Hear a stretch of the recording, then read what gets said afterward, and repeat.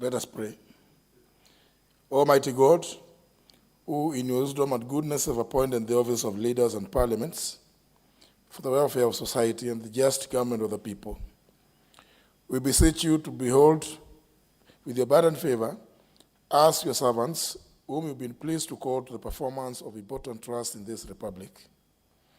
Let your blessings descend upon us here assembled, and grant that we treat and consider all matters that shall come under our deliberation in so just and faithful manner as to promote your honor and glory, and to advance the peace, prosperity, and welfare of our country and of those whose interests were committed to our charge.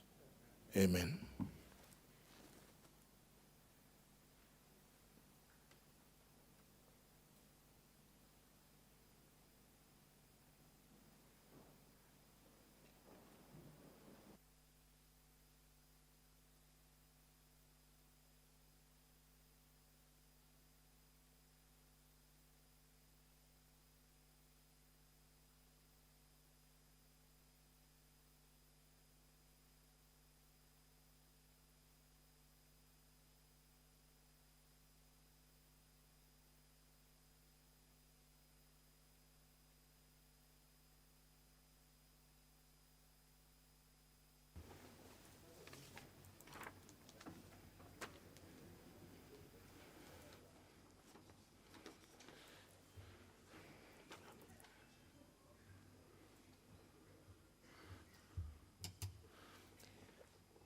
We have the quorum.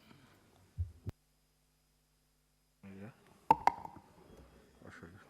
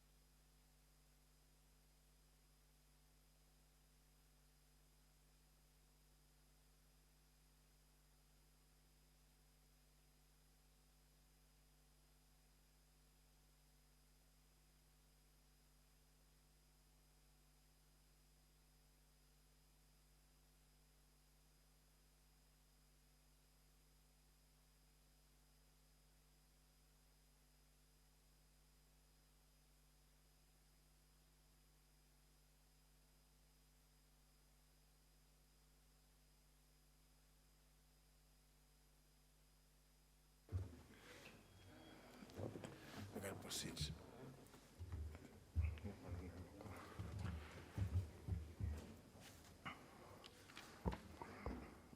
Order number 1, administration of oath. Order number 2, communication from the chair. Letter. Order number 3, messages. Order number 4, petitions. Order number 5, papers. Leader of the majority party.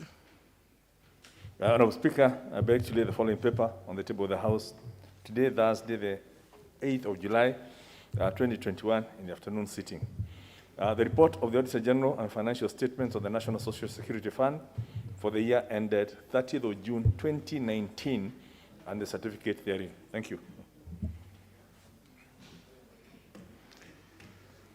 Chairperson, Select Committee on Implementation, Honorable Lekenta.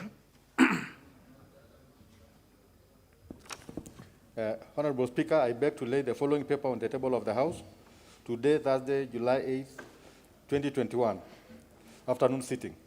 Fourth, the report of the Select Committee on Implementation on submissions from stakeholders regarding implementation status of inquiries, petitions, and solutions passed by the House. Thank you, Honorable Speaker. Very well. The Vice Chair, Select Committee on Parliamentary Broadcasting and Library.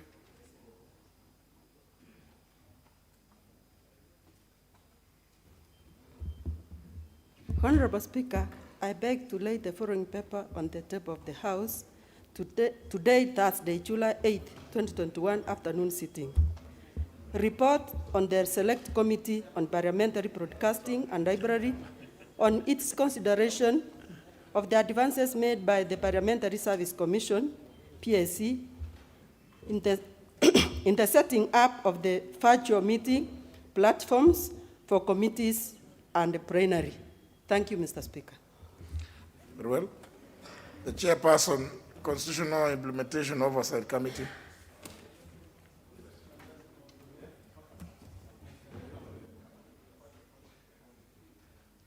Well, the chair is the Honorable Jeremiah Kioni, isn't it? Who's the vice chair?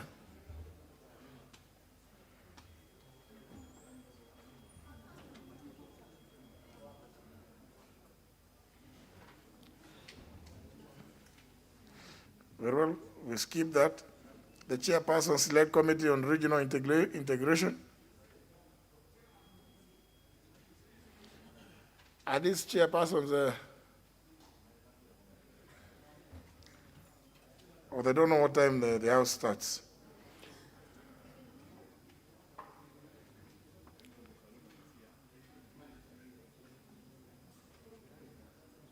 Very well, we'll drop those two businesses. Who? Kaluma is the CIOC? You forgot the House was starting at 2:30. I thank you, Honorable Speaker. I'm grateful for the indulgence. Honorable Speaker, I beg to lay the following paper on the table of the House. Today, Thursday, July 8th, 2021, during the afternoon sitting. A report of the Constitution Implementation Oversight Committee on its consideration of a petition regarding establishment of a retirement benefit package for the Auditor General. I thank you, Honorable Speaker. Very well. That's I was wondering if I skip that. I thought I saw the recommendations are quite good. I was wondering that petition. It's an important petition. Now, before we skip, is the Chairperson, Select Committee on Regional Integration in the House? Who is the Chairperson of that one? The Honorable Ali Wario. But I can see him walking there. He doesn't appear like he's aware. In fact, he's standing there. You can see Honorable Ali Wario is there.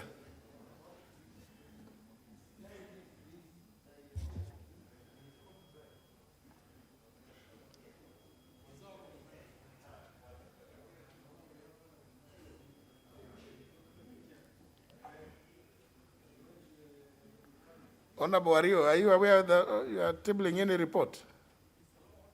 Because the way I saw you walking in casually, it did appear like you are aware of this.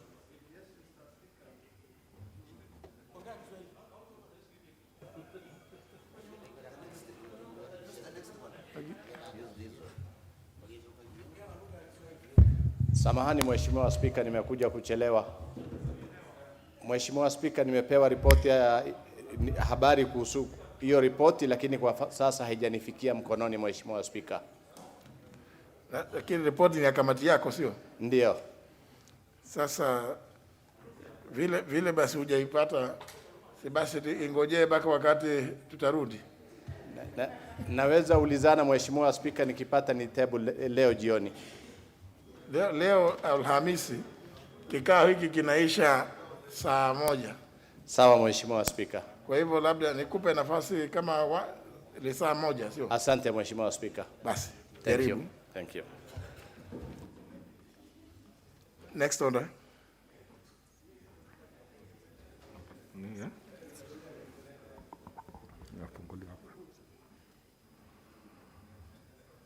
Order number 6, notices of motion. The Honorable Ole Kenta. Honorable Speaker, I beg to give notice of the following motion. That this House adopts the fourth report of the Committee on Implementation on the submissions from stakeholders regarding implementation status of inquiries, petitions, and resolutions passed by the House, laid on the table of the House today, Thursday, July 8th, 2021. Thank you, Honorable Speaker. The Vice Chair, Parliamentary Broadcasting and Library, the Honorable Yerusha Mongina. Honorable Speaker, I beg to give notice of the following motion. That this House adopts the report of the Select Committee on Parliamentary Broadcasting and Library on its consideration of the advances made by the Parliamentary Service Commission, BSc, in the setting of the virtual meetings, meeting platforms for committees, and plenary laid on the table of the House on Tuesday, July 8, 2021. Thank you, Mr. Speaker. Well, the other notice was to be given by the Honorable Ali Wario, but since he has not tabled on the report, I'll give him a latitude of 1 hour. Proceed to the next order. Order number 7, questions and statements.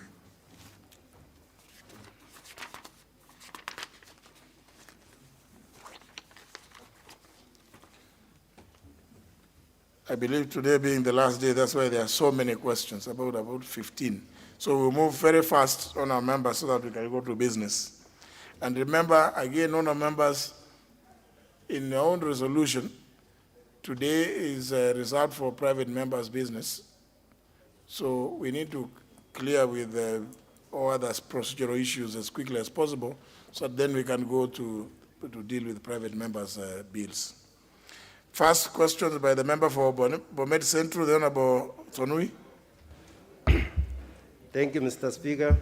I raised was question number 214, 2021, which is directed to the Cabinet Secretary for National Treasury and Planning. Question 1, with regard to the recent changes to public servants' pension scheme, could the Cabinet Secretary clarify whether teachers and civil servants are entitled to retirement benefits accruing from the date of employment to the time they joined the superannuation pension scheme? How will benefits be calculated and the entitlement arrived at, and which government agency will be in charge of management and payment of the benefits? Could the Cabinet Secretary confirm that all the employees in the Public Service and Teacher Service Commission have been notified in writing on change of terms of employment, including expected benefits, once they attain the age of 50 with regard to the superannuation scheme? Thank you, Mr. Speaker. And I also hope that I will get a response very soon on that question which I asked 3 weeks ago, directed at the Education Committee. I'm here to get the response. Thank you. That will be replied to before the Departmental Committee on Finance and National Planning. The next question is by the member for Kabondo Kaspul, Honorable Eve Obara.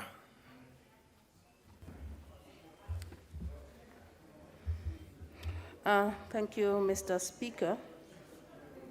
Pursuant to the provisions of Standing Order 42A5, I wish to ask question number 242, 2021, to the Minister, to the Cabinet Secretary for Transport, Infrastructure, Housing, Urban Development, and Public Works. 1. What plans has the ministry put in place to ensure that the Chebera-Sikri stretch of the Kisumu-Kisii Road is well marked and access culverts installed, including stone pitching, to enable residents of Kabondo East, Kabondo West, Kojwach, and Kakelo-Kokwanyo wards access key institutions, particularly Othoro Police Station, New Constituency Office Junction at Kadongo, Kadongo Post Office, Othoro Level 4 Hospital, and Kamalaki and Mikai Dispensary Junction, Wangapala High School, Bishop Linus Okok Girls, Nyamwaga, Luanda, Otondo, Gangre, Dudi Secondary Schools, Ayengo, Oriri, Nyaluru, and Njura Primary Schools, Mapera Farm, Omuga Technical Training Institute, Mirani, Nyapalo, Central, Ayengo, and Oriang SDA churches, Oriang Catholic Mission, Legio Maria Center, Christian Pentecostal churches, and Nyapalo and Ringa markets. 2, could the Cabinet Secretary explain why the contractor is unable to deliver on his commitment under corporate social responsibility with respect to the project, particularly tarmacking the feeder roads to schools, creation of access roads, leveling of school playgrounds, rebuilding border shades, and planting trees along the highways? Number 3, when will the contractor undertake repairs on the damaged parts of the existing roads and also rehabilitate excavated grounds left open after construction in the said areas? Thank you. That will be replied to before the Departmental Committee on Transport, Public Works and Housing. The next is the member for Rangwe, Honorable Lillian Gogo. Thank you so much, Honorable Speaker. I rise to ask question number 243 of 2021, and this follows what was indicated in a section of the press concerning one Mr. Joseph Mboya Nyamuthe. And this question is directed to the the Cabinet Secretary for Foreign Affairs. Could the Cabinet Secretary explain circumstances under which Mr. Joseph Mboya Nyamuthe, of ID number 1022-59-323, a resident of DC Village, Komolo sub-location, Komolo location in Rangwe sub-county, is being held incommunicado while in imprisonment in the Republic of Burundi, and the charges has been preferred against him, if any. What steps has the ministry taken to secure the release of Mr. Joseph Mboya Nyamuthe and or enable him enable his family gain access to him or allow his legal representatives to reach him? Could the Cabinet Secretary clarify whether there may be any other residents of Rangwe constituency who work at his company in Burundi who may have been held along, and what actions or action, if any, the ministry is taking to secure their release? Thank you, Honorable Speaker. That will be replied to before the Departmental Committee on Defense and Foreign Relations. Next is by the member for Tieti, Honorable Kamket.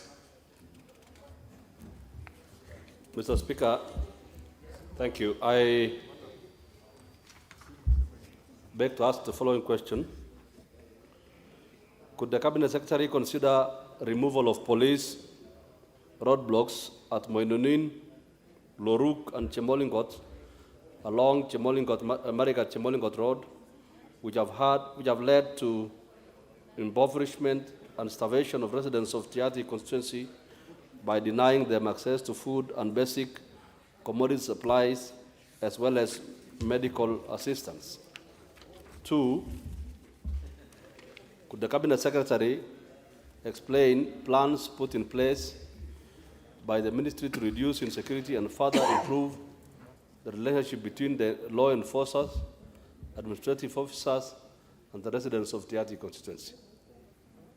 To be replied to before the Committee on Administration. Measures the ministry putting in place to ensure that today's secondary school learning remains affordable, considering the ministry policy on 100% transition from primary to secondary schools. Thank you, Mr. Speaker.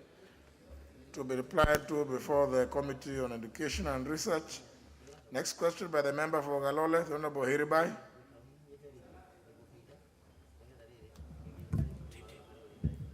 Thank you, Mr. Speaker. I rise to ask question number 246 of 2021, And my question is directed to the Minister for Transport, Infrastructure, Housing, Urban Development, and Public Works. Number one, could the Cabinet Secretary explain the progress made in disbursing an allocation of Kenya shillings 7.4 million from the Road Maintenance Levy Fund meant for the development of roads in Tana River County? Number two, could the Cabinet Secretary undertake to ensure that the said allocation is dispersed, and when is it expected to be availed to the AIE holders for utilization? Number three, could the Cabinet Secretary provide an update on the progress made to upgrade the Laza, Roka, Kipini, Gatundu, Bangale, Boka Road in Tana River County to bitumen standards, and when is the construction expected to be completed? Number four, what is the status of the construction of Boji Masalani Road in Galole constituency? And how was the Kenya shillings 100 million meant for this road utilized? Stating amount paid and to who? Thank you, Mr. Speaker. Very well. Question will be replied to before the Particular Committee on Transport, Public Works and Housing. Next question by the member for Oljoro Rock. Honorable Moshira. Thank you, Mr. Speaker. I rise to ask question number 247 of 2021 to the Cabinet Secretary for Energy. 1. What is the status of implementation of the Last Mile Connectivity Program project in Oljoro constituency being undertaken under the impact evaluation of the Last Mile Connectivity Project, LMCP Phase 1 of the African Development Bank Group, AFDB? Number 2, why have the said project taken too long to be completed, and what steps is the ministry taking to ensure that they are completed, and by when? Thank you, Mr. Speaker. Will be replying to before the Particular Committee on Energy. Next question is by the member for Baringo Central, Honorable Kadie. Thank you, Honorable Speaker. I stand to ask question number 248 of 2021. And this question is directed to the Cabinet Secretary for Education. What measures is the Cabinet Secretary taking to exempt schools from arid and semi-arid areas across the country from the implementation of Kenya National Examination Council circulars dated 11 and 28 June 2021, requiring schools with less than 40 candidates to be hosted by an examination center with more than 40 candidates during the Kenya Certificate of Primary Education and Kenya Certificate of Secondary Education examinations, noting that these areas are sparsely populated and the distances students have to cover between schools are far.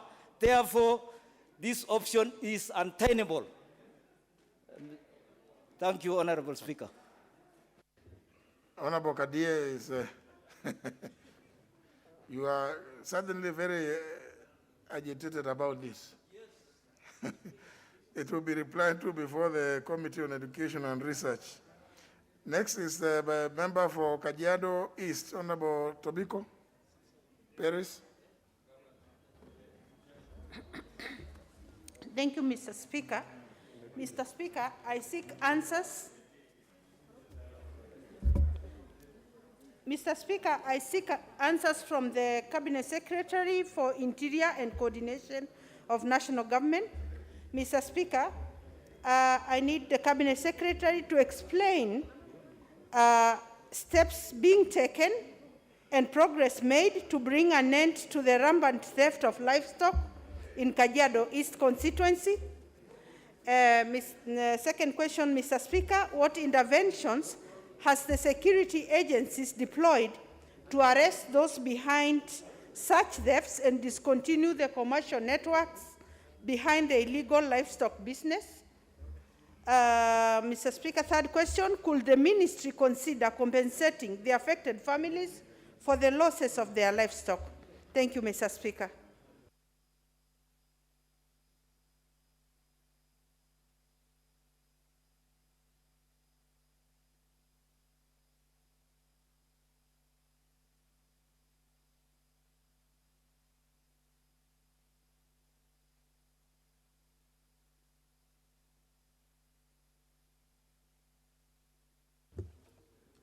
The question will be replied to before the Departmental Committee on Administration and National Security.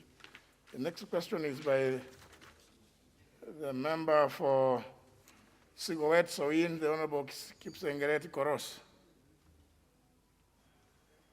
Member for Sigowet Soin, oh, okay, very well.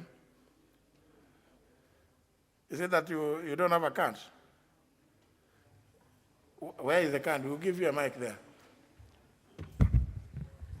Sorry, Mr. Speaker, I misplaced my card. So I rise to ask question 251 of 2021, directed to the Cabinet Secretary for Transport, Infrastructure, Housing and Urban Development and Public Works. 1. Could the Cabinet Secretary provide details on the cost of constructing the Nairobi Expressway, which starts from Jomo Kenyatta International Airport to Westlands area of Nairobi City or counties? Second, Mr. Speaker, is could the Cabinet Secretary explain the reasons which led to firing of initial budget of the project from Kenya shillings 23 billion to the current Kenya shillings 63 billion? Third, Mr. Speaker, when is the project expected to be completed, and at what extra cost to the users with regard to levy and or maintenance charges in its actual utilization? Thank you, Mr. Speaker. Again, that will be replied to before the Committee on Transport, Public Works and Housing. The next question, being number 254, is by the member for Matuga, the Honorable Kasim Tandaza Sawa, who has written to request that the question be deferred. His request has been acceded to and therefore is not to be asked. Question deferred. Next question, 255, by the member for Ugenya, the Honorable David Ochieng. Mr. Speaker, I wish to seek the following replies from the Cabinet Secretary for the National Treasury and Planning. Mr. Speaker, could the Cabinet Secretary state the number of public entities that have been privatized since the establishment of the Privatization Commission? Mr. Speaker, could the CS explain why the government bypassed the commission while privatizing the National Bank of Kenya and in the ongoing efforts at privatizing the state-owned sugar factories? Mr. Speaker, could he also explain when he intends to fill the existing vacancies in the membership of the board of the commission? And finally, Mr. Speaker, what steps is he taking to ensure that the commission is able to carry out its mandate, including through the provision of the necessary resources? Thank you, Mr. Speaker. Question will be replied to before the Departmental Committee on Finance and National Planning. The last question by the member for Marakwet West, the Honorable Kisang. Thank you, Honorable Speaker. I rise to ask question number 256 of 2021 to the Cabinet Secretary for Water, Sanitation and Irrigation. 1. What steps the ministry has taken to ensure that 77.5 million dispersed to Lake Victoria North Water Services Board meant for Chabara institutions projects in Marakwet West constituency in the financial year 2015-2016 are released to the said institutions to complete ongoing works that have stalled since 2015. Number 2, when will the balance of the initial allocation that amounts to 82.5 million be released to the said institutions? 3, Honorable Speaker, could the Cabinet Secretary consider undertaking a visit to Chabara institutions projects to ascertain the current status and the progress of the projects and whether more funding is required in order to complete the ongoing works? Thank you, Honorable Speaker. Question will be replied to before the Departmental Committee on Environment and Natural Resources. That ends that segment of order number 7. We move to the second part. Requests for statements. The first request is by the member for Mvita, Honorable Abdulswamad Sharif Sonasi. Asante sana Bwana Spika. Bwana Spika, kupitia kwa kanuni za kudumu 44(2) cha Naomba jawabu Bwana Spika kutoka kwa mwenyekiti wa kamati ya afya kuhusu mambo ya uendeshaji wa mabasi ya abiria wakati huu wa COVID-19 katika nchi yetu. Bwana Spika, tukubali na hatupingi ya kwa reli na usafiri wa anga unabeba wateja wasafiri ikiwa zimejaa wakati huu wa COVID. Lakini gari za abiria, mabasi, Bwana Spika, naam. Asante. Bwana Spika, gari za abiria zinazofika zaidi ya 1260 kupitia kampuni 42, Bwana Spika, zinabeba zikiwa na nusu abiria na wamekatazwa usafiri wa usiku. Kampuni kadhaa, Bwana Spika, zimefungwa, watu hawajalipwa mishahara, wengine wamefutwa kazi na hali, Bwana Spika, yazidi kuwa ngumu. Washikadau, Bwana Spika, wakiwemo NTSA na wenye kampuni wenyewe hawakuhusishwa katika mpango ya Wizara ya Afya. Bwana Spika, la kueleweka ni kuwa mwelekeo ama protocol zilizowekwa sahihi na Waziri wa Usafiri Februari mwaka 2021 hadi leo hazijatekelezwa. Bwana Spika, kupitia haya ningeomba jawabu kutoka kwa mwenyekiti wa kamati ya afya. Kwanza, mwenyekiti aeleze ni kipi kilichosababisha reli na anga kukubaliwa kubeba wateja ikiwa imejaa ilhali mabasi yanabeba yakiwa yako nusu.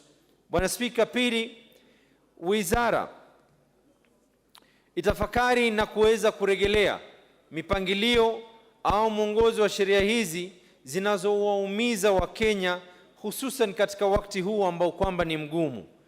Tatu, Bwana Spika, usafiri wa usiku ukubaliwe kama vile usafiri wa reli na anga umeweza kubaliwa na unaendelea kwa zaidi ya mwaka mmoja. Na mwishowe, Bwana Spika, ni kwa nini protocol zilizowezwa kuweka sahihi na Waziri wa Usafiri Februari mwaka 2021 hadi leo hazijaweza kufuatiliwa wala hazijaweza kutekelezwa? Asante sana Bwana Spika. Chairperson or the Vice Chairperson, Departmental Committee on Health.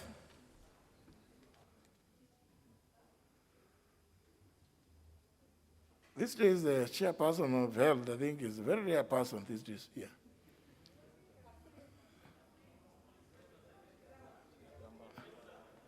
What do you mean? Which ground?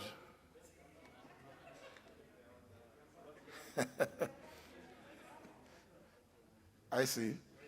Anyhow, the request will be channeled through the office of the leader majority.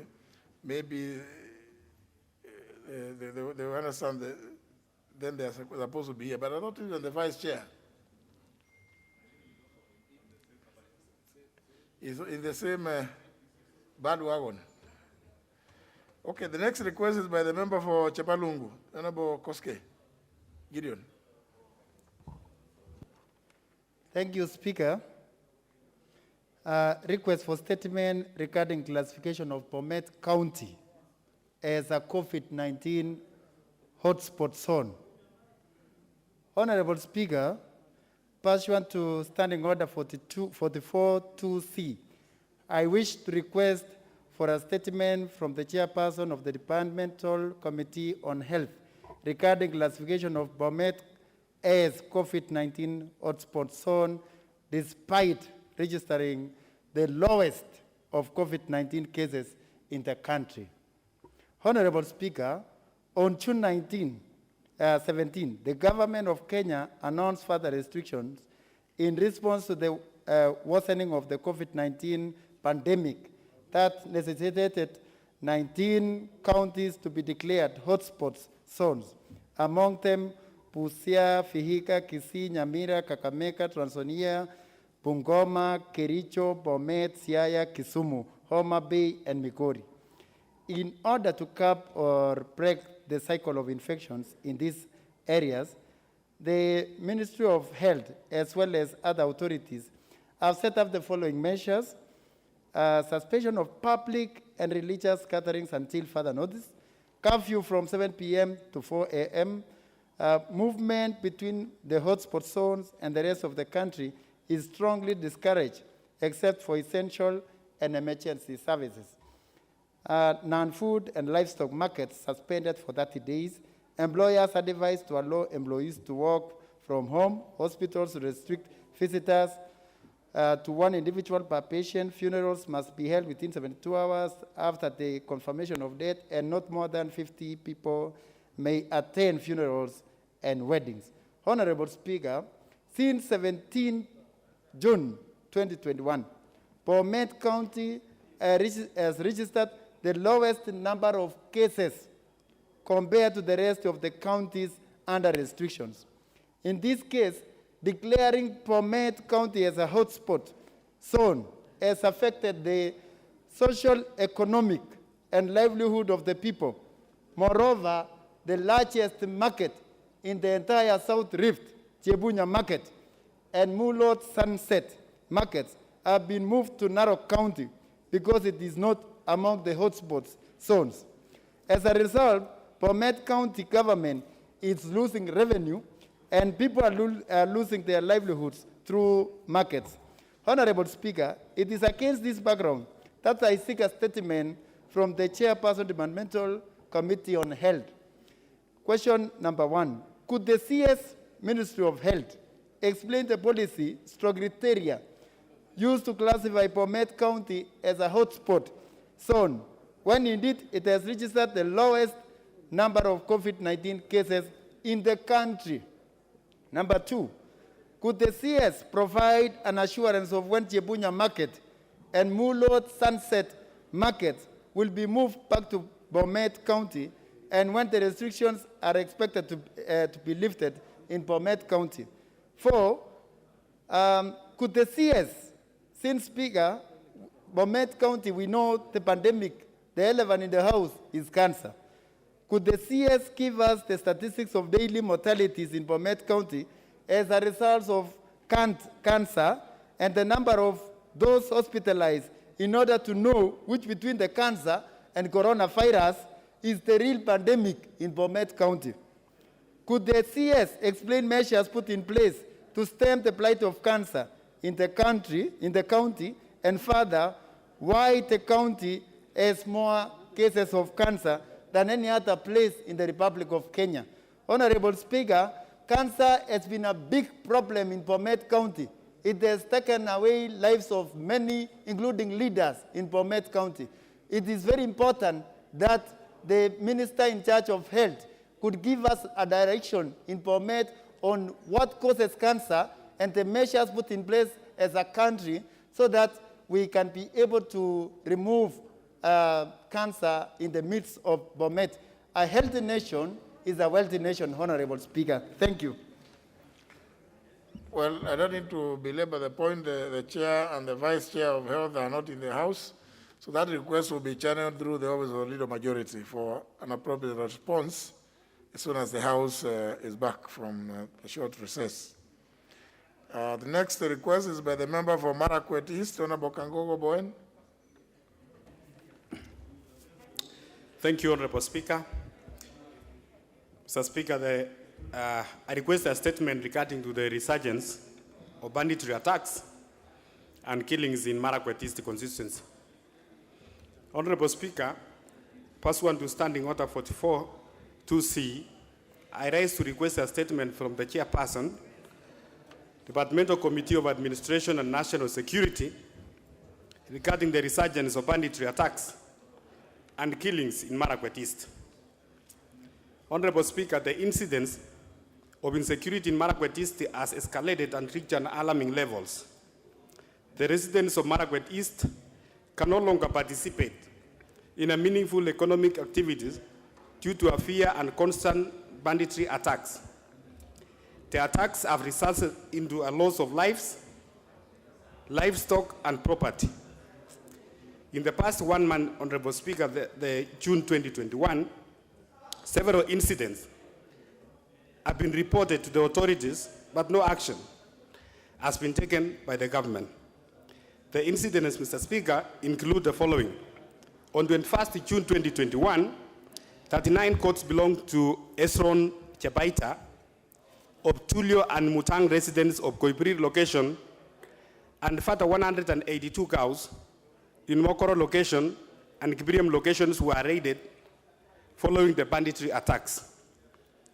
On 21st and 24th June 2021, a raid took place in Endor location, Mr. Speaker, where 2 persons were killed, namely Benjamin Lokorem and a young Standard 4 Master Desmond Kiptor, and several cows and goats belonging to the residents were taken away.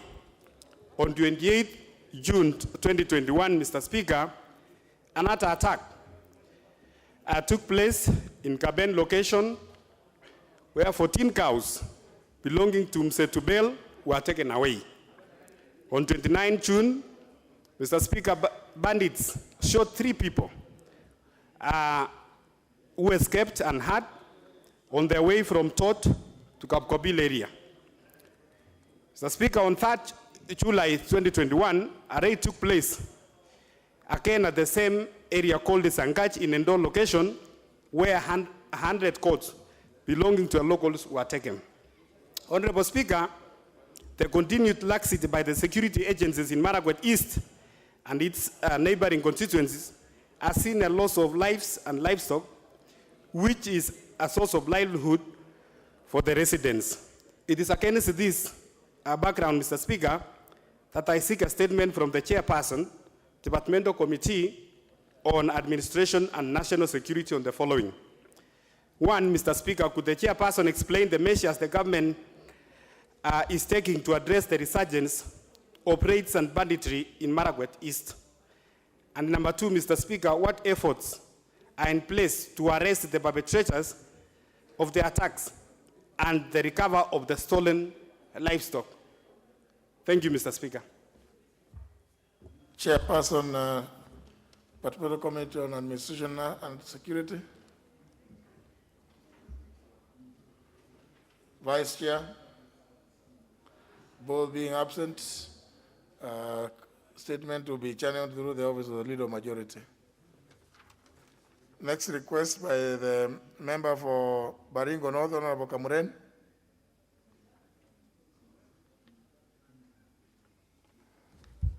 Thank you, Mr. Speaker. Baringo South. I raise to seek a statement on perennial insecurity in Baringo South constituency. Honorable Speaker, pursuant to provision of Standing Order 44-2C, I wish to request for a statement from the chairperson of the Departmental Committee on Administration and National Security regarding the matter of perennial insecurity in Marikat Sub-County in Baringo South constituency. Honorable Speaker, the matter of perennial insecurity in Baringo South has continued impacting negatively on the lives of the residents in the region, leading to residents fleeing their homes, closure of schools, resulting on school dropouts and loss of lives and livelihoods amongst the residents. Honorable Speaker, various measures have been attempted by the successive government to resolve the issue, but with no long-term solution ever realized. While I applaud the government's efforts to restore sanity in the region, it is time for the adaptation of the new strategy in this matter. The presence of several contingents of police personnel in the area has not improved the situation. As in most recent cases, security forces have lost 2 of their commanders in the hands of the bandits, resulting to continued flight of residents from the area. Honorable Speaker, it is against this background that I therefore request you to invoke the provision of Standing Order 218 to order the following. 1, that the Departmental Committee on Administration and National Security conduct an inquiry into the security matters with a view of proposing a long-lasting solution And number 2, that the committee inflows upon the Cabinet Secretary in the Ministry of Defense to consider deploying the Kenya Defense Force to the affected area for purposes of restoring peace, pursuant to the provision of Article 241, 3C of the Constitution and Section 8(1) of the Kenya Defense Force Act 2012. Thank you, Mr. Speaker.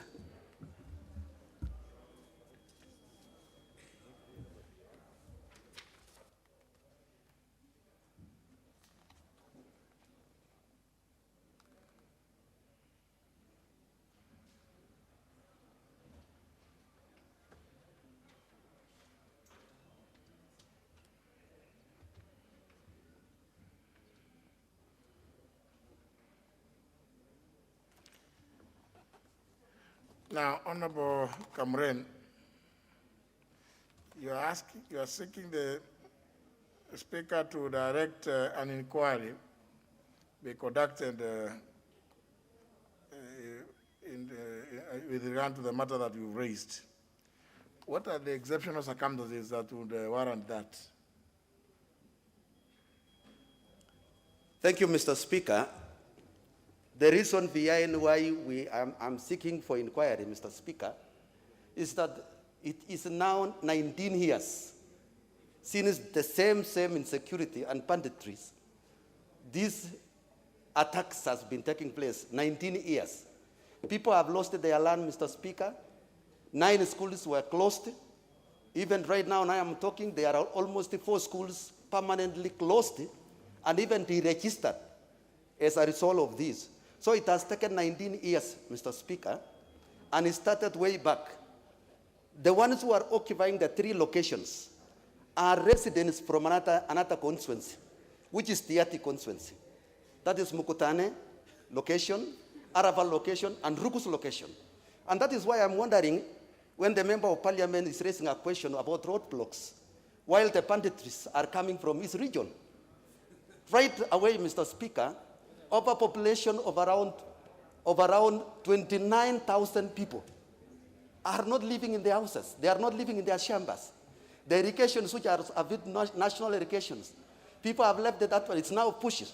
And that is why I'm requesting for inquiry so that they can capture all these, the loss of the properties, the disturbances. I know of several students who are schooling in national schools like Mangu, like Maseno, like Stare. They had to leave those schools and come and study in day schools because their parents lost their animals and they have lost their houses. They have lost their properties. So they were unable to pay their school fees. So 19 years, Mr. Speaker, these boys now and these girls of those 19 days are mothers right now, and the culture that is within them is a culture to revenge. If government cannot come up with a program to save the situation, I'm telling you, Mr. Speaker, we are now building and developing people who are going to live in their lives in a position of defending themselves. So that is why I'm requesting this. I'm seeking you, Mr. Speaker, to allow inquiry so that we have a lasting solution and the government to own these solutions. Then they will assist my people to return back to their land. Very well. I notice that the committee that is mandated to deal with that, because we cannot direct the matter to any other committee except the one on administration and national security. Listening to you, I think you justify the requirement of standing under 218 for exceptional circumstances. I therefore direct that the Committee on Administration and National Security inquires into the various allegations that you've made with a view to bring to the House a report which, if adopted, may give a way forward to the National Executive.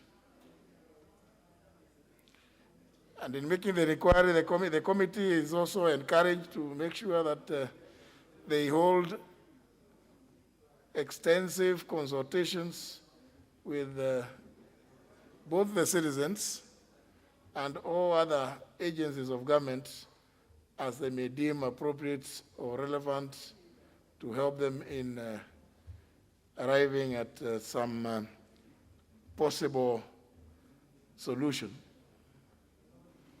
Very well. Next statement by... No, that one, there's no requirement for the...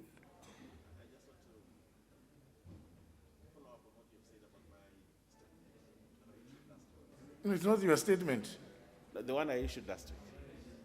You have not issued a statement on our buyer. But we are not through. We are not through. Yeah. Next request is by the Honorable Member for Saku, Honorable Ali Raso.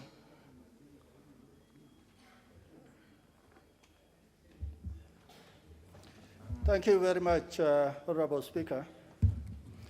Honorable Speaker, I wish to request for a statement on militia attacks and killings in Saku constituency, in Moyale, and Isiolo County. Honorable Speaker, I rise pursuant to Standing Order 44-2C to seek for a statement from the chairperson of the Departmental Committee on Administration and National Security on incessant militia attacks and killing in Saku, Moyale, and Isiolo. Honorable Speaker, in September 2018, there was a fight between the members of Boran and Gabra communities at Toronder in Gilta location of Marsabit Central Sub-County, where 3 persons were killed. During this attack, for the first time, organized militias were used and armed with heavy machine guns were able to overpower the police forces. This conflict has been running for almost 3 years and is escalating. Even more disturbing because these attacks and livestock rustling are taking place in Saku, Sololo, in Moyale, and Isiolo counties. These attacks with mass militias in the hundreds are becoming more lethal, well-coordinated, synchronized, and with elaborate logistics, including vehicles and medical support. Honorable Speaker, the level of violence being experienced in the area of Saku, targeting a particular community to extinction, is unprecedented, and the main motivation appears to be land and politics.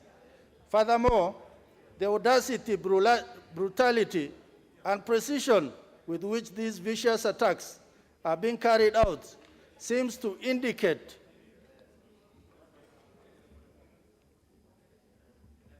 that these militias are well-oiled machines that could be acting with support from within government. Honorable Speaker, in February 2019, the KPR in Marsabit, Isiolo, were all withdrawn, yet no adequate security was put in place to address the gap left to date. Honorable Speaker, this has left all our communities exposed to militants and armed bandits, and the police forces in the area are overstretched. This lackluster approach to providing our people with security and protection of life and property has resulted into many orphans, impoverishment, and displacement of families, closure of schools, and has left many people in need of shelter and food. Honorable Speaker, it is against this background that I seek a statement from the chairperson of the Departmental Committee on Administration and National Security on the following. Who are these powerful individuals cited to be involved in mobilizing, funding, and sustaining these militia attacks, and what efforts are being made to bring them to justice? 2, what measure is the government undertaking to eliminate the militias and restore security in Saku constituency, Moyale and Isiolo?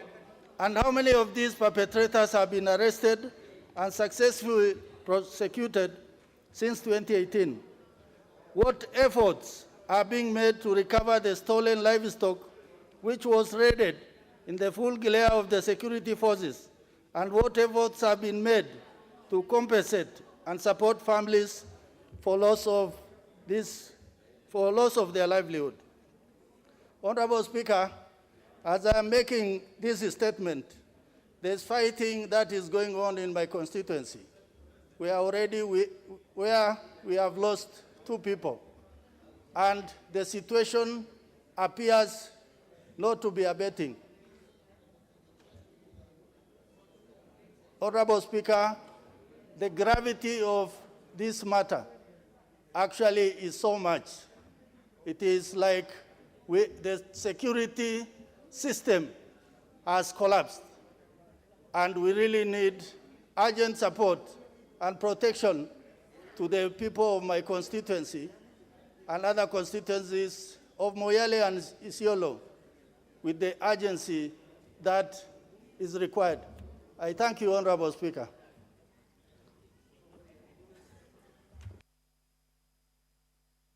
That the member for Moyale also wants to say something. Is that so? Honorable Wario Guf. Thank you, Mr. Speaker. I think what Honorable Russell has just requested, Mr. Speaker, is what I have been saying severally since February. As you know, Mr. Speaker, the 2 schools in my constituency, that is Funangumbe and Rawan, are still closed. And Mr. Speaker, what we have seen is that there's an organized militia, fully funded, that either goes to Moyale and attack our people, the Borana, rush to Saku and attack the Borans there.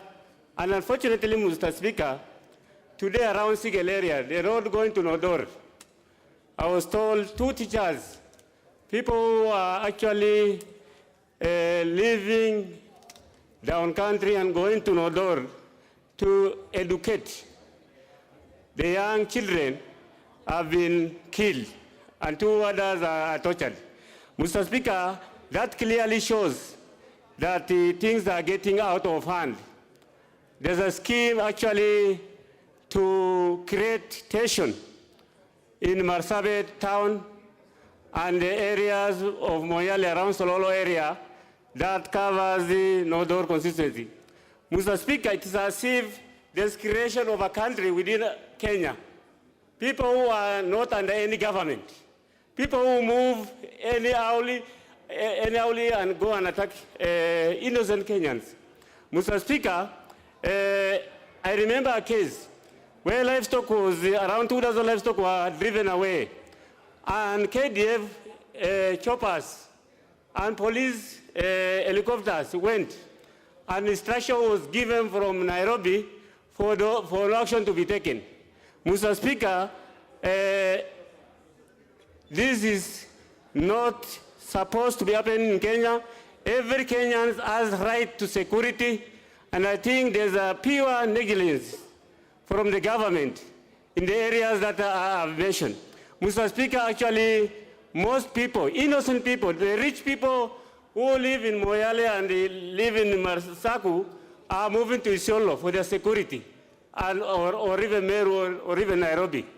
Mr. Speaker, this is not tolerable, and I think we need the government to investigate and tell us who is exactly this person, who is untouchable, and who can fund militia who act under his instruction, going around and killing the innocent people in Kenya. Thank you, Mr. Speaker.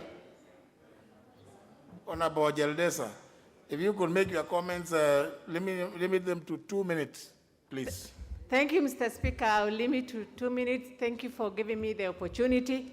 Mr. Speaker, as has been said by Honorable Russell, Isiolo Marsabit clashes lately has a pattern. It is interconnected. It happens simultaneously. When Marsabit and Moyale people are hit, also Isiolo people are hit, Mr. Speaker. Mr. Speaker, we have reason to believe that this is not the normal pastoralist clashes. This is politically instigated. It has a blessing of one very senior person in the government who is biased, Mr. Speaker, who is, and I am told to name, I can name, is one CS Ukuri Atani, who is using the government resources, Mr. Speaker, to try to displace the Borana community from this country. Mr. Speaker, we are Kenyans, we have nowhere else to go, and therefore I wish you direct the CS to appear before the committee and explain his role in these clashes. Thank you, Mr. Speaker.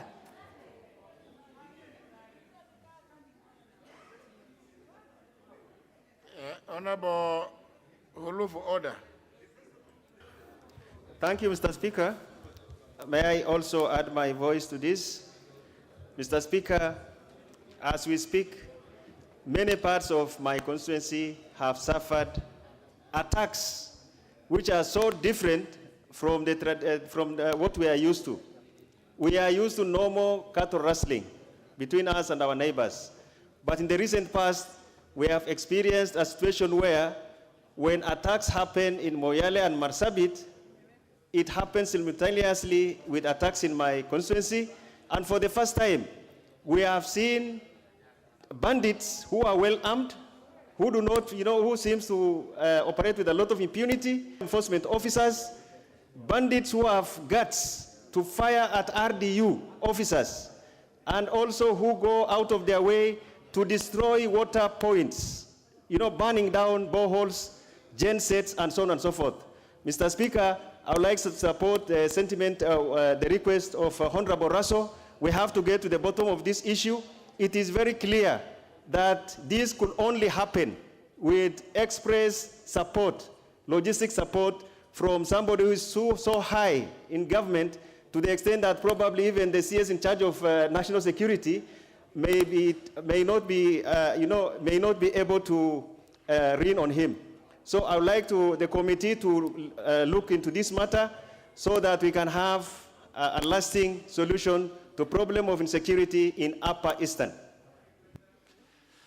I will allow the Honorable Kaluma to weigh in because he's a ranking member of that committee, because this matter of this is becoming too much about deaths within Isiolo, and I think Marsabit, and almost the entire Marsabit, Saku, yes, and Moyale. Honorable Kaluma. Honorable Speaker, I wanted to speak on behalf of the chair of the committee who is absent, because I chair the subcommittee dealing with questions, petitions, and legislation in that committee. And Honorable Speaker, the matter I was requesting to bring to the attention of the House is that this matter is not new. This question also, even the issues being raised, are not new.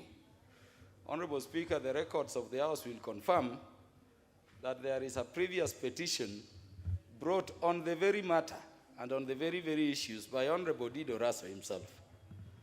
That petition has been considered by the committee, and let me thank you, Speaker, on behalf of Parliament. You even facilitated the committee to visit Marsabit. Honorable Raso will confirm we sat with him among other leaders, and various members of the communities living in Marsabit across those constituencies being mentioned, from Moyale, Fafi, even I think the Rendile section, Laisamis, all of them, and with the facilitation of Parliament, taking all that risk. So my concern, Honorable Speaker, is that Honorable Dido Raso and the members who know this matter had been raised, the committee has even retreated and done a report. With your indulgence, I had hoped that we would even lay the report covering all those matters, and our preferred solution to them is again raising this matter. I wanted to request, Honorable Speaker, that as leaders we don't, address issues concerning security in a manner that may escalate them and engender tension among the people. Because when we speak, the people down in Marsabit are watching. And Honorable Speaker, this is a matter which is not just inter-ethnic in terms of the elements we already have in the report, but it also has political dimensions. We hear the names being mentioned. Let us use the platform of the House to be fair when there is a matter under consideration before the House through its proper committees as per our prayer. So let me assure the honorable members, Honorable Speaker, that this is a question you don't need to forward to the committee again. We have already treated this matter through the previous petition he raised. Instead, Honorable Speaker, let me commit on behalf of the committee to check where the report is with all these answers being sought. We table them here, and then it is sorted out. I thank you, Honorable Speaker. The only difference is that now, this time, the Honorable Rasso has raised issues of more people having been killed recently. But I don't know whether, maybe I hope the report, but I do recall, remember, honorable members, that it is true. The committee was facilitated to go and hold sessions out there. And it also, what the Honorable Kaluma is saying is actually not, is not far-fetched. That it may be necessary for us to see what recommendations the committee has proposed to try and address those whatever fuels those skirmishes. If, as he has said, some of it is not ordinary cattle rustling, the way it may be known by the Honorable Ole Sankok. It looked as the Honorable Kaluma has just admitted that, just said that some of the issues raised could be actually true, that there could be some element of politics. Now, let me not, I think let me just allow the Honorable Rasso to raise the point that. Thank you very much, Honorable Speaker. Honorable Speaker, my petition, I raised it in June 2020. I know the issue of COVID and many other underlying issues. But Honorable Speaker, in the opening statement, I said, even today, people have been killed in my constituency. And as we are sitting in this gallery, people are fighting on the outskirts of Marsabit town. Are we in Kenya or are we in another country? That is really my concern. And if Honorable Kaluma is really true to the facts that he is raising, let something be done today. We cannot wait for something in the future, that there will be security for people of Marsabit in the future. I think, Honorable Speaker, that is not acceptable. No, honorable members, well, it may be unfair for me to leave out the member for Wajir, the Honorable Adan Sheikh. 2 minutes, please. Did you indicate you wanted to? Somebody who has raised an intervention. Oh, okay. Thank you, Mr. Speaker, for giving me this opportunity. Frequent tribal conflict in Marsabit and Isiolo County has caused a lot of death and a lot of livestock taken away from our people. This also has contributed to poverty rate. We have a lot of orphan children and widows due to this frequent tribal conflict in our counties. We used to have a National Police Reserve. We used to have KPR, and the service of KPR has been withdrawn. KPR used to take care of people, give us security at the village level and locational level. Since their services has been withdrawn, this frequent tribal conflict also increased a lot.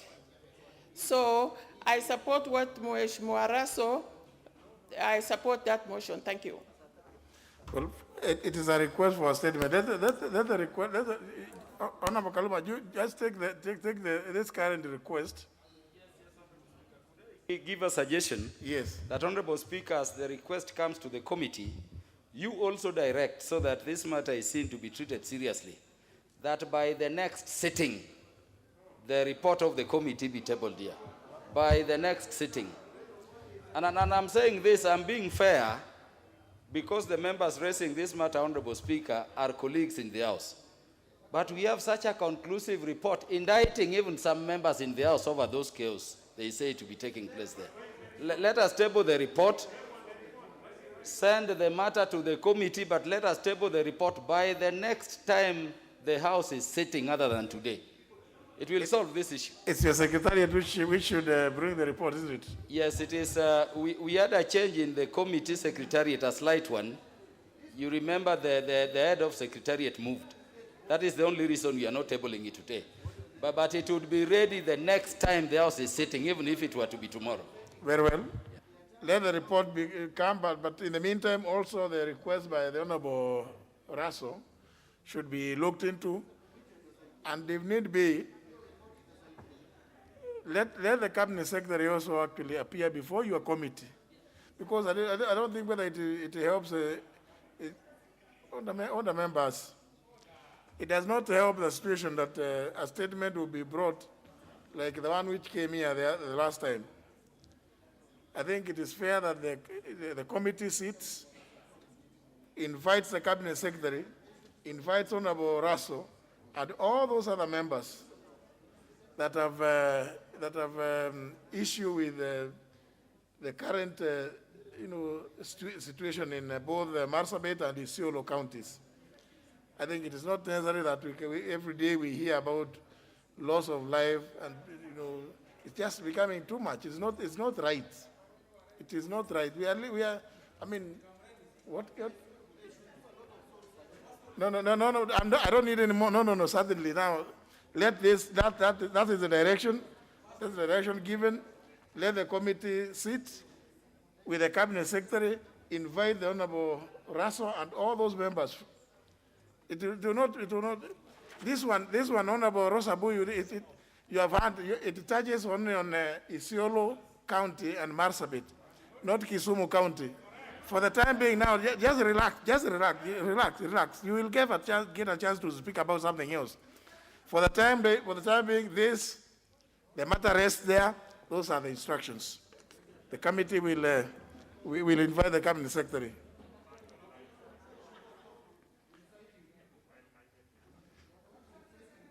Now, we still have something from the Honorable Dr. Makali Mulu.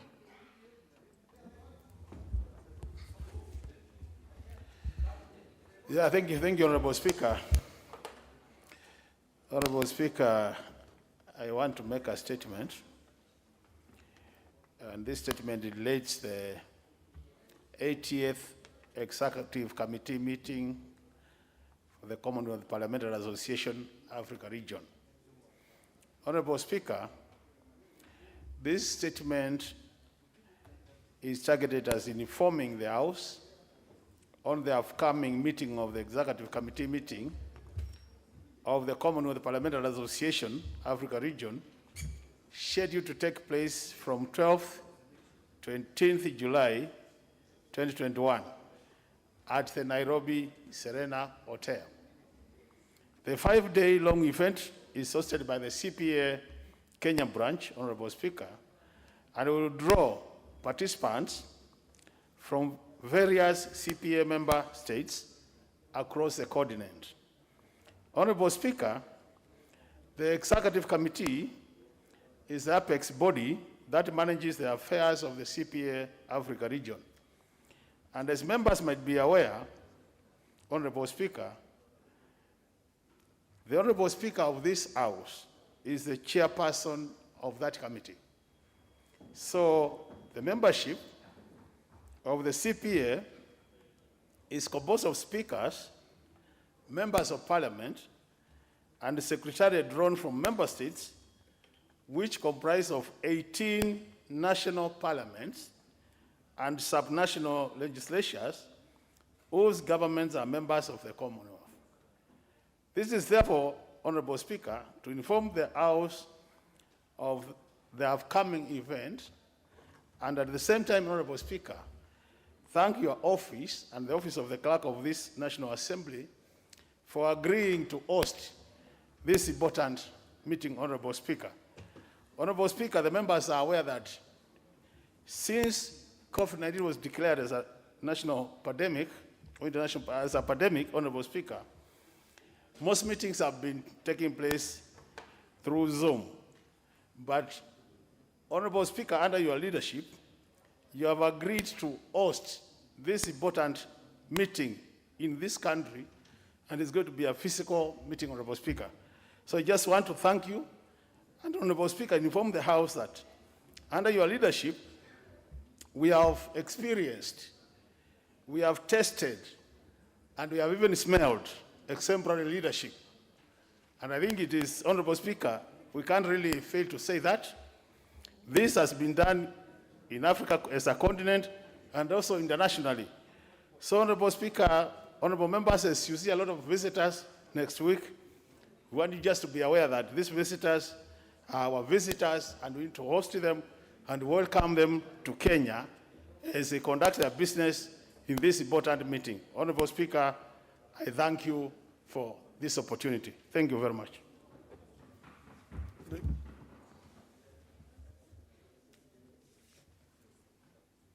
Very well. Honourable members are indicating that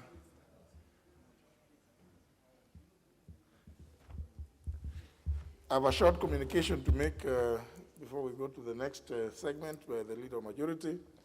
Honourable members, as you may be aware, the National Assembly Committee on Powers and Privileges is constituted under Section 15 of the Parliamentary Powers and Privileges Act of 2017. In establishing the committee, the Act designates the Speaker as a chairperson, but does not provide for the position of a vice chairperson to deputize the Speaker or the manner of causing a member to take charge of the affairs of the committee in the absence of the Speaker, as is the case for other select committees of this House. Given the nature of the work of the committee, in relation to the responsibilities and duties assigned to the holder of the office of the Speaker, it's not feasible for the Speaker to be available to preside over the meetings of the committee on a regular basis or sit in the liaison committee as a chairperson representing the Committee of Powers and Privileges. Honourable members, in order to strike a fair balance and to ensure that the Committee of Powers and Privileges is able to regularly transact its business unhindered, and to also have representation in the liaison committee, I hereby today designate the Honourable Vincent Kemose Mogaka, MP, a member of the Committee of Powers and Privileges, as the Vice Chairperson of the same committee and representative of the committee in the Liaison Committee on behalf of the Chairperson. This appointment takes effect immediately and shall remain in force until such other time as I may communicate otherwise. I thank you, honourable members.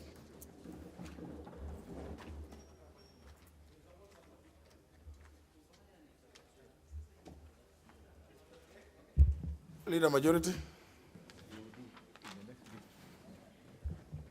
Honourable Speaker, pursuant to the provisions of Standing Order number 44-2A, I'd like to give the following statement on behalf of the House Business Committee, which met on Tuesday, the 6th of July, 2021, to prioritize business for consideration.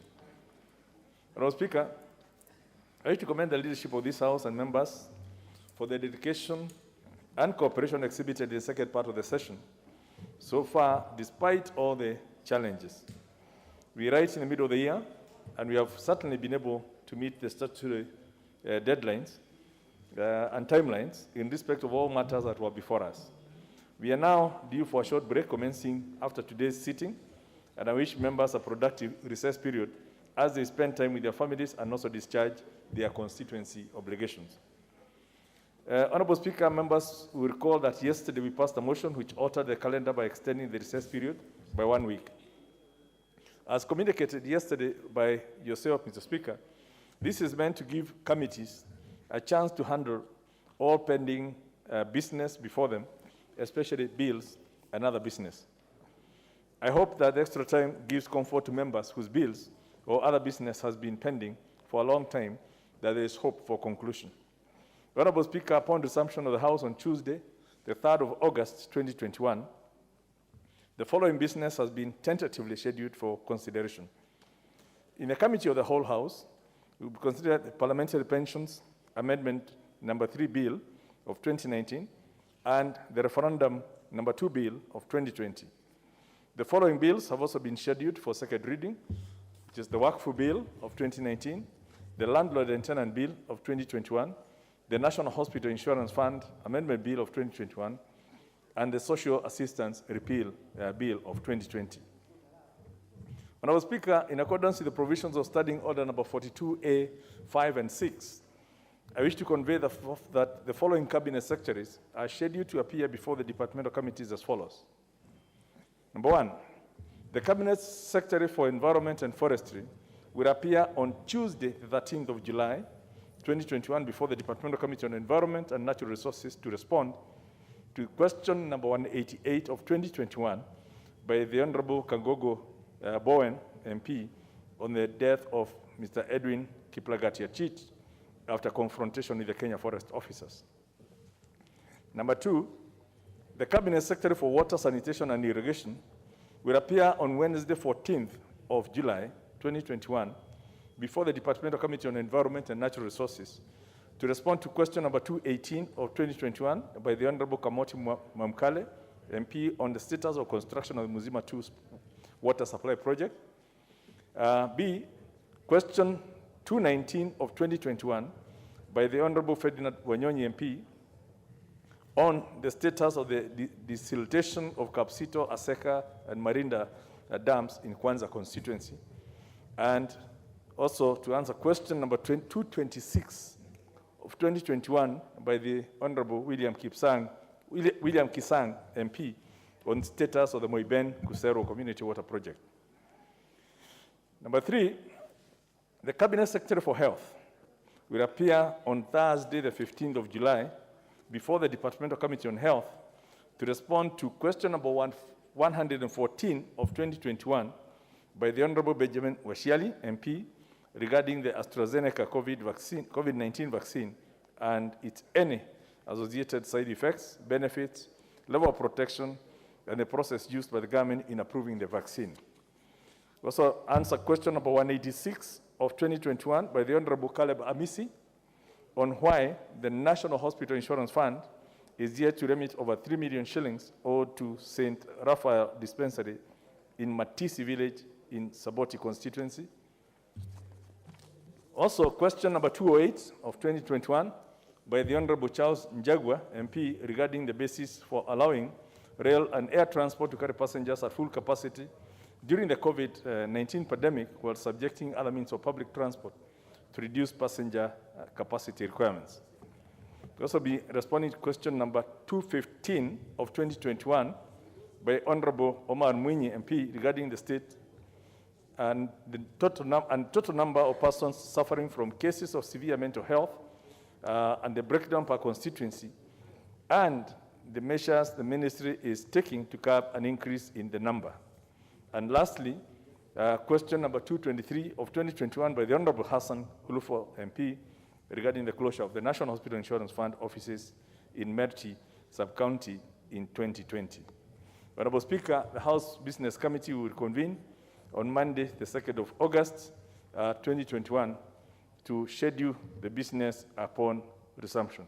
I now wish to lay this statement on the table of the House.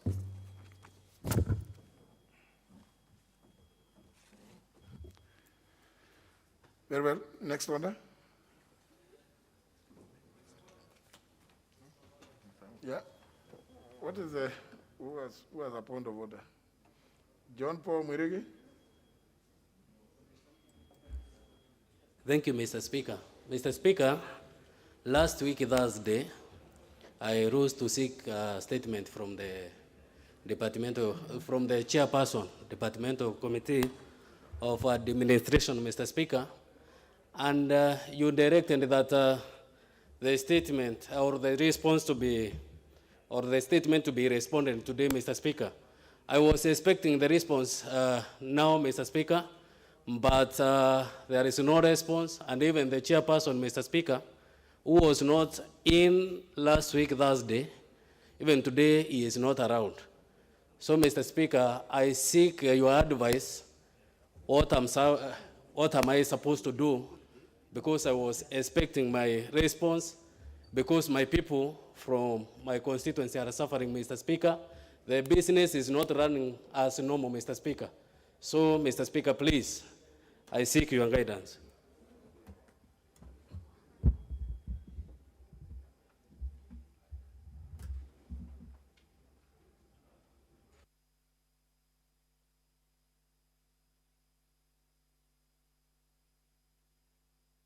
Sorry, that's why sometimes I prefer if members can consult me in the office, because the Honorable John Paul Mwirigi, you sought a statement from which committee, sorry?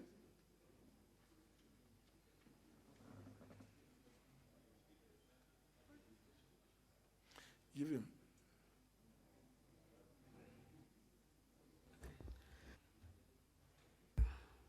Administration and National Resources. And I think also the leader of majority, Mr. Speaker, is around. Maybe you can direct me how it will be done. Because last week on Thursday, you directed. The only unfortunate bit is that you also said, you acknowledge that the chairman and the vice chair are both absent. And today is the last sitting day before we proceed on a short recess. But Mr. Speaker, they had committed that they will respond today. Now that they are not present, what do we do?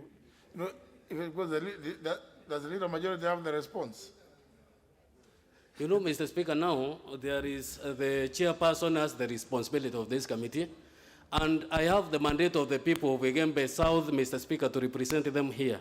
And when I represent the people of Wigembe, Mr. Speaker, and when there is a directive which has been given by yourself, Mr. Speaker, I expect now to have something to respond back to the people who sent me in this house.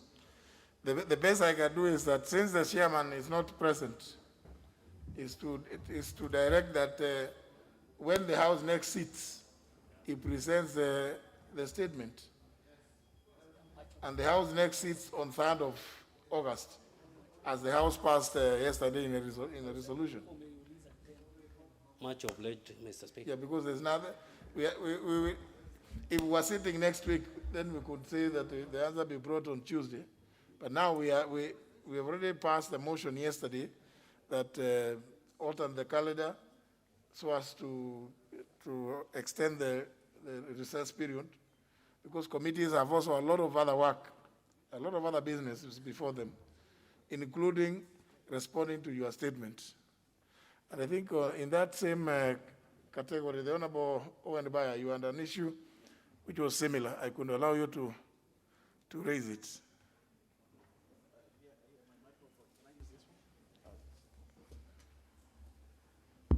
Yes, sorry, Honorable Speaker, I can see the Chair of Education has left, but last week, 3 weeks ago, I raised a statement. I sought a statement on the mass failure of students in Kilifi County. And in my statement, I couched it in such a way that I requested an inquiry on the same.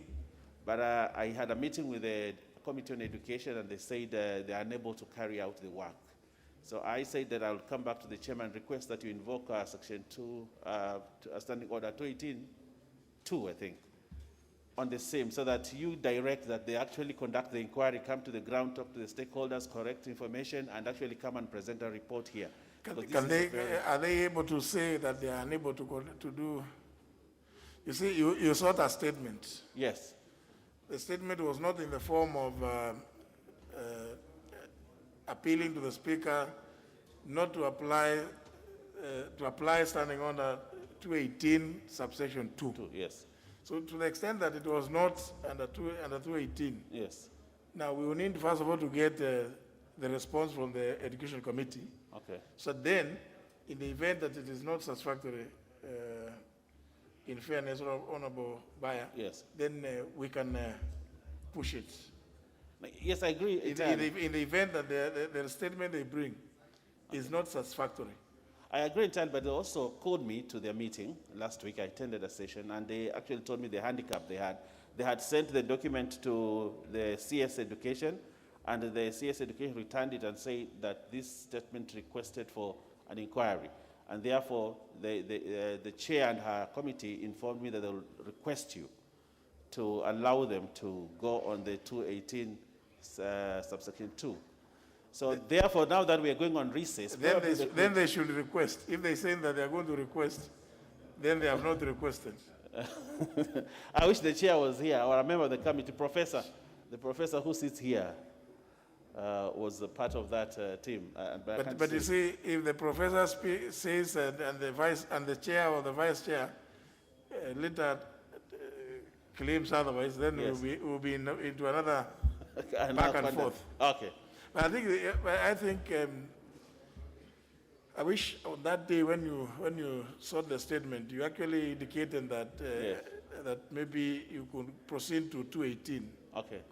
And give them those special circumstances that would make it impossible, or bring the request to the situation which is exceptional. Okay. Actually, the leader of minority spoke about it, and he's here that day when I raised the statement and said, I think this one qualifies to go to 218, but probably you didn't catch his eye. You see, honourable members, I've been. But let me say this, honourable members, because sometimes it may well be that honourable Bayer, yes, that maybe the honourable John Badi may have said things like those, but you see, sometimes I'm inundated with the consultations here, and Yes. I encourage members to Consult as in much the as office. possible. Yes. Because of some of them are small technical matters which we can actually resolve in the house, in the Yes. office. Yes. So that I'm able to also apply my mind to everything that That's- is said here. Okay. Yes. Yeah, but it's okay, Chair. We could wait, but I hope they'll be able to, when we open, they'll be able to come back and do the same thing, so that we can expedite this matter. Now, before I allow the member for Nyando to, I can see you have an intervention, Yes. but let me go back to under numbers 5 and 6. That is papers and notice of motion, in order to allow the chairman of the Select Committee on Regional Integration, the Honorable Ali Wario, to do what he has to do. Honorable Wario. I thank you, Mr. Speaker, and I apologize, Mr. Speaker, for taking you back. Honorable Speaker, I beg to lay the following paper on the table of the House today, Thursday, July 8, 2021. The report of the Select Committee on Regional Integration on its consideration of the ratification of the amendment to Article 24(2)A of the Protocol on the establishment of the East African Community Customs Union.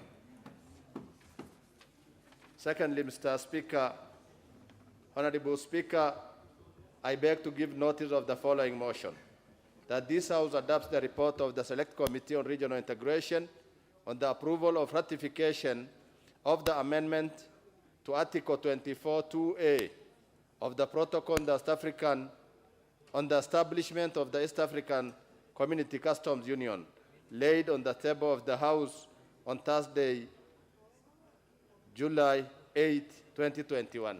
I thank you, Mr. Speaker.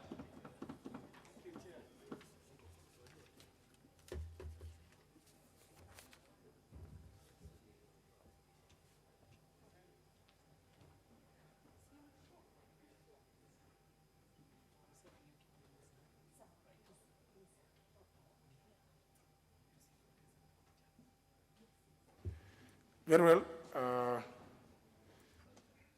Then Honorable Jared Okello. I thank you very much, Honorable Speaker.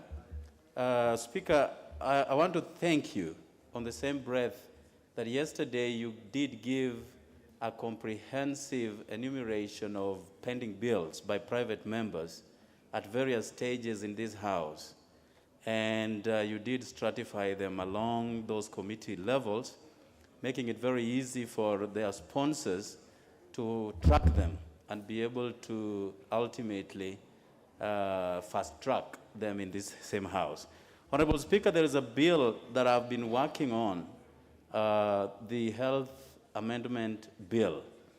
I have appeared before the Committee of Budget, presented my case, and when you presented a catalog of pending bills yesterday, I had expected to know exactly where my bill is lying. Unfortunately, though, I did not hear from that long list on that particular bill. Honorable Speaker, this bill is very important to me because it was addressing the unilateral detention of patients in various hospitals for lack of making payments. And I thought during this COVID pandemic, especially, this bill was going to address this issue of moneylessness that has percolated and permeated our systems currently. So, Honorable Speaker, I just need your indulgence. Probably it is pending somewhere that you also need to add your voice so that it can be fast-tracked. We are approaching the end of this session, basically. I do believe that next year, January, probably just me and you will be in this house prosecuting business, as many would be caught up in their various constituencies. So I think the sooner the better that this bill sees the light of day, so that the people of Nyando constituency who have been, and you know about this Delta variant in Kisumu County and adjacent areas, many are in hospitals, many have so far been detained, no recourse, but this bill, if enacted into law, was going to address this matter once and for all, Honorable Speaker. And I'm not talking just about the people of Nyando constituency. I'm talking about the Republic of Kenya, and by extension, probably Kenyans who are living abroad and coming here to seek treatment. I thank you, Honorable Speaker. I have feeling that the bill may not have been published. So that means that it remains a legislative proposal. Because if it hasn't been published, then it cannot be with the departmental committee. The reason why it was, and you appeared before the Budget and Appropriations Committee, I believe was for purposes of addressing the requirements of Article 114, Clause 2, with regard to money bill effects. Because I'm sure that one, given what you've just explained, I'm sure that must be the reason why they called you. So it's indeed there for the Budget and Appropriations Committee, we should give a report guiding or advising on how to proceed, whether the bill should go to publication, and if not, the reasons. Well, Honorable Speaker, I was caught aback because this is something that began in the year 2018, and I reckon we had 2019 almost lost due to the pandemic. But I think 2018, I was hearing about certain private members' bills enacted or rather proposed in the year 2019. So how my bill was overtaken so easily by other private members' bills remains a bizarre to me, Honorable Speaker, and I'm puzzled to that extent. Then the clerk will find out, maybe Mr. Ndombi, find out what has become of that legislative proposal. Thank you. On amendment to the Health Amendment Act. Health Amendment Act, yeah. Thank you, Honorable Speaker. Next order.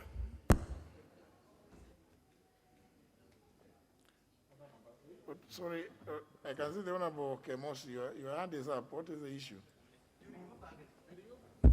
Honorable Speaker, I want to first of all thank you for appointing me to chair the committee, to be the vice chair of the Committee of Powers and Privileges, and I want to thank you, Honorable Speaker. That is a big honor. Secondly, Honorable Speaker, in the year 2018, Honorable Speaker, I also gave a proposal on appeal to amend the Constitution, Honorable Speaker, and that particular bill was read in this House for the first time, Honorable Speaker, in November 2019. Subsequently, Honorable Speaker, I've been trying to follow up with that bill because currently it's in the Committee of Justice and Legal Affairs Committee, and since last year, for over 15 months, Honorable Speaker, it has been awaiting to go through the public participation. I'm unable to find reason why it's not moving, and the gist of that, Honorable Speaker, although some of the provisions that I proposed were captured in the PPI, which must have slowed the process, I'm requesting your kind intervention, Honorable Speaker, if this bill will be expedited, since the PPI, you see now, nobody knows the way forward for PPI. So in the event we don't have our PPI, this particular bill will address some of the issues that I proposed for amendment. I thank you, Honorable Speaker. Fortunately, the person who is in charge is right behind you, the Honorable TJ Kajuan, the Vice Chair of JLAC. Honorable Kajuan, what can you say about the Honorable Kemosi's bill to amend the Constitution? Mr. Speaker, sir, we took you seriously yesterday when you issued the Speaker's communication from the chair, and in which communication several bills were listed as pending before the JLA committee. We have so far made very urgent arrangements to make sure that these bills are progressed and processed, with emphasis on individual members' bills. I am sure that this is one of those. I have seen the catalog of those bills pending. One of them is this to do with the public participation. We recognize the enormity and the importance of that bill, because public participation is a wild animal that everybody else has spoken about. And now that someone is attempting to make a legislative proposal around it, we are very keen to process that. We have expressed our regret that it was not brought as early as the member would have wished, but we can assure him that after the recess, it will be one of the bills that will be before the Assembly to process. So my friend can rest be assured that that will be done. Thank you very much, Mr. Speaker. Very well. I think let's now deal with the business appear now on the order paper.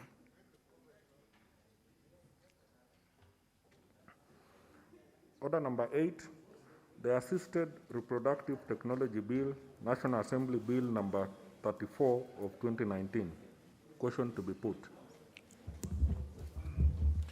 Honour members, as per the record, this debate on this bill was concluded as second reading. What remains is for the question to be put, which I hereby do, that the Assisted Reproductive Technology Bill, National Assembly Bill number 34 of 2019, be now read a second time. Will as many as for that opinion say aye?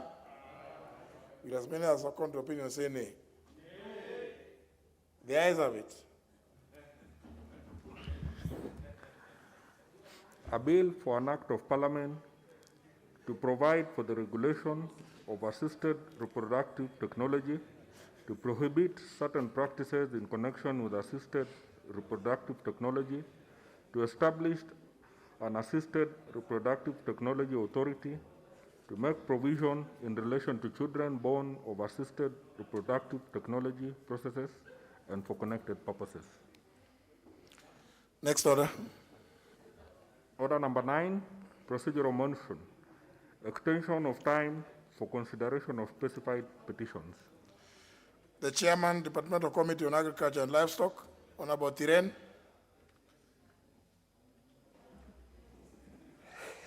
Thank you, Honorable Speaker. I'm here.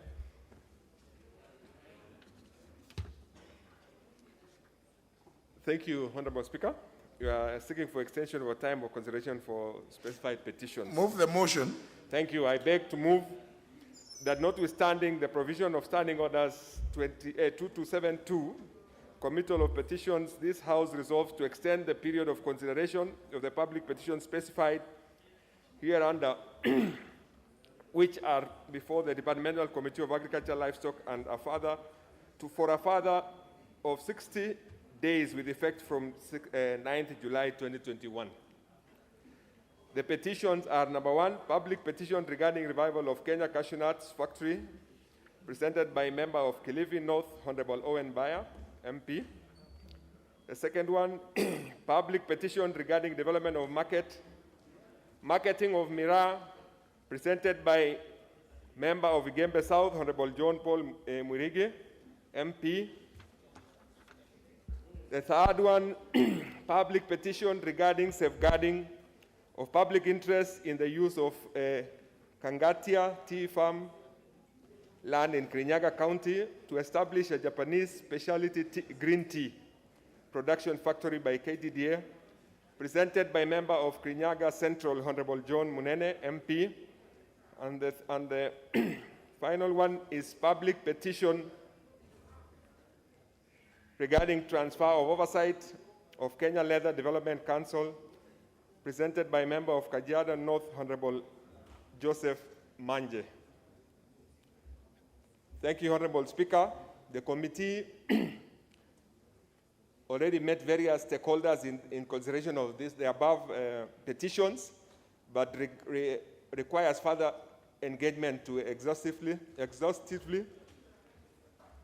cover the issues reasoned thereon. Further, the following factors prevailed. As you are aware, Honorable Speaker, issues of COVID affected the committee meetings and proposed inspection visits.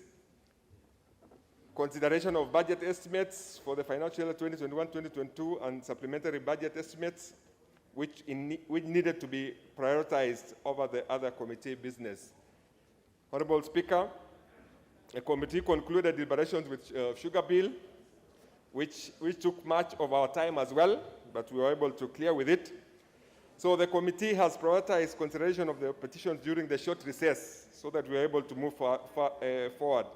I therefore humbly request the House to extend for an extension of a period of consideration of the petitions by additional 60 days, effective 9 July 2021. I beg to move and request Honorable Chris Wamalwa to second. Thank you. Honorable Wamalwa. Thank you, Mr. Speaker. Mr. Speaker, I beg to second this motion that the House considers that the House extends the listed business, Mr. Speaker, for the Agriculture Committee. This is because, Mr. Speaker, some of the field visits that had been organized, and there was already an itinerary. Then there was that interruption, Mr. Speaker, because of the pandemic issue of the coronavirus, Mr. Speaker. And also, Mr. Speaker, as my chairman has clearly put it, they prioritized the business of the budget estimates, and that's why it was delayed. So it is in order, Mr. Speaker, that we humbly request this House, and being a procedural motion, to grant the extension. I thank you, and I beg to second. Under Leader Majority and the member for Taita Taveta.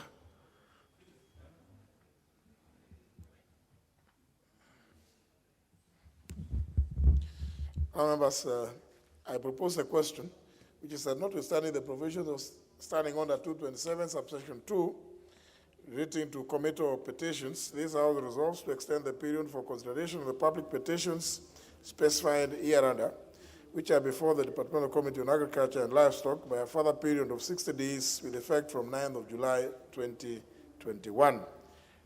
First being the public petition regarding revival of the Kenya Cashew Nut Factory, presented by the member for Kilifi North, the Honorable Owen Bayer, MP. Number 2, public petition regarding development and marketing of Miraa, presented by the member for Igembe South, the Honorable John Paul Mwirigi, MP. Third, being the public petition regarding safeguarding of the public interest in the use of Kangaita Tea Farm land in Kirinyaga County to establish a Japanese specialty green tea production factory by KTDA, presented by the member for Kirinyaga Central, the Honorable John Munene, MP. And fourthly, the public petition regarding transfer of oversight of the Kenya Leather Development Council, presented by the member for Kajiado North, the Honorable John Manje, MP. I put the question, which is that notwithstanding the provision standing under 227, subsection 2, relating to Committee of Petitions, this House resolves to extend the period for consideration of the public petitions as read out, which are lying before the Departmental Committee on Agriculture and Livestock by a further period of 60 days with effect from 9th of July 2021. Will as many as that opinion say aye? As many as contrary opinion say nay. The ayes have it. Honorable Karek Mbuki, similar motion. Thank you, Mr. Speaker. Mr. Speaker, sir, I beg to move the following motion that pursuant that notwithstanding the provision of standing order number 2272, Committee of Petitions, this House resolved to extend the period of considerations of the public petitions specified hereunder, which are before the Departmental Committee on Environment and Natural Resources by a further period of 60 days with effect from the 13th July 2021. 1. Petition, public petition regarding safeguarding of public interest in climate action awareness campaign to increase forest cover and fight deforestation, presented by the Honorable Member for Inaboy, Honorable William Chepkuti, MP. And number 2, Mr. Speaker, public petition regarding encroachment and grabbing of public land and water catchment areas in the Gembe Central constituency, presented by the Honorable Member for Gembe Central, the Honorable Kubai Iringo, MP. Mr. Speaker, due to the current situation in which this House is facing, especially the issues of COVID restriction, the committee could not be able to dispense off with these petitions in time. And bearing in mind, Mr. Speaker, for the last 30 days or thereabout, this House has been prosecuting the issues of the budget, the main budget, the supplementary budget 1 and supplementary budget 2. And since, Mr. Speaker, we were not able to complete the process in time. Mr. Speaker, we have engaged the various stakeholders and most of the petitioners on the same. But unfortunately, Mr. Speaker, bearing in mind that we are also going on recess, then the 60 days are going to lapse before we are able to complete this process, Mr. Speaker. Therefore, Mr. Speaker, it is due to these reasons, Mr. Speaker, we are requesting this House to consider extending the prosecution of these petition by the further 60 days. Mr. Speaker, I beg to move and request the Honorable Chachu Nganya to second. I thank you, Mr. Speaker. Honorable Chachu Nganya. Thank you, Mr. Speaker. Mr. Speaker, I beg to second. And for sure, as a committee, we have really been engaged. It's a lot in our tray. And for these reasons, we have not been able to meet the necessary deadline. But we do promise to do our best and engage and give the feedback in due course. I beg to second.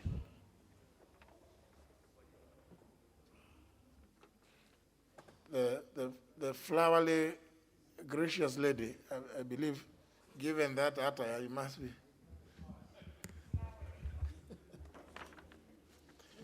Honour members, I propose the question, which is that notwithstanding the provision standing under 227, subsection 2, this House resolves to extend the period for consideration of the public petitions specified hereunder, which are before the Departmental Committee on Environment and Natural Resources, by a further period of 60 days with effect from 13th July 2021.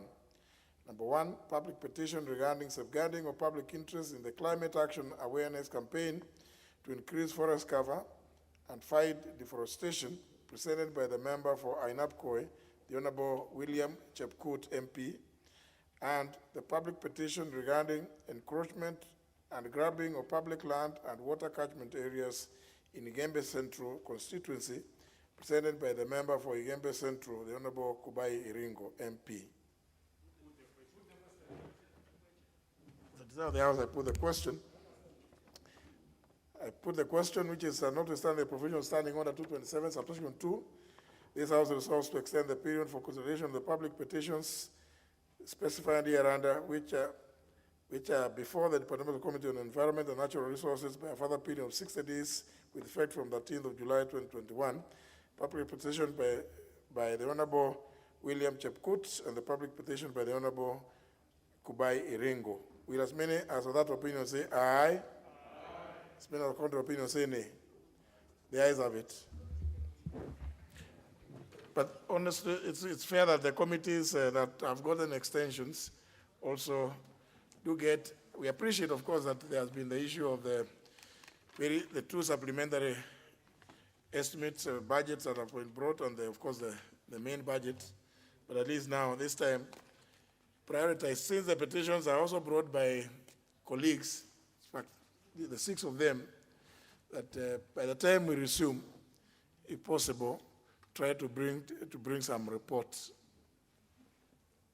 Next order. Order number 10, procedural motion. Consideration of certain business received during the July to August 2021 short recess. Leader of the Majority Party. Honorable Speaker, I beg to move that, notwithstanding the provisions of Standing Order number 120, 122, and 126, relating to publication, procedure upon publication, and first readings of bills, and Standing Order number 210-2, relating to tabling of statutory instruments, this House orders that during the period of the July to August recess, which is 9th of July to 2nd of August 2021, number one, should a bill be published during the said period, or a published bill become due for first reading during the period, the Speaker shall, upon lapse of at least 7 days following the publication of the bill,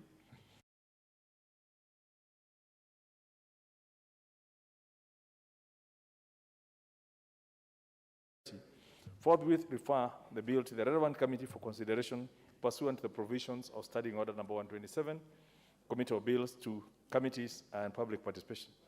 And upon resumption of the House, cause the bill to be read a first time and the second reading may be taken forthwith or on such other day as the House Business Committee may determine. Number two, should any statutory instrument be transmitted for tabling before the House during the period, the Speaker shall, following a determination the statutory instrument is of priority, forthwith refer the statutory instrument to the relevant committee for consideration and cause the statutory instrument to be tabled in the House during its next sitting in accordance with the provisions of Section 11 of the Statutory Instruments Act number 3 of 2013. And should any paper be transmitted for tabling before the House during the period, the Speaker shall, following a determination that the paper is of priority, forthwith refer the paper to the relevant committee for consideration and cause the paper to be tabled in the House during its next sitting.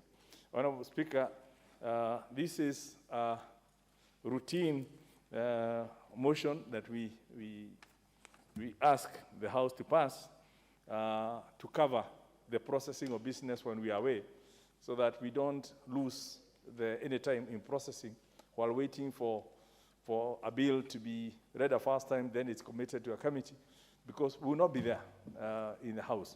So that during these 3 weeks, any business, just for, again, for clarity to the members, is if any bill comes, after 7 days, it automatically will be referred to a committee, and it will be processed, and we'll then take it from there when we come back. Same thing with the statutory instruments, and similarly for any papers that need to be transmitted to a committee. And we already covered for notices from Senate in an earlier motion that was approved by this House, so that does not apply in this case. Again, members, this is a straightforward matter that we do to cover ourselves during this period. I beg to move and ask the Leader of Minority to second. Leader of Minority.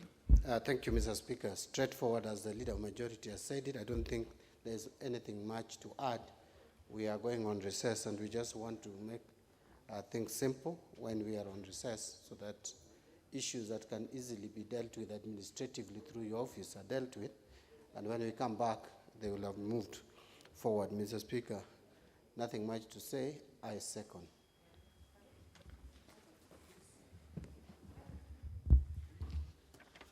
Maybe you can consult a little later. Other members, you've heard the nature of the motion. I propose a question, which is that notwithstanding the provision standing orders 120, 122, and 126 relating to publication, procedure upon publication, and first reading of bills, and standing order 210, subsection 2, relating to tabling of statutory instruments, this House orders that during the period of the July-August, that is 9th of July to 2nd of August 2021, one, should a bill be published during the same period, or a published bill becomes due for first reading during the period, the Speaker shall, upon lapse of at least 7 days following the publication of the bill, the fulfillment of the provisions of Article 110(3) of the Constitution, and following a determination that such bill is of priority, forthwith refer the bill to the relevant committee for consideration, pursuant to the provision standing order 127, and upon resumption of the House, cause the bill to be read a first time, and the second reading may be taken forthwith or on such other day as the House Business Committee may determine. 2, should any statutory instrument be transmitted for tabling before the House during the period, the Speaker shall, following a determination that the statutory instrument is of priority, forthwith refer the same statutory instrument to the relevant committee for consideration and cause the statutory instrument to be tabled in the House during its next sitting in accordance with the provisions of Section 11 of the Statutory Instruments Act, number 3 of 2013. And 3, should any paper be transmitted for tabling before the House during the period, the Speaker shall, following a determination that the paper is of priority, forthwith refer the paper to the relevant committee for consideration and cause the paper to be tabled in the House during its next sitting. What's your point of order, Honorable Amalo? Thank you, Mr. Speaker. Mr. Speaker, I rise to seek your direction pertaining this procedural motion, cognizant of the fact that we have the selection panel, Mr. Speaker, that is interviewing the IBC commissioners. And any given time, once they finish, obviously it has to come to the jailer committee.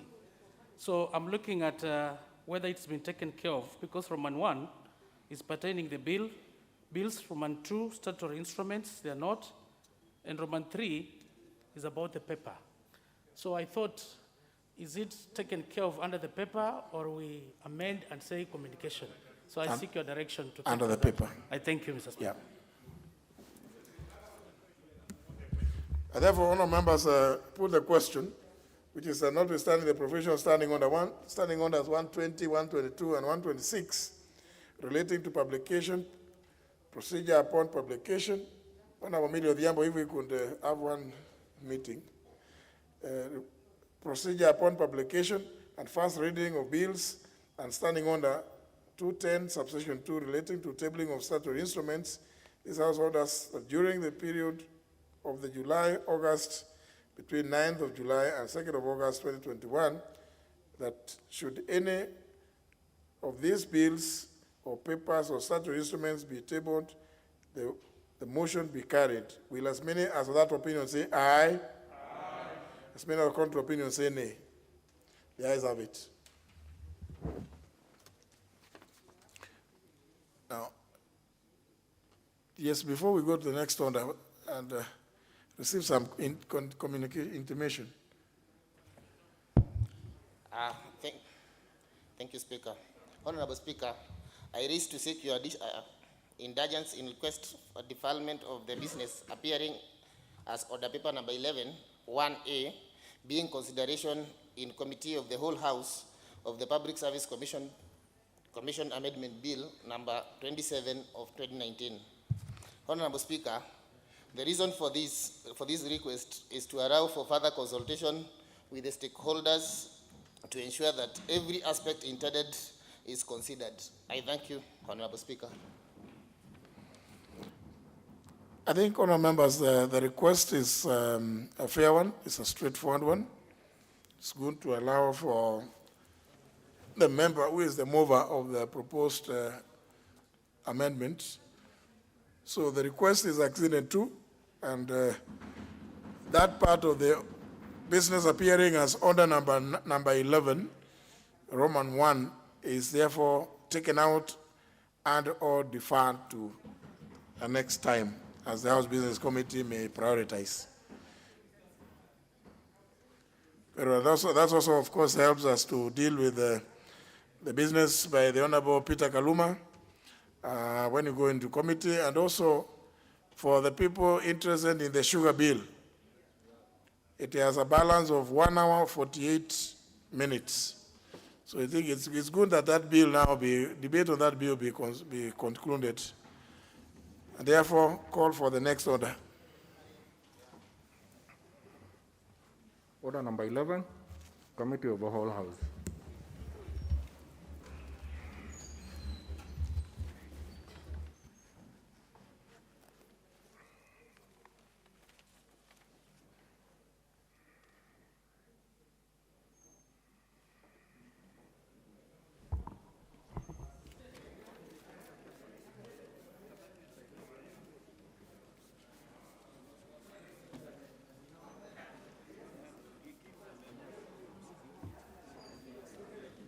Who's doing that?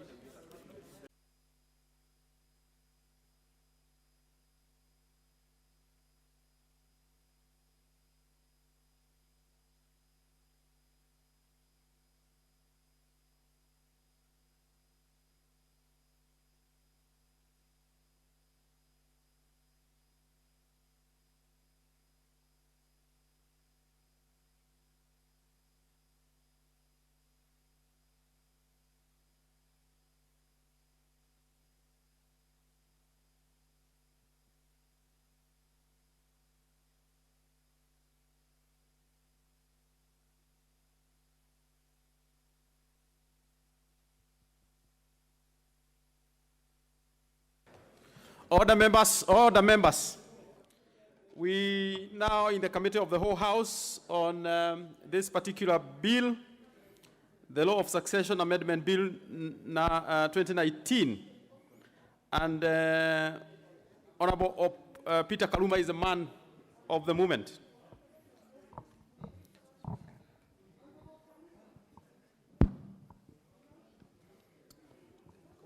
Yes. Clause 3. Honorable members, I propose a question that clause 3 be part of the bill. We have an amendment by Honorable Kaluma. Clause 3. You may move the amendment to clause 3. Yes, Honorable Speaker. Honorable Speaker. And in the amended form, I am aware that yes, there is in an amended form as approved by the Speaker. Yes, Honorable Speaker, I beg to move that clause 3 of the bill be amended in the amended form. Honorable Speaker, and that is at subclause 2, to read that a person not listed under subsection 1 may qualify as a dependent for purposes of this part if the person satisfies the court that he or she cohabited with the deceased for a period of at least 7 years prior to the deceased's death. Honorable Speaker, if I would be allowed to make a further amendment there, it is 3 years. 3 years prior to the deceased's death. Order, Honorable Kaluma, are you saying over and above what is you're moving? In the amended form, you want to do still a further? 7 to 3. Okay. I've consulted. It's a family matter we buy in when it that's is. That's fine, but I'll need it written after that, so that then it is on record. But please proceed. Yes. B is reputed by the family of the deceased as having been in such cohabitation and was being maintained by the deceased prior to his or her death. Honorable Speaker, this amendment is informed by the contributions made on the floor. I'm abandoning the initial amendments because on consultations they don't change anything much in terms of how the law has been approaching the matter. But Honorable Speaker, in as much as we are defining spouse to have the definition given to it in the Marriage Act, we also don't want to completely shut out people who may not have formalized marriages and are recognized even by the deceased's families as people who can, by law and under the law, benefit from the property of the deceased. So I'm balancing the need to keep the marriage, but also allow persons who are in lawful, who should be lawful dependents, like people who did not just formalize their marriage before death, to also benefit from the deceased, so long as the party was introduced to the family of the deceased. Honorable Speaker, I beg to move. What is out of order, Honorable Mili?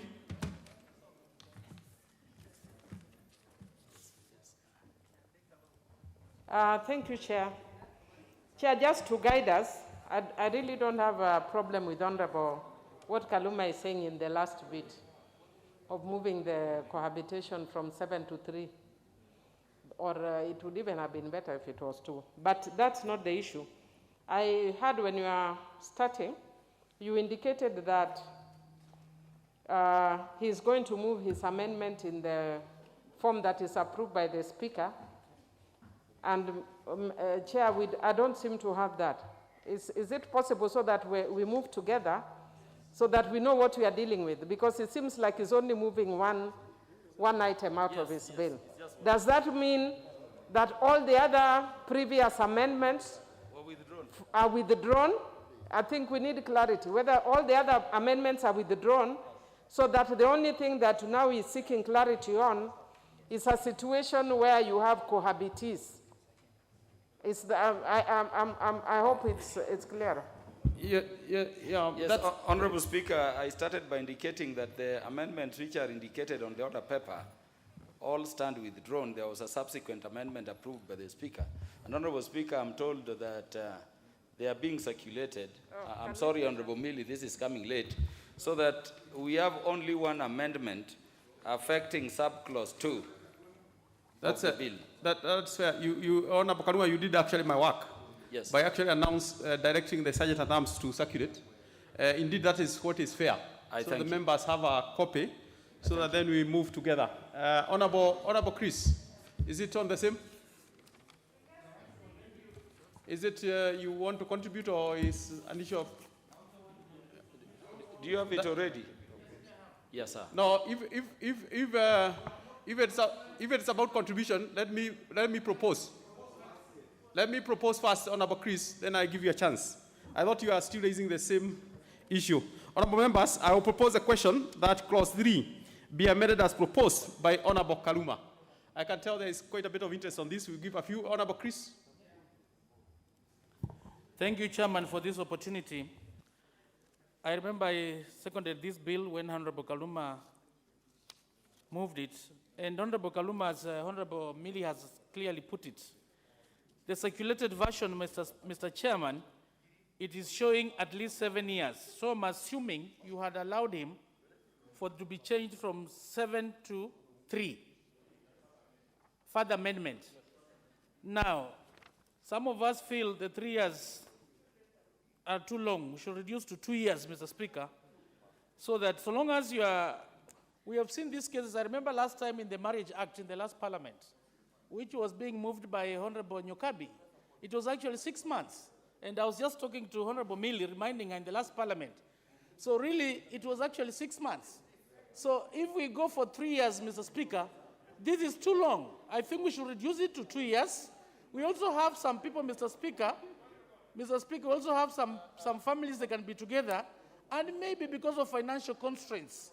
And they are already Honorable lawful. Chris, Honorable TJ Kajwang, what is out of order? It was 6 months. Mr. Speaker, sir, I just rise on point of order on procedure. We are doing well, but there is one procedure that we seem not to be getting all the time. This is the procedure of further amendment. It denies us debate on the issues which are subject to further amendment. I would have expected Honorable Kaluma to move his amendment as has been written on the paper.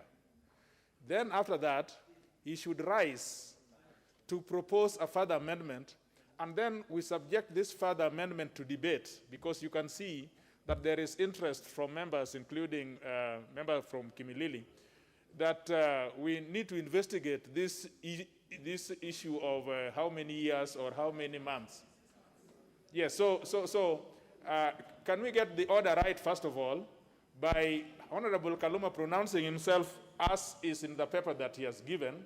Then he should rise positively and say what is his further amendment. Then that further amendment, first of all, we debate on it, we finish it, and then we go back to the original amendment as proposed. Mr. Speaker, sir, I ask that we go back to the procedure. Well, Honorable Kaluma, even before he moved, he had actually not moved the very first one. He actually, when he stood, said he would like to move it now afresh, and that is why I have signed it. Is it the 3 years, Honorable Kaluma? So what is on the floor is actually what he referred as further amendment, because I allowed it. and that I have approved. But Honorable Chris, as Honorable TJ Kajwang is saying, if you have a further amendment, we must deal with Honorable Karuma's first. So we have Honorable Karuma's on the floor as we speak. But before I get to my right, let me give Minority Leader, Honorable Minority Leader. Chairman, maybe I'm a bit confused, but personally, I'm so much against this opening space for a lot of litigation in matter of succession, where you now want to bring in those who have been cohabiting. If you want to marry, marry when you are alive and have as many wives as you can. This idea of looking for shortcuts, we are creating space for people to go to court. Your dependents are suffering. The courts will take forever just because we have created some space in law for cohabitation, people cohabiting, whether it is for 1 year, 3 years, it doesn't matter. For me, we need to be very clear and put it in law that you marry. If you want to marry, marry. If you have not married, please keep those your other issues away. If you allow yourself to be misused until someone dies, don't claim anything from that estate. If you, someone who loves you should marry you if you want to stay with him. If not, enjoy when it lasts. I mean, Mr. Speaker, I'm against the whole thing. I don't know how I can now oppose the whole thing. Thank you, Mr. Chairman. I oppose. Let's have Honorable Sankoko. And Honorable Opondo Karuma, it is important to listen to what members are saying, because I'll give you a chance to speak to the same amendment at the end. Honorable Speaker, thank you very much. Honorable Chair, thank you for giving me this opportunity. And Honorable Chair, the Minority Leader, Honorable Mbadi, had stolen words from my mouth, Honorable Speaker, because we are opening up litigation, Honorable Speaker. It is not a must for you to have a very expensive wedding. If somebody loves someone, even if after 3 months, they can as well have a wedding in the AG chambers. They can have the marriage certificate using even 100 shillings. So, Honorable Speaker, for me, I ask the members of this House, we reject this completely. Completely reject it and throw it out, because we are opening litigation. Okay. If you are loved, you'll be married. If you are not married, then you are not needed. And if somebody did not love you in life, he will not love you in death. So just keep off. Okay, very well. Honorable Owino. Thank you, Chair. I want Honorable Kaluma to listen to this, Chair. Number B is talking about reputation. Chair, how do you qualify reputation in a family? They are going to disagree there, and that is what my Minority Leader was talking about as litigation. Also, number C, he says, was being maintained. Chair, how do you measure maintenance? Is it one-time rent? Is it a package of sugar? You can't qualify all this. So you drop this. Okay, Honorable Mirio Diabo, we will have 2 others, and we must make progress. Yes, Honorable Mirio. Thank you, Mr. Speaker, for giving me this opportunity. Mr. Speaker, first I request that you may protect me from the Kisumu politics. Please protect me from the Kisumu and Is that by Eraisha? Order members. Kisumu and Siaya politics is interfering with my contribution. Well, I don't see Kisumu politics. I see some 2 members there. Maybe that's what you refer as Kisumu politics. But Honorable Miri, please proceed. Mr. Speaker, before I speak to the substance, there's a way in which the moving of this thing is a bit confusing, the way Kaluma has done. But I want members to be very clear. I think sometimes we are the ones who pass the law, and then we don't understand the law that we have passed. Mr. Speaker, let me just indicate, if with your permission, let me just remove this so I'm clearer. Under the Marriage Act 2014 of the laws of Kenya, you can marry in 4 different ways. Mr. Speaker, you can marry if you go to the office of the Attorney General or in church. You can marry under Islamic law. You can marry under customary law. You can marry under Hindu law. And you can marry under cohabitation. And I want to explain to you. It is say in interpretation section of section 2 of the Marriage Act, Cohabit means to live in an arrangement with an unmarried couple, where an unmarried couple lives together in long-term relationship that resembles a marriage. It is legal. So what this law seeks, and I want to declare, Ms. Chairman, that I am not a cohabitee. I am a first wife married in church, but I will defend the rights of women who are cohabiting with other men who will be left suffering with other children, because it becomes our responsibility. In law,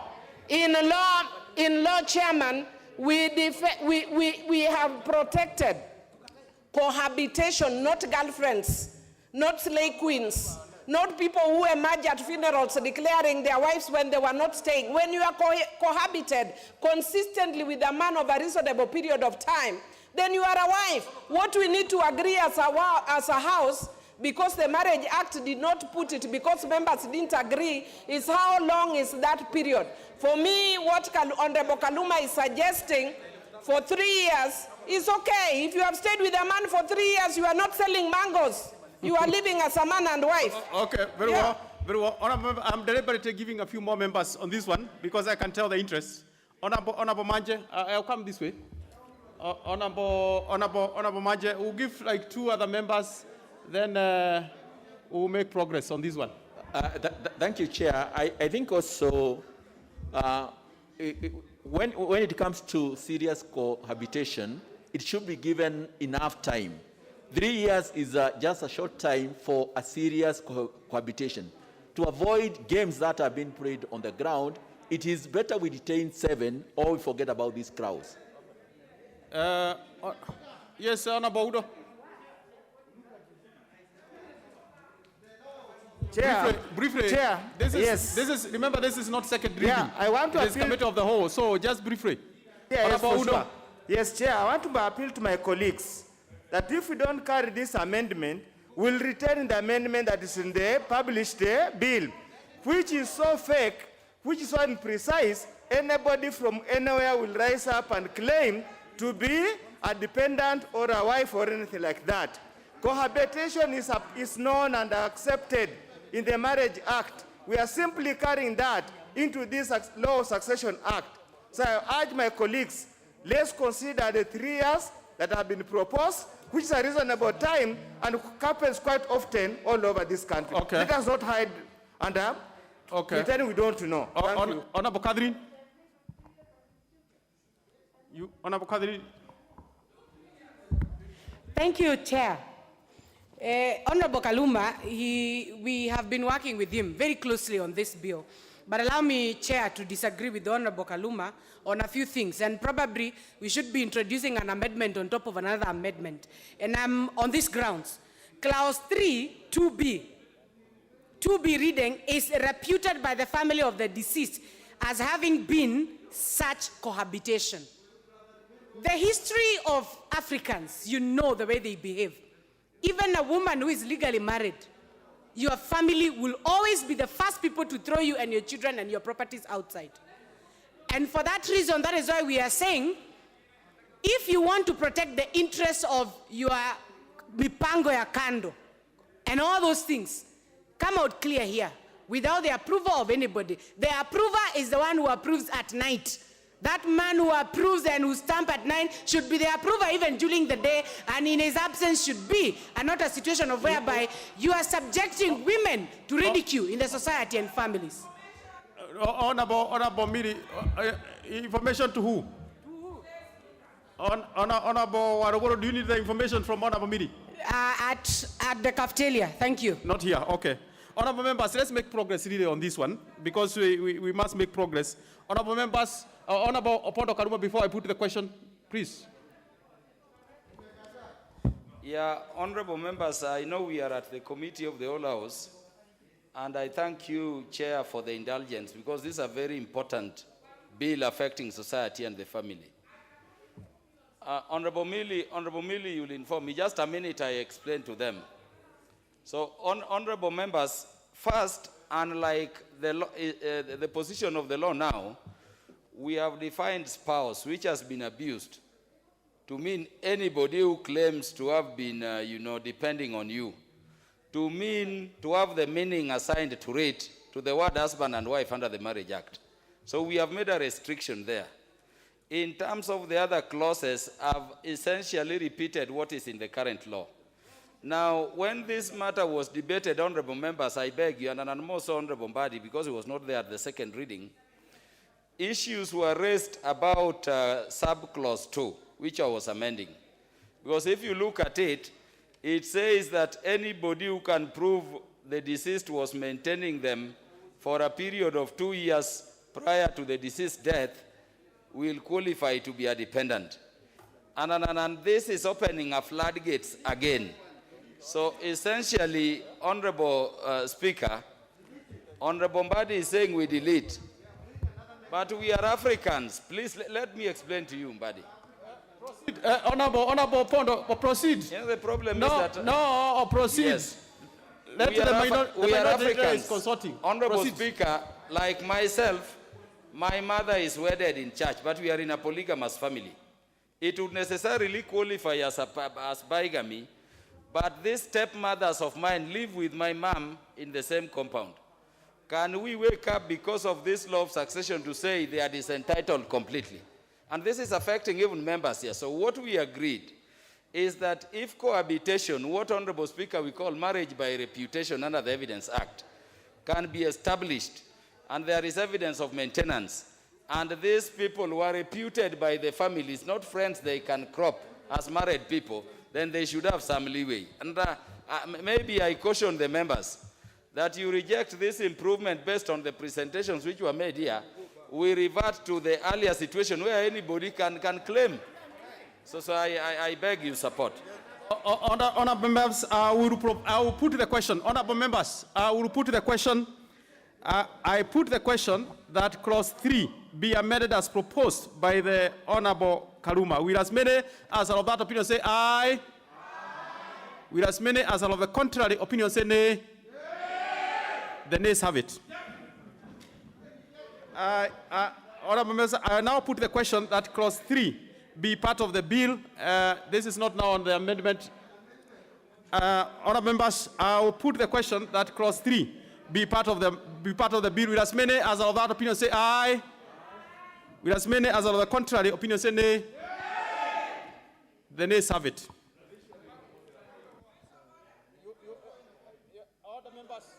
Order members. Order members. Yes, what is it? I hope members know that particular clause, that putting the question, order members, because it is important. I can tell members are quite excited around the discussion around this clause. But it is important to follow what I am putting. On the first one, let me just take you slowly so that members, you carry along everyone. What we did on the first question is that what Honorable Kaluma had proposed as amendment was rejected. That means we go back to what is in Honorable Kaluma's bill without the amendment. So that is what now that we go back to what is now in the bill. What is now in the bill now? The amendment is rejected. We go back to what is now in the bill, but I need to put the question now so that it remains as it is. So that members, it is important to carry, I can tell there's a bit of excitement on that, and I'll take the liberty. I'll take the liberty to put the question, that question, again, in light of what I have explained. Honorable members, yes, what is it, Honorable? Just confused, if you could help me. I do not...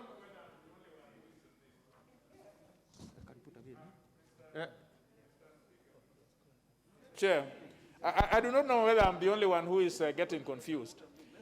I was of the view that we were dealing with a further amendment that Honorable Kaluma brought in the middle of things, because he had a written one which was saying 7 years. Then he rose to say that now he would prefer 3 months. Was 3 months or something? 3 years. So in my view, we were dealing with that further amendment. After we are through with that further amendment, now we go to what Kaluma is proposing. That was my thinking. Then we go to what, Honorable Kaluma, would you, through Mr. Chairman? No, would proceed, Kaluma, proceed. Yeah. You are speaking to me. Proceed. Yes, Honorable Mr. Chair. Kaluma. He is very excited and is Honorable Bodo Kaluma is quite excited this afternoon. He's extremely excited. Honorable Bodo Kaluma, it is important to listen to what Honorable TJ Kajwang, although I'll give directions. So in terms of record, I thought we were dealing with a further amendment of 7 years to 3 years. Then after that 3 years, which we now have agreed that now we are talking about, that amendment has been defeated, meaning that we are in 7 years. So it is the 7 years that now, Mr. Chair, you then can put the question to us whether we accede to that amendment or not, and then we go to the bill. So I'm getting confused. I don't know if, Chair, you could give guidance on this. Order. There is no point of order over another point of order. Let me explain. So that members, Honorable, what Honorable TJ Kajwang has raised, it is important. And I can tell the excitement. Just for a minute, just listen to what I say on this one, especially on what Honorable TJ Kajwang has raised. Now, what was in the order paper by Opodo Kaluma, when he rose, even without moving it, actually said and indicated, it is on record, that he would like to move it in the amended form. Honorable TJ Kajwang, if you read standing order number 48, it allows the speaker to give that member to move it in the amended form. That is what I did. And when the Honorable Kaluma moved and the members discussed, debated, I put the question, and that was rejected in totality. In effect, what that means, Honorable Nyikal, please listen first. Now, in effect, what that means is that the amendments in totality, what Opodo Kaluma had raised, have fallen. What that means now, we go back now to the provisions that are in the bill, clause 3. And so, because clause 3 are already in the bill, the question I put is a global question, that clause 3 be part of the bill. And for that reason, I'm going to put that question again. That clause 3, which is already in the bill, that it be part of, clause 3 be part of the bill. So, and that is very important. Members, I will, what is it, Majority Leader? No. What is it? I wish members, let's move in some systematic order. Because, because there are two issues, Honorable Chair. Yes, proceed, Majority Leader. And just so that we don't throw the baby with the bathwater, if you look at the amendment by Honorable Kaluma, has actually two parts. There is the 1 and 2, right? And it will be good for this House to pronounce itself in terms of those, because they are very distinct. They are not together. If you look at what's within the part 1, the A1, it's basically cleaning up the bill by itemizing the same issue which nobody has a problem with. When you go to 2, 2 is the one that's bringing in this issue of the other dependents. But on 1, it's talking of the parents, the stepchildren, and all that, and making it neater in terms of how they qualify. Yeah? In the absence of the children, what happens? In the absence of children and Order, Majority Leader. Before you proceed, I would propose. I hope you are not referring to the amendments. No, I would propose. I hope you are not referring to the amendments because the House has already resolved on the amendments. Oh, I see. What we are dealing with is now what is in the bill. Oh, fine. Yeah, okay. We have already. The House has already moved. So, honorable members, I will put the question now: what is in the bill? Clause 3. Honorable members, I will put the question that clause 3 be part of the bill. With as many as of that opinion say aye. With as many as of the contrary opinion say nay. Nay. The nays have it.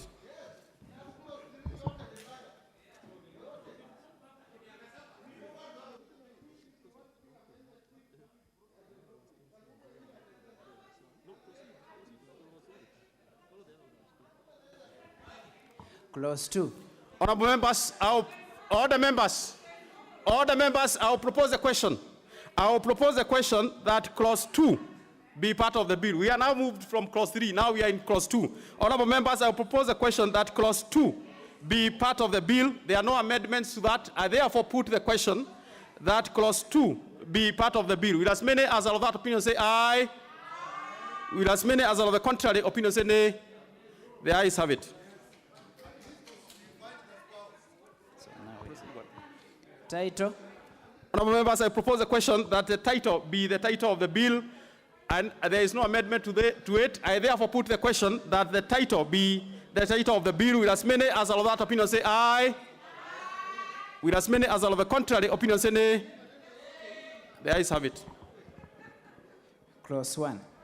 Honorable members, I propose a question that clause 1 be part of the bill. We have no amendment to that as well. I therefore put the question that clause 1 be part of the bill. Will as many as are of that opinion say aye? Will as many as are of the contrary opinion say nay? The ayes have it. Honorable members.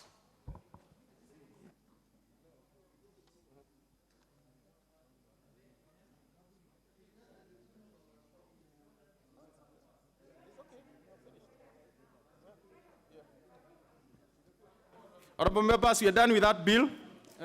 Mover. Where is Opodo Karuma? Honorable Opodo, the mover. Honorable Opodo Karuma, this is quite this is quite a movement. You are quite excited this afternoon and quite nomadic. Honorable Speaker, Honorable Chair, I thank you. No, it's about the moving, the reporting. Where is the thing for reporting? Where is the thing for reporting? Give it to me.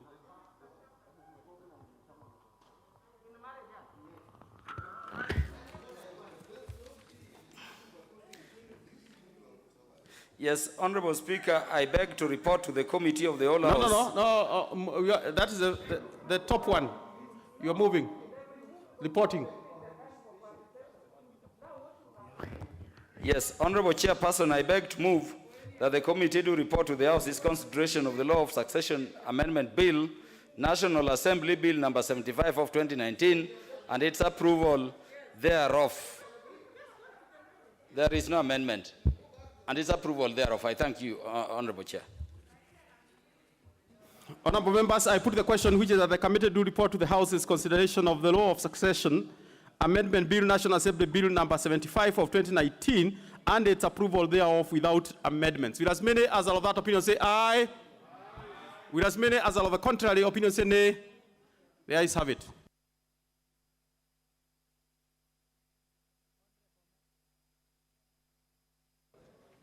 Honorable members, Mr. Speaker.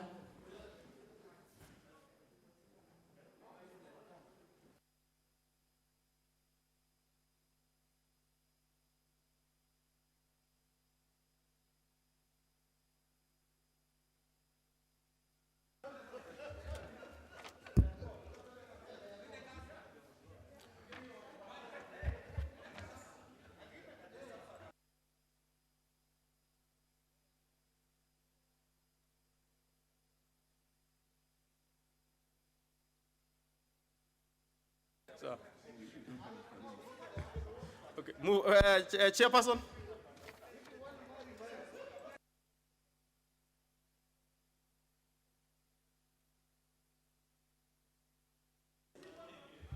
Thank you, Honorable Speaker. Honorable Speaker, I beg to report to the Committee of the Whole House. I beg to report that the Committee of the Whole House has considered the Law of Succession Amendment Bill, National Assembly Bill number 75 of 2019, and approved the same without amendments.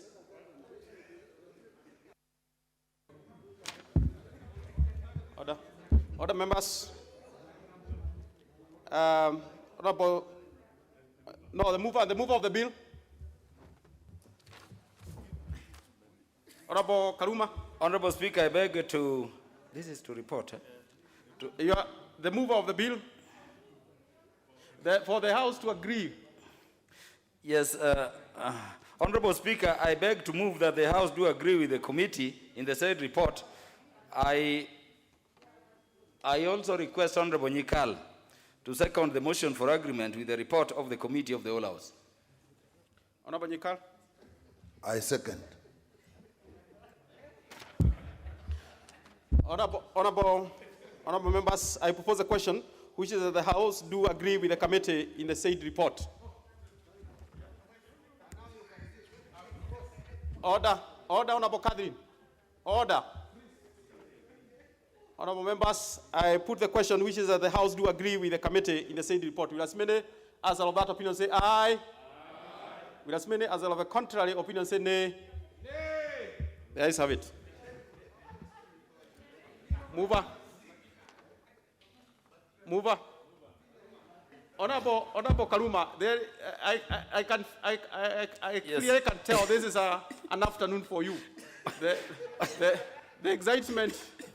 Honorable Speaker, sir, I beg to move that the Law of Succession Amendment Bill, National Assembly Bill number 75 of 2019, be now read a third time. I also request Honorable Nyikal to second.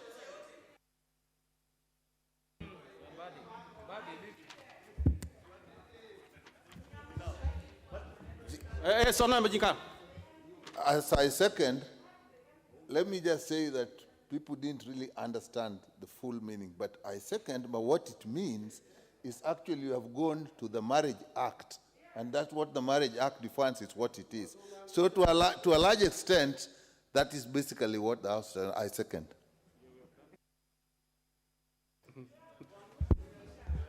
Yes, well, this afternoon has been quite something, especially on this bill, particularly by Honorable Kaluma.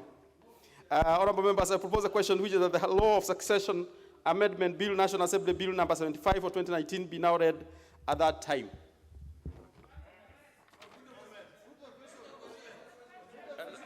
I can tell there are a number of members who would like to speak to this. It will be good. Honorable, let's start with Honorable TJ Kajwang. Mr. Speaker, thank you very much. When we were in committee, and sometimes it occurs, members sometimes get a little carried away and sometimes also overly excited.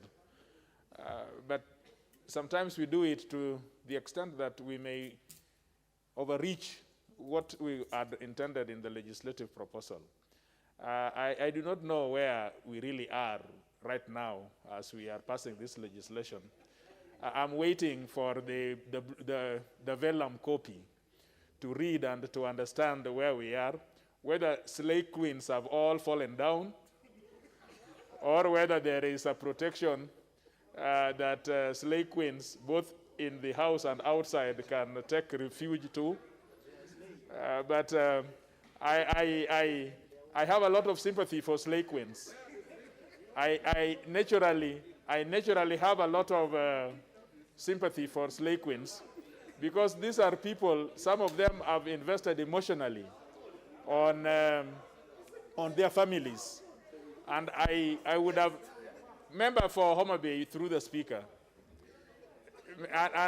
and member for Suba South.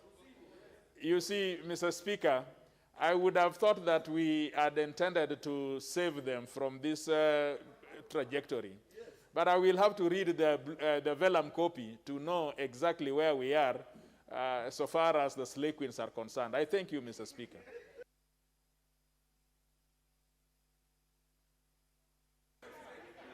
Well, I'll have two other members and then we'll make progress.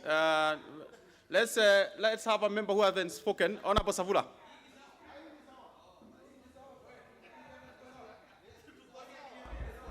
Thank you, Mr. Speaker, for giving me the opportunity. Mr. Speaker, I'm grateful that this House has debated the Succession Amendment Bill.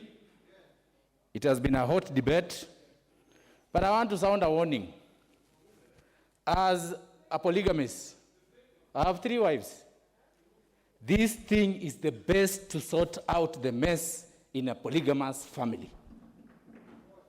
Mr. Speaker, when men go out there impregnating women, Do you understand the implication after that? I like my Speaker of the Senate, Honorable Lusaka. You spoke like a man. I stand by you. You said you admit that that child belongs to you. If it's Savula, I'll also admit. Mr. Speaker, we have done a wonderful job, and I want to congratulate members who have debated on this. We have given Kenyans a clear way of sorting out the mess during the succession in courts. Thank you, Mr. Speaker. Okay, yes, well, the minority leader who gets priority wants to speak. Honorable Band. Mr. Speaker, now I'm happy. I've looked at the bill where we are now. I'm happy because you have gone back to Marriage Act. Even if we kill this bill now, there is still the Marriage Act. So now that we have recognized spouse as defined in the Marriage Act, we pass. And Mr. Speaker, I want to respond to Honorable Savula. You don't need to go to court and go to the media to announce your children. No one deserves congratulations for accepting his children in the media and in the court. Accept your children without being asked. We accept our children without being asked. If you have sired children, make sure you accept them without anyone asking you. Thank you, Mr. Speaker. Yeah, member for Kwanza.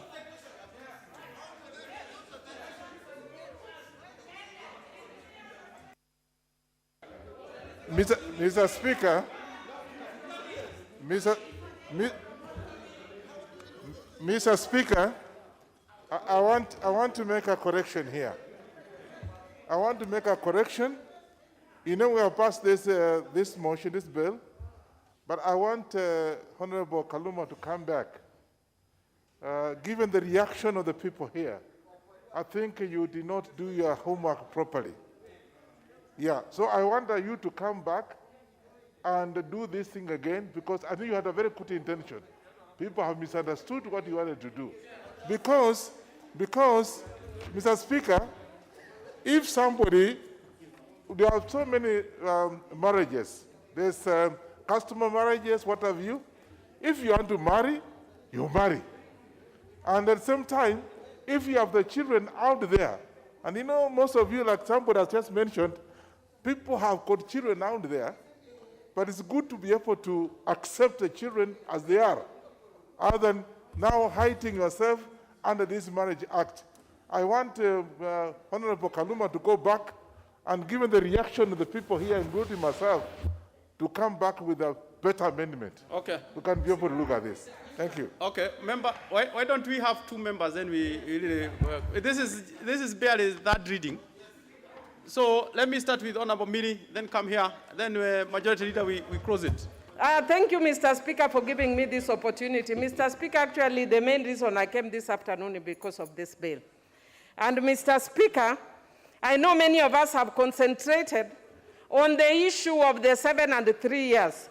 What we have done, in effect, is we have dropped clause 3 of the amendment by Kaluma and retained 1 and 2. And 1 and 2 basically defines a spouse as per the Marriage Act, which includes people who are cohabiting, and that we have left to the court, and the courts will determine the number of years. So we have actually given that authority which we could have set here. Okay. But Mr. Speaker, there's one significant thing that I regret that we did not pass. Mr. Speaker, sometimes in our excitement we forget very useful things. The main reason that I was actually here is 29C of the original act that Kaluma was dropping, that says where the deceased was a woman, her husband, if he was being maintained by her, immediately prior to the death of her death. This was actually favorable to our men. Why must we talk about equality as women, and when it is equality to the men, we are opposing, and I'm shocked. It is the men opposing equality to men. What is the matter with you men? Honorable, when you see Honorable Mbadi moving all over, sometimes he forgets to look at things which are even significant for men. It is not just about cohabitation. This would have said that even if your wife was supporting you before you are dead, while you are alive, you don't have to prove. But right now, it means it's one way. We need to balance. So we have actually missed a very important amendment in our excitement. I encourage Honorable Kaluma to bring it again, and I will support him. Thank you. Okay. Yeah, well, honorable members, this is that reading, really. We had second reading, we had committee of the whole, and we also have other business, honorable members. Yeah, why don't you allow us to make progress, really? Yeah, but Honorable Sankok, Saturday I cannot give you when the majority wants to speak. Majority must speak first. Majority Leader. Thank you. Thank you. Honorable Speaker, I think the Honorable Mary Odhiambo has explained very well that, because I know at times we get excited, and when we are voting, we actually are not quite sure what we are voting for. Because listening to Honorable Savula, I think we are talking about totally different things. And I think the importance of what the only thing left in this bill to vote for is the definition of spouse, and which is a good definition. So I just want to appeal to the House that we bring down the emotions, we support at least the good thing we agree, and when we make progress. Order, member for Kwanza. Honorable members, I have confirmed we have numbers here and the holding press. I therefore put the question, which is that the House, the Law of Succession Amendment Bill, National Assembly Bill number 75 of 2019 be now read at that time. Will as many as all of that opinion say aye? Aye. Will as many as all of the contrary opinion say nay? The ayes have it. A bill for an act of parliament to amend the Law of Succession Act. Next order. Order number 12, the Sugar Bill, National Assembly Bill number 68 of 2019, second reading. Honorable members, this is a resumption of debate that was interrupted on Thursday. Not on Thursday, but on Thursday, yes. Thursday, July 1st, 2021. And we had, on the floor, we had Honorable Mohanda Bushire, who had 6 minutes, a balance of 6 minutes. You have the floor for your 6 minutes. Honorable Mohanda.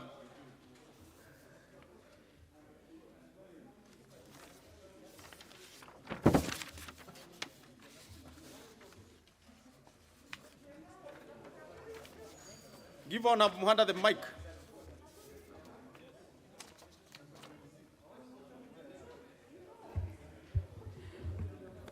Mr. Speaker, sir, thank you for giving me the opportunity to complete my 6 minutes.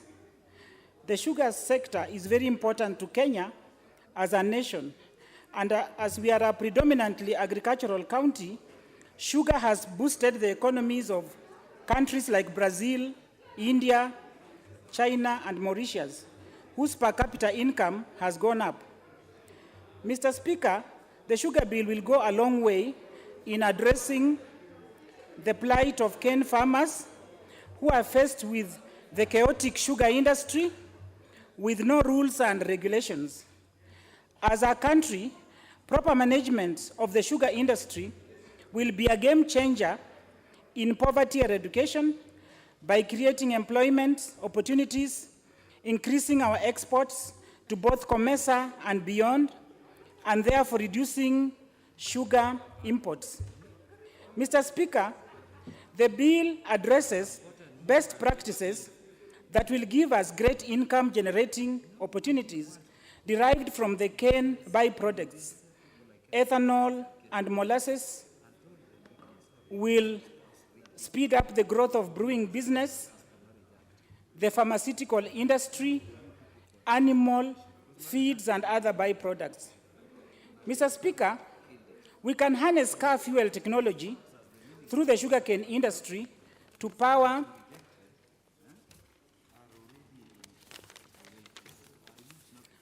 vehicles and other industrial machines, as is in the case in Brazil. Part 2 of this bill, Mr. Speaker, will make sure that the millers invest in the farmer by apportioning them 51% shareholding. The private millers all over Kenya, Mr. Speaker, have no commitment to the farmers. The powers and the functions of the board addresses problems arising from the high cost of production, delayed harvesting of cane, brokers and middlemen who reap much more than the real farmers, falsified weigh bridges which are not properly calibrated, and where farmers make a lot of losses because a farmer can bring 5 tons of cane, but because of the falsified bridges, it is quoted as 2,000 tons. Delays in payments, importation of illegal cane from neighboring countries. For example, some cane comes to Kenya from certain parts of Uganda, and you find that this cane sells at 2,000. So brokers buy this cane from farmers and sell to the millers at huge profits, frustrating the bona fide farmers. Mr. Speaker, of great importance is the creation of sugar catchment areas, which will compel the millers to invest in cane growth, research, and production from the catchment area. Mr. Speaker, to enrich this bill, I urge that recommendations of the task force of 2019, appointed by His Excellency the President, be reflected in the bill. Lastly, county governments must be given functions in the sugar value chain. Thank you, Mr. Speaker. Honorable Jedi.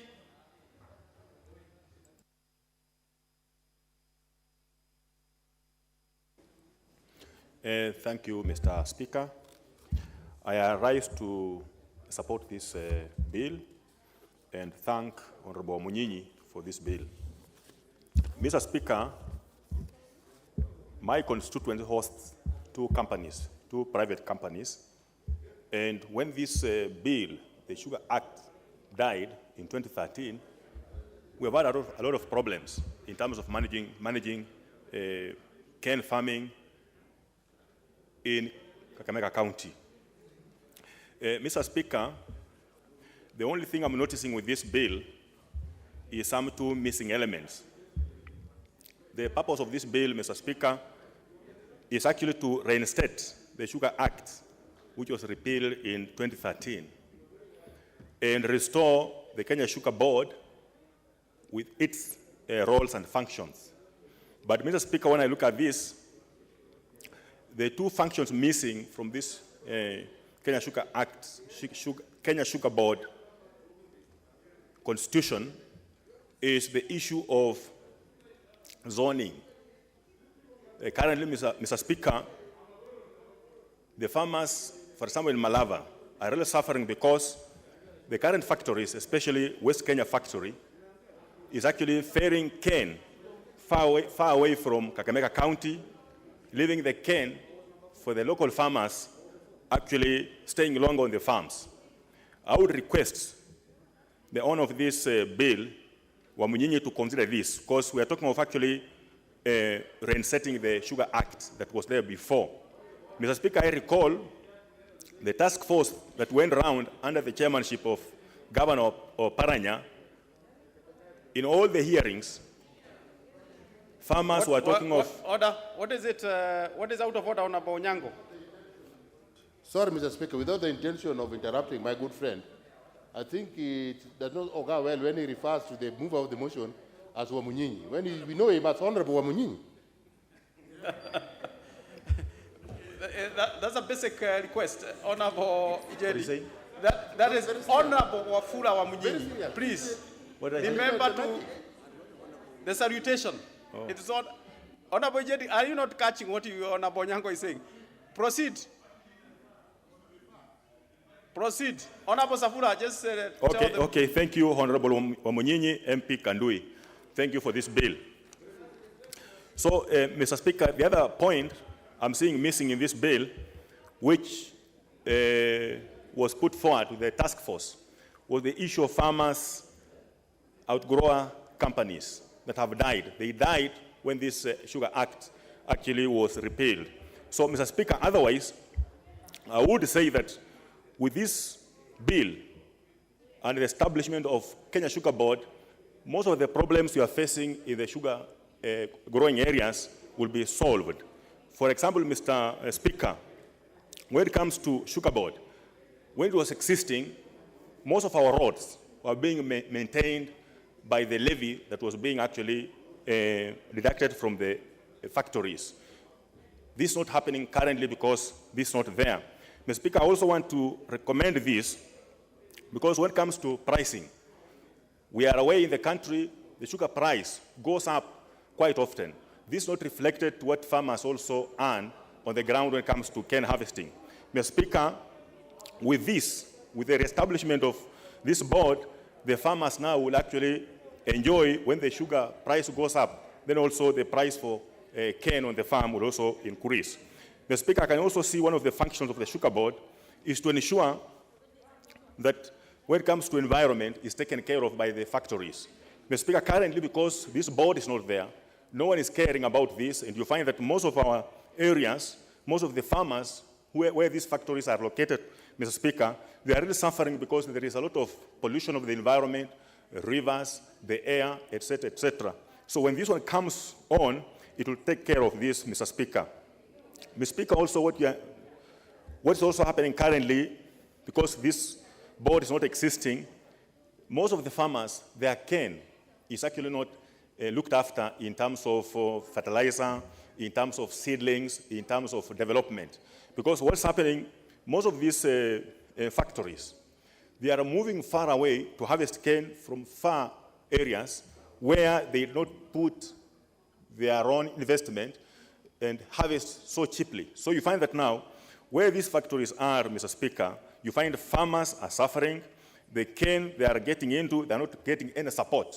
But you see, with this Kenya Sugar Board being there, farmers were getting some loans that would help them actually to develop their cane.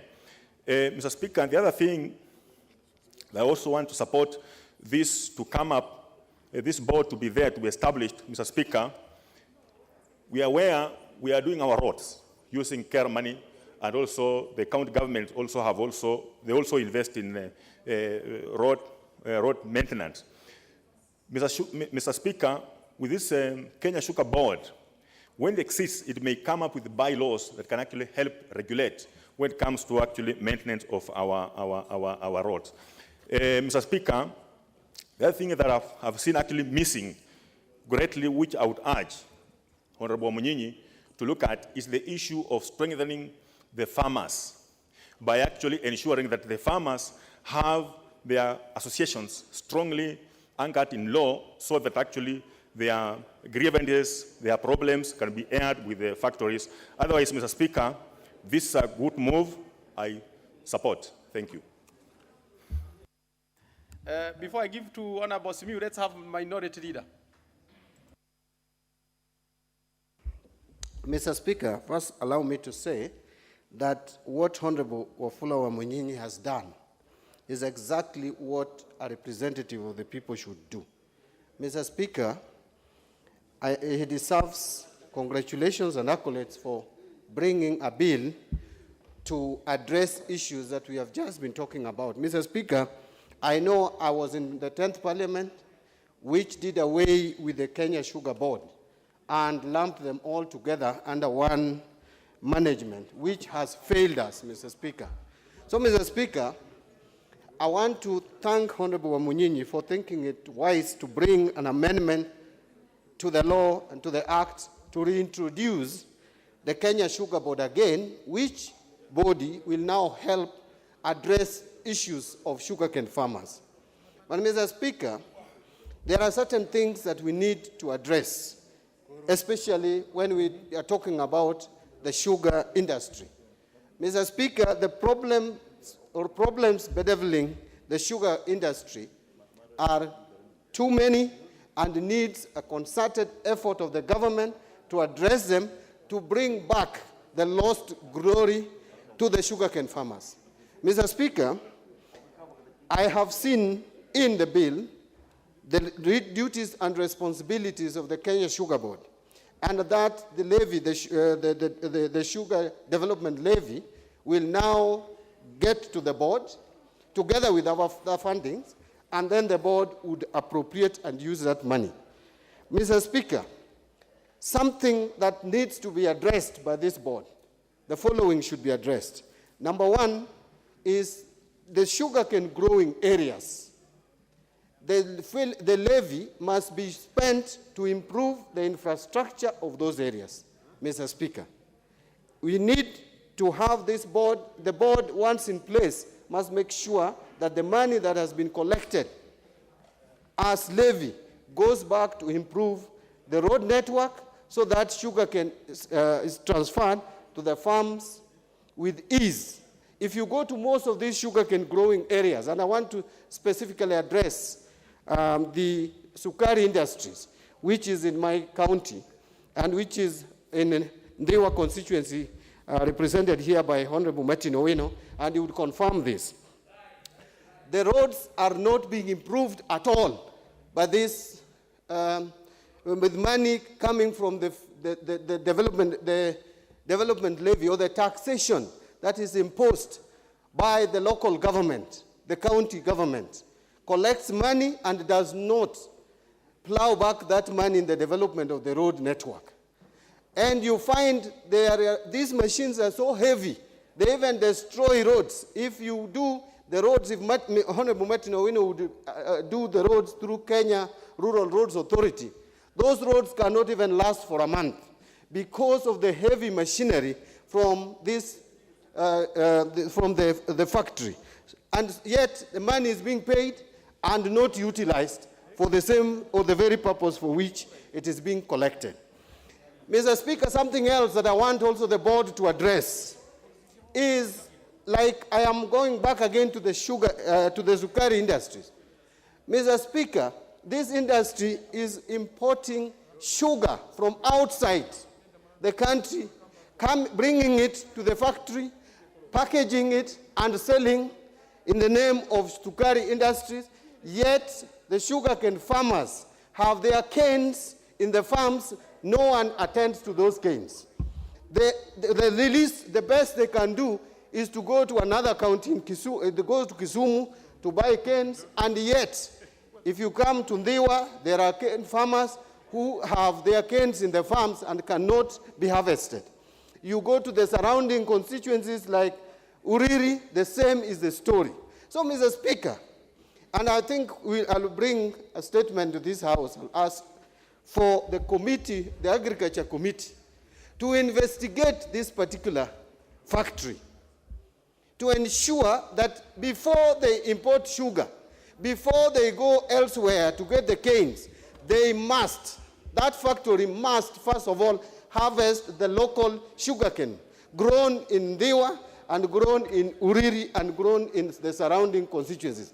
That is why we accepted that factory to be set up there. We wanted to create job opportunities for our people. How will you create job opportunities when you are just importing sugar and repackaging them? You don't need much manpower to do that. But if they are cutting the canes from the local farms, first, you are creating job opportunity for those farmers who are growing sugarcane. You are also creating job opportunities for crushing of the cane and many other services that go with it.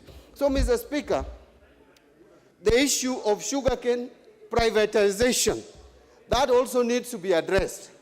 I would agree that, yes, farmers need to be represented. Maybe farmers need to buy 51% as proposed in the bill.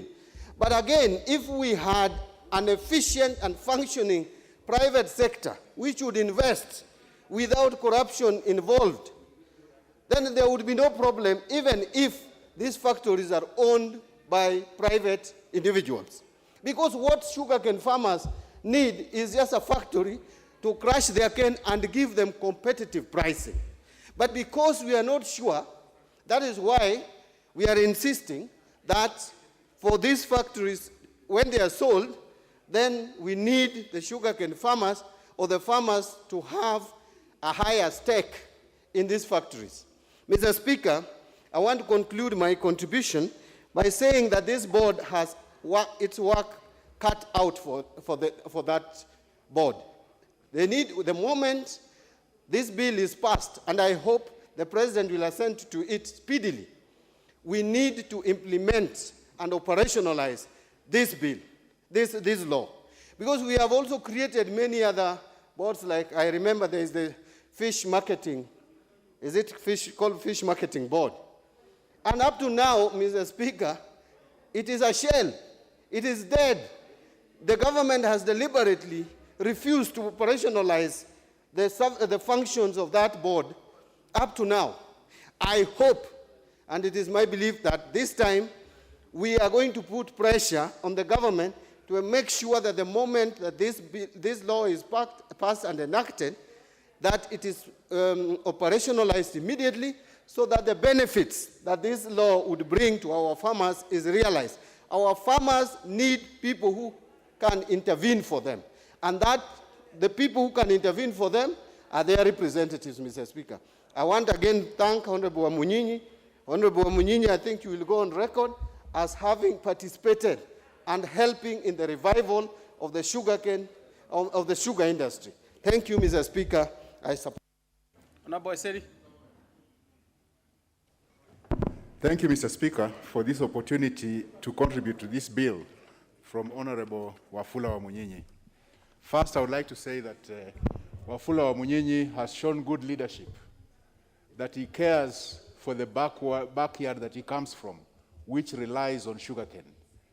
That also explains perhaps why the National Executive Council of Ford Kenya chose him as their party leader.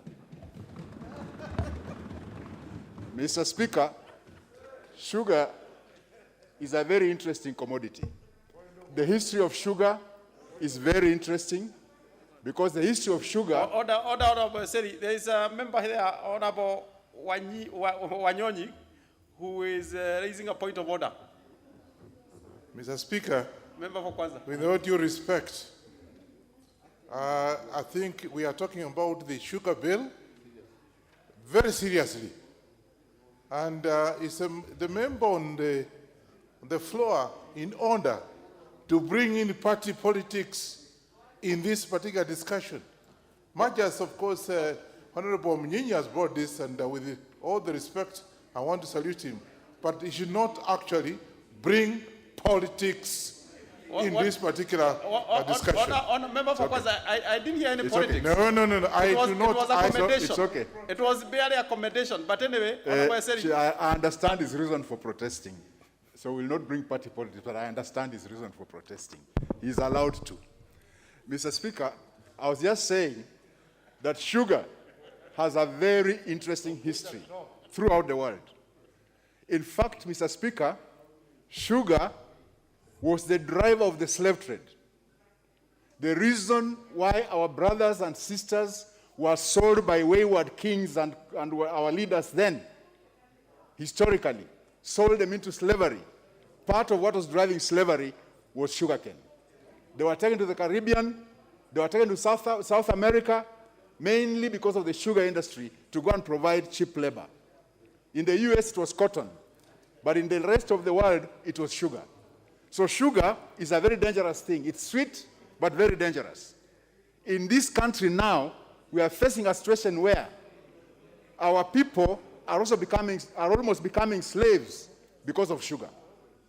Having become sugarcane farmers has driven them to poverty.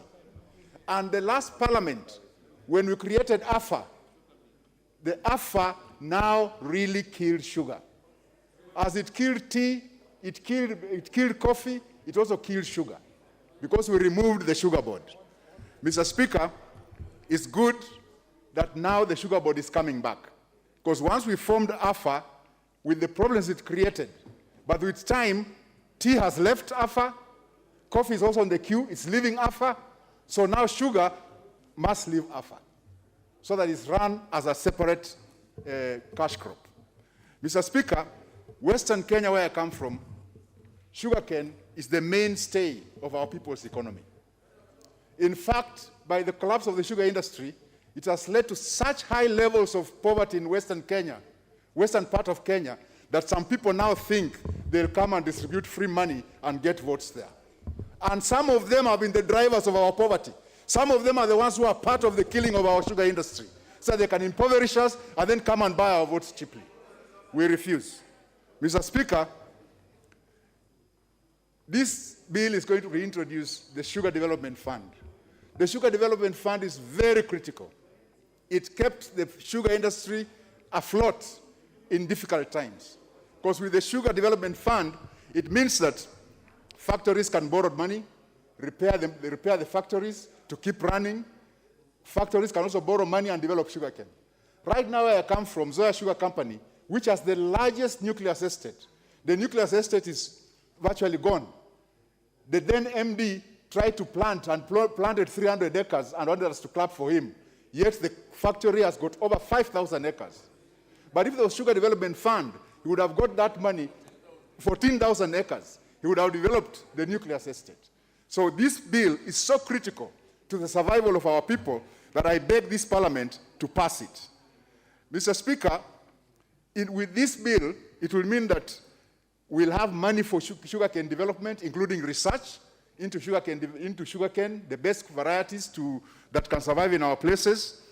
But the best thing, again, with this bill is that we'll ensure that there's timely harvest of farmers' sugarcane, proper weighing of the sugarcane, including adding on another parameter for determining price by including the sucrose content. This will give our farmers a better return than they are having. Also, this bill allows for production of other byproducts from making sugar. Alcohol production, things like even the bagasse, the waste that comes from it. One can make paper, one can make boards for further use. So this bill is, I think, Honorable Wamunyinyi worked on it so well that it breathes, it gives freedom for us to actually make the sugar industry more paying than it is now. The only catch is the issue of privatization of sugar companies. The issue of privatization of sugar companies must be approached very carefully.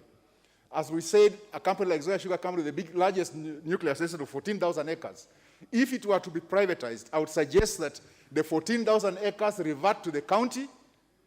Whoever gets the factory can lease the land from the county. In fact, when it comes to privatizing the company, we should not go the Mumias way. The Mumias way was a big mistake, and that's why Mumias has suffered.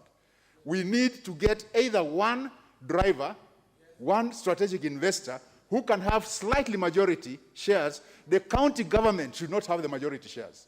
County governments can't run themselves. How do you expect them to run sugar companies? I think the best thing we can do is give the county governments a shareholding of maybe 20, 30%, then the rest to the farmers. Then you get a strategic investor to run it. Because already we've tried to do leasing. Some people have opposed leasing without realizing that our people are suffering, they're not earning any money from those sugar companies. How long do we keep them without any earning? Mr. Speaker, the elephant in the room is zoning. The issue of zoning has been very contentious, but I think the bill that Honorable Wamunyinyi has brought has looked at how India handles it and other countries, where instead of zoning, they go regional. We can try that and see if that will be better than the zoning bit, because if I'm a sugar farmer, which I've become a sugar farmer now, I wasn't before, and I've planted my own cane, why are you restricting me to take it to somebody? I should have the freedom to take it to whoever I want to take to, because it's me who has planted it. You cannot restrict me. It's my right. So this zoning thing is a bit contentious. The other one is the outgrower institutions. The outgrower companies previously have actually been part of the problem. The outgrower companies have been part of the problem in the sense that when farmers get fertilizer from these outgrower companies, by the time they are paying for the fertilizer, most of the money that would have been their profit has gone to that fertilizer. So we need to rework a bit to see how these outgrower companies can be tweaked to be more responsive to the farmers' needs.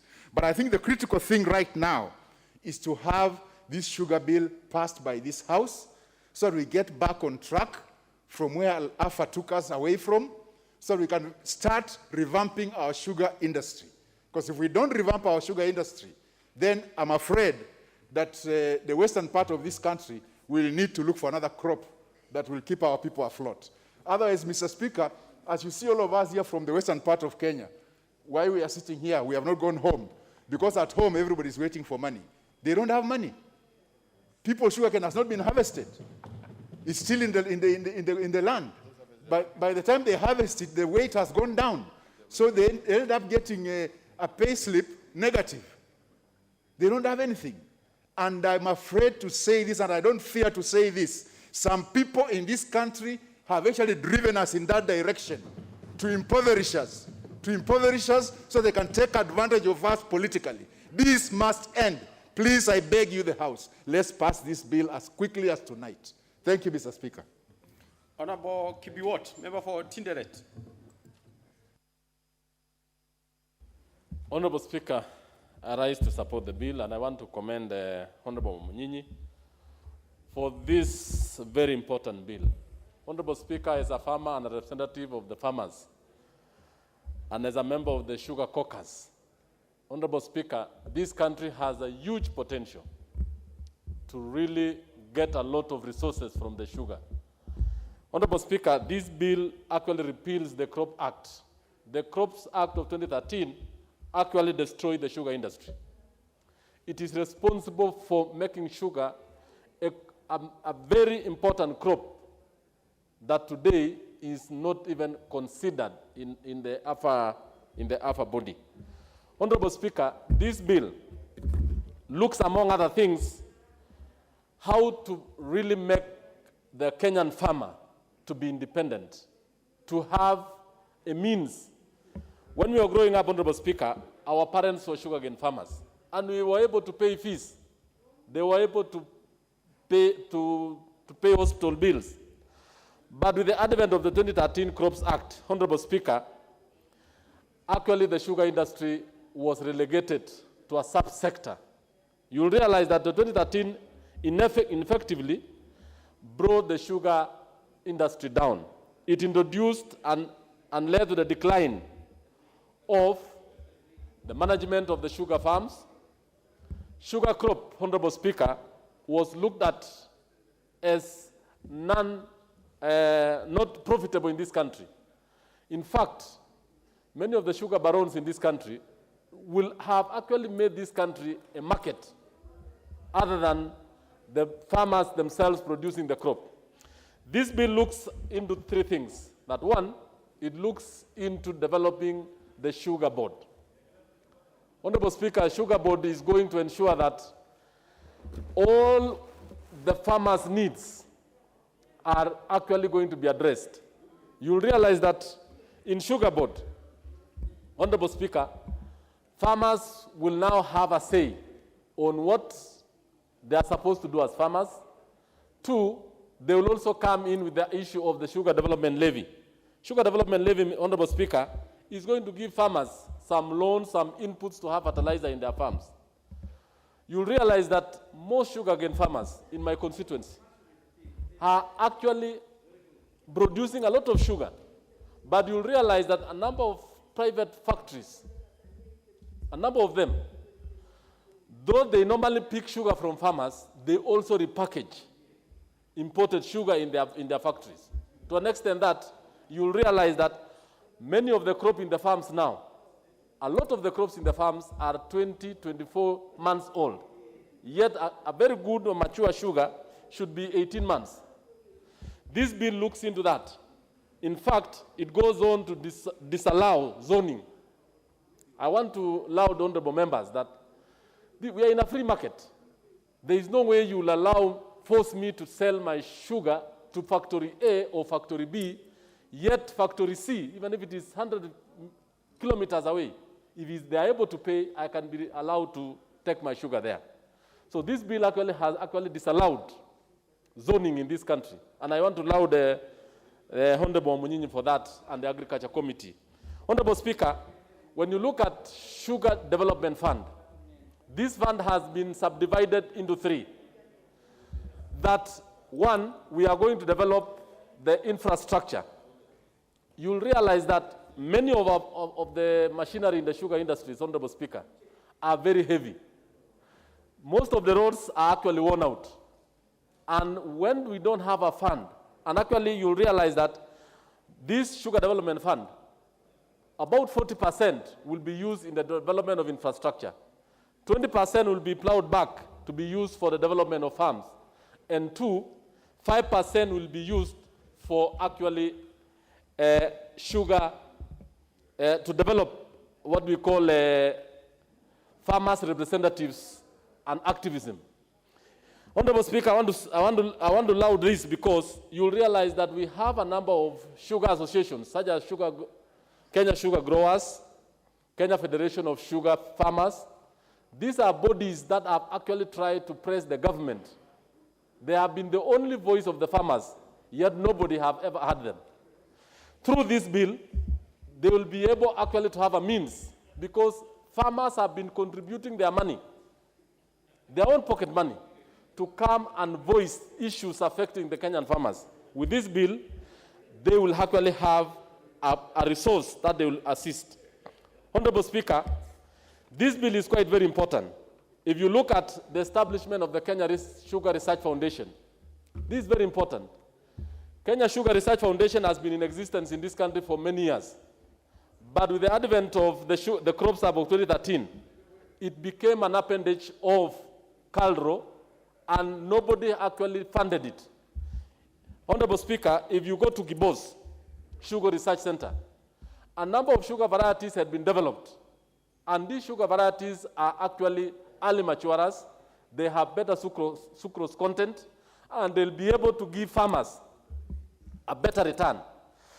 Earlier on, the crop sub of 2013 did not actually give funds for the establishment of the Kenya Sugar Research Foundation. And this is very important, Honorable Speaker.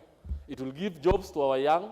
It will give us a good variety of sugar, and it will enable this country, Honorable Speaker, to develop the sugar industry very well. So with that particular research, you'll realize that we will be able to have and become a center of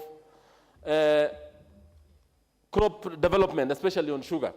Honorable Speaker, this bill looks also into actually the issue of licensing of mills on millers, and actually puts into consideration the stoppage of mushrooming of millers who do not have sugarcane, but their duty is to actually build mills so that they can repackage imported sugar or raw sugar.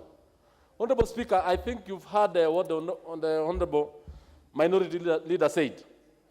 A number of uncontrolled mushrooming of millers who do not have nuclear farms, they do not have extension farmers, but they have established factories. In these factories, I would say pseudo factories, they are using it to actually repackage imported sugar. These bills puts control on the establishment of non-essential sugar mills. These are mills that are not only meant to serve farmers, they are actually meant to package imported sugar and redistribute it in the country.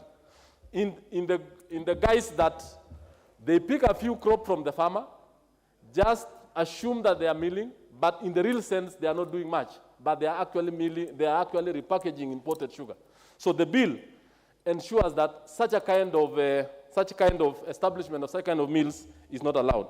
Honorable Speaker, this bill also goes to look into the establishment of contract agreement, especially in Schedule 2, where we are now introducing what we call contract farming. Every farmer within a particular area or particular region can enter into an agreement with a miller or an institution, and the institution is supposed to give a particular price to the farmer. Currently, Honorable Speaker, our farmers are actually in serious problem. They have grown the crop. The crop can be in the farm for 30, 40 months, and no one harvests that particular crop. In this particular bill, Honorable Speaker, in Schedule 2, It has establishes how we can have contracts between the farmer, between the outgrower institutions, and even with the miller.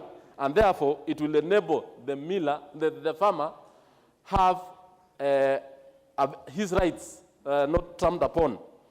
Honorable Speaker, when you look at the issue of sugarcane pricing has been a problem. Farmers in this country have been at the mercy of the millers. They have been at the mercy of, and the millers actually do not do much. Theirs is only to have the cane from the farm. The farmer has used the fertilizer. The farmer has transposed the crop from the farm, and he will be given a price dictated by the miller. But with the establishment of the pricing committee, Honorable Speaker, the farmer actually will have his sweat and will have his rights. So, Honorable Speaker, I want to say this bill is very important. I want to urge the House that we pass this bill. If there are issues, I think this is the best thing that this House can give to the farmers of this country. I support it, Honorable Speaker. Thank you. Honorable Majimbo Karasinga, member for Kabuchai. Thank you very much, Mr. Speaker, for allowing me to contribute in this very important bill, Mr. Speaker, the sugar bill. And before I even do that, Mr. Speaker, I want to thank Honorable Wafula Munyinyi for thinking keenly and working hard to bring out this very important document that's going to support and put our farmers on track.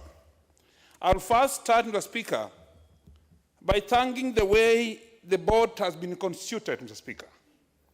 We find that out of the around 11 members of the board, Mr. Speaker, we have 5 members from farmer section, their grower section. When you are saying 5 growers, members from the grower, these are farmers, Mr. Speaker. We have 1 extra from account, which I suspect again will come from the farmer section, Mr. Speaker. This puts the farmers in the first position to see what best to do. Mr. Speaker, if the board will be run properly, our millers in Kenya have serious problems. Running from factory efficiency, Mr. Speaker, you find that some of the factories, Mr. Speaker, are poorly serviced because of lack of support and funding, Mr. Speaker. We want to believe that this board, when it comes in place with the fund, it will support our millers to have fund enough and do yearly or out, it's called OOC, out of crop maintenance, Mr. Speaker, once in every year. When you don't do any maintenance of the factory, Mr. Speaker, the factory efficiency comes down.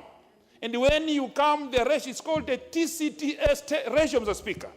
The TCTS is the number of tons of sugarcane you crush vis-a-vis the number of dry sugar you get from the same tonnage. Mr. Speaker, if the ratio comes down, then our factories in this country will produce the best for our people. Something very important, Mr. Speaker, which I can't forget to mention today, that our farmers suffer a lot in terms of transport, Mr. Speaker.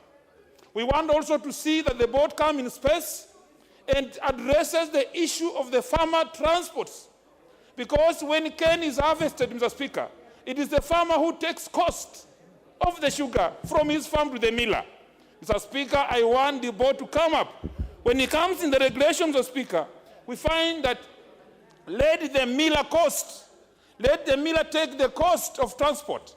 If you sell your animal in your home, Mr. Speaker, you don't pay somebody who has bought that animal to the market. Why should farmers who have cane suffer in the way when you harvest your cane, it costs you to carry to the miller?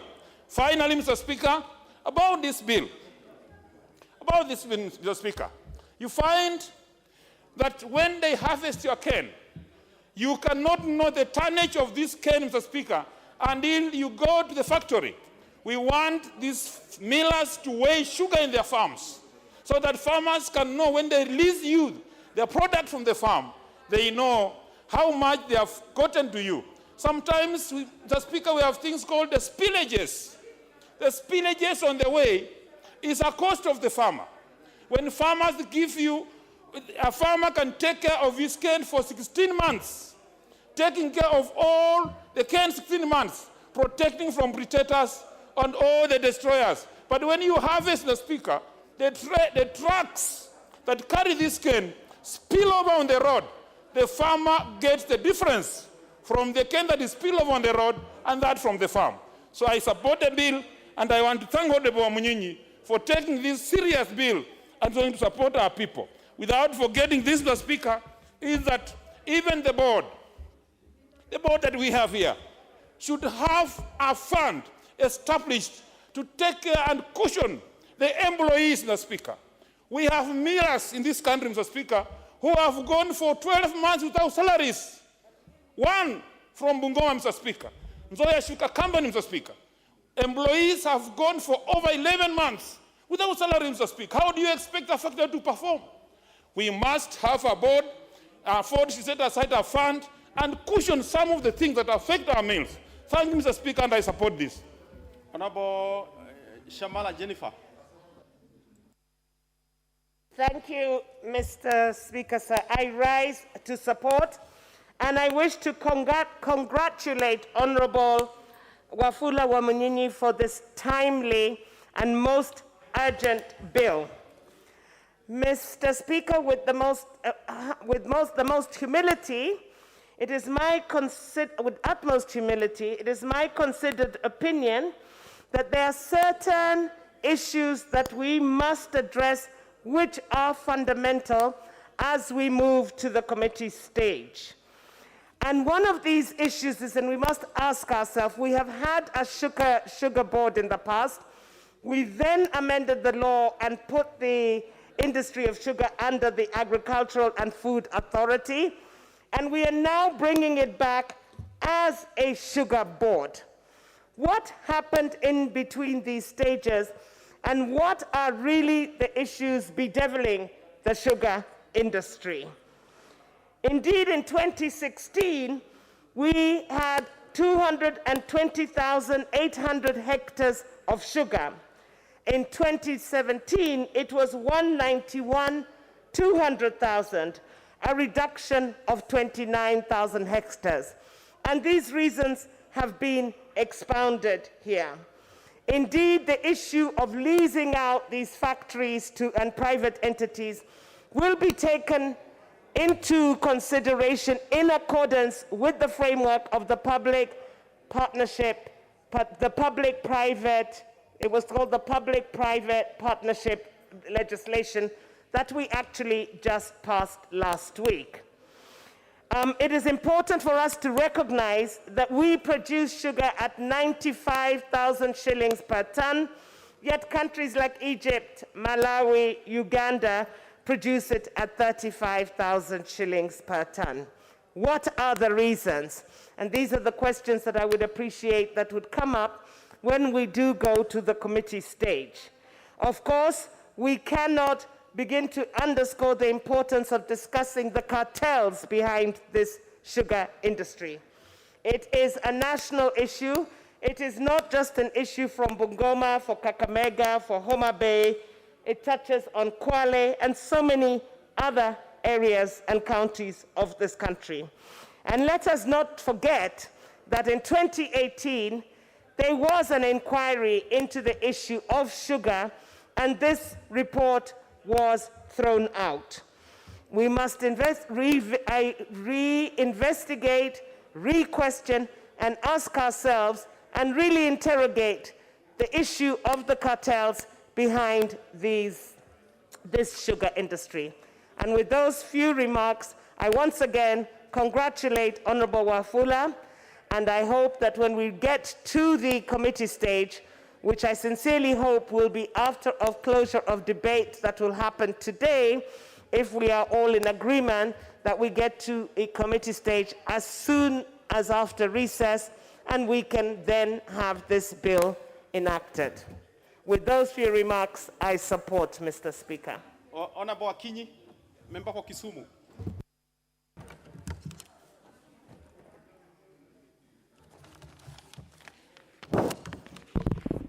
Mr. Speaker, I want to thank you for this opportunity to speak about sugar. And Mr. Speaker, right from the onset, I'd like to say that I support this bill. And I'd also like to congratulate Honorable Wanyinyi for coming up with this bill. Mr. Speaker, as you see me here, I am a product of sugar. My father was a sugarcane farmer. And Mr. Speaker, we are still farmers in Gotnyithindo, in Koru, in Moroni sub-county, Mr. Speaker. Mr. Speaker, as I stand here, I speak for sugar farmers in Chemelil, sugar farmers in Moroni, sugar farmers in Miwani, and these are farmers, Mr. Speaker, who have been rendered poor and unemployed because of the mismanagement of the sugar factories and sugar industry in general. Mr. Speaker, the one reason that makes me support this bill is the introduction of the Sugar Board. Mr. Speaker, I know and I'm confident that with the reinstatement of the Sugar Board, all the woes of the farmers will be looked into. Mr. Speaker, just this week, there was a video that was going viral on the social media, a video of a sugarcane farmer and his wife crying, watching their cane dry in their farms, and yet nobody to harvest and nobody to collect their canes to go to the factory. Mr. Speaker, these are farmers or a family that has toiled and put all their energy in planting the sugarcane with the hope that they will be able to reap from their effort. But Mr. Speaker, unfortunately, like most of the farmers in that region, their effort and their energy and their sweat comes to naught. Mr. Speaker, I know that with the reintroduction of the Sugar Board, the issue of non-payment will be an issue of the past, where sugarcane farmers work hard and they get nothing in return, because the Sugar Board will be able to look into that. Mr. Speaker, we know that there's been poor management in our industries, and most of the industries have actually collapsed. But with the reinstatement of the Sugar Board, there will also be an opportunity to ensure that there's better management of these industries. Mr. Speaker, we know that sugar affects lives of thousands and millions of Kenyans, and yet the issue of sugar has been reduced to a small directorate within the Agriculture Ministry. Mr. Speaker, sugar is life to many Kenyans and must be treated as so. Mr. Speaker, I also support the fact that in this board, there will be representatives of the farmers themselves. Mr. Speaker, who can pretend to talk about farmers when the farmers themselves are not given opportunity to bring up their issues? For this, I support this bill because it gives the farmers an opportunity to be represented in the Sugar Board that actually talks about something that really affects them. Mr. Speaker, we have heard about bottom-up approach, economy approach. Mr. Speaker, I dare say that the only bottom-up economy approach that will be beneficial to Kenyans is that approach that actually enhances, that actually develops, and that actually expands economic activities of the people at the bottom. It is not about donating items to those people, but it's about coming up with policies that would actually enhance their economic activities. And such policies, Mr. Speaker, is enhanced through this bill. Mr. Speaker, I'd also like to support this bill because of the introduction of levy. Mr. Speaker, we know that many a time, the cost that is passed on to the farmer is a cost that arises because of poor infrastructure facilities, or the cost that arises because of poor machinery, and eventually the profit that the farmer makes from his cane is minimized and limited because the farmer has to bear costs that otherwise would have been eliminated. Through the levy, Mr. Speaker, all this will be addressed, and the cost to the farmer will be minimized, and thereby the profit to the farmer will be enhanced. Mr. Speaker, I'd also like to say that the greatest interest of a farmer of sugar is to plant sugar and to ensure that whatever returns they get is maximum. The farmer is not interested in zoning and privatization and all those things. The farmer's biggest interest is that when he plants his cane, he's able to get maximum returns from that cane. And so whatever we do should be a benefit to that farmer. And for that reason, I support this bill, Mr. Speaker. Thank you once again. Let's have Honorable Moy. Honorable Moy. Thank you, Mr. Speaker, for this opportunity. I will only take 5 minutes because I know a lot of people want to contribute to this motion.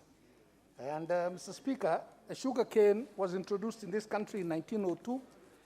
The first factory was set up in Kisumu in 1922. And then in 27, Mr. Speaker, another one was set up in Ramisi in Kwale in the Coast Province. Then after independence, Mr. Speaker, several factories were opened in Kenya because the sugar the government intended to expand the sugar growing areas. So they opened up Chemelili, they opened up Mumias, Nzoia, and Soni in 1979, Mr. Speaker.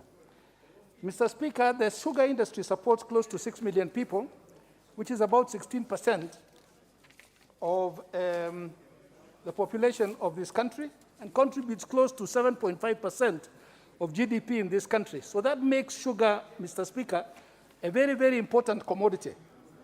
It also affects, Mr. Speaker, the economies of Western Kenya, of Nyanza, and to a lesser extent, Mr. Speaker, it affects the economy of Rift Valley. Mr. Speaker, the principal object of this bill, Mr. Speaker, is to reinstate the Sugar Act, which was nullified by the 2013 Crops Act.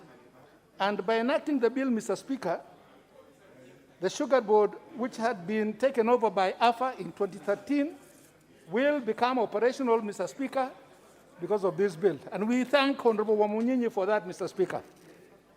Also, Mr. Speaker, when they would establish this Sugar Board, it means that those very serious challenges facing farmers, like non-payment to farmers, will be dealt with. There was also the issue of introducing extension services to farmers, Mr. Speaker, which will then increase productivity because, as we understand, productivity in Kenya is extremely low if you rank it with world standards.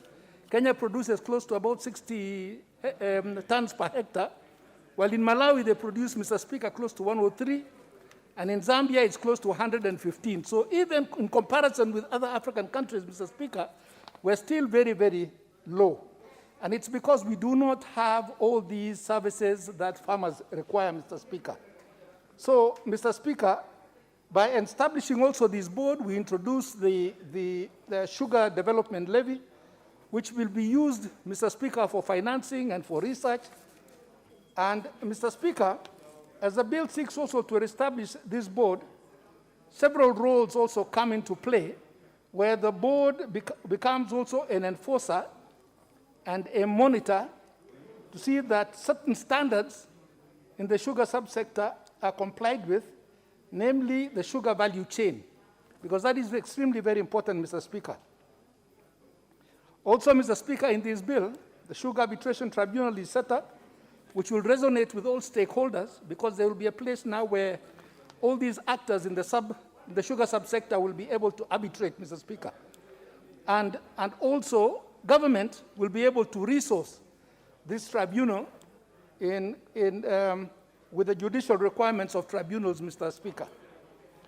Mr. Speaker, with this development, with the sugar levy, funding, of course, to the Sugar Board could even come from the National Assembly, could come from donors, and even, Mr. Speaker, county government, because this really is a function of county government, Mr. Speaker. And, Mr. Speaker, this sugar levy is really very important because it funds research, it does issues to do with innovation, technological adaptation, and capacity building, Mr. Speaker.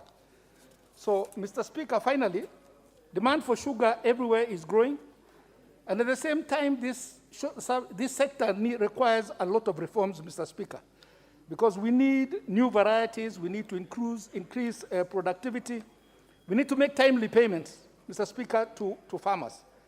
But generally speaking, Mr. Speaker, there are laws to be able to protect these farmers, and to support the sugar industry as a whole. But, Mr. Speaker, because we lack integrity in this republic, That is why we have to come here to this parliament to introduce newer and newer laws. Lack of integrity and massive, perhaps the presence of massive corruption in this country. So, Mr. Speaker, this bill has a capacity to re-engineer this sector and to support this country socially and economically, Mr. Speaker.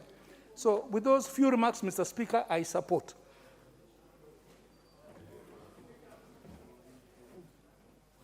Honorable Martin Oino.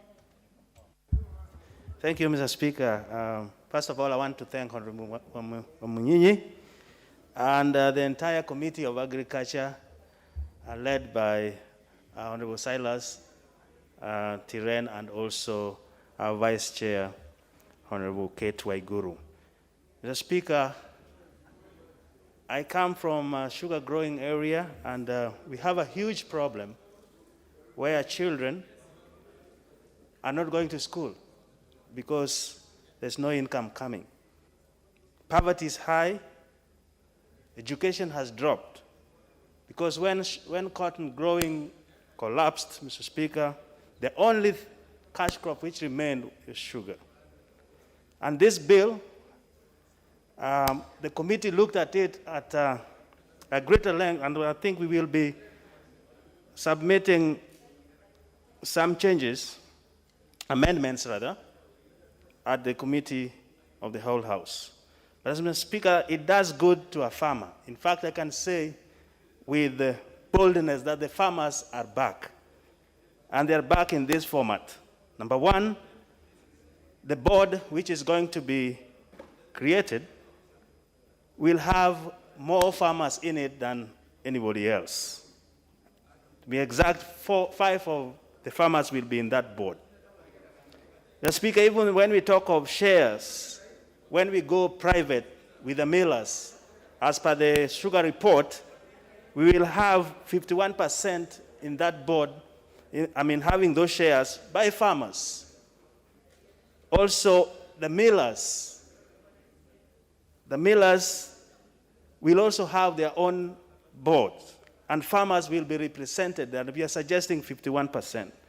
So we have given farmers back a say in this industry. The Speaker, contract have been tossed here, and this is very important in the sense that all those relationships which were not well cemented, they are now going to be cemented in contracts. So in no way farmers are going to be cheated. Also, the issue of input, Mr. Speaker, which takes a lot of money, and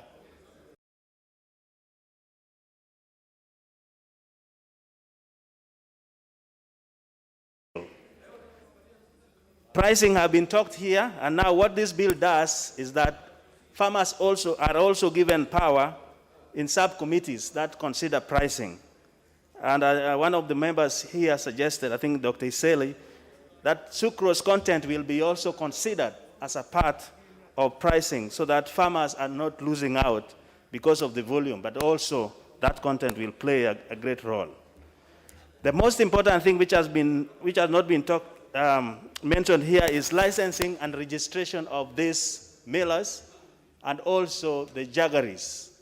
The Speaker, right now, because these jaggeries are not licensed and registered, traders, especially women, are being chased here and there by police as if they are selling illegal products.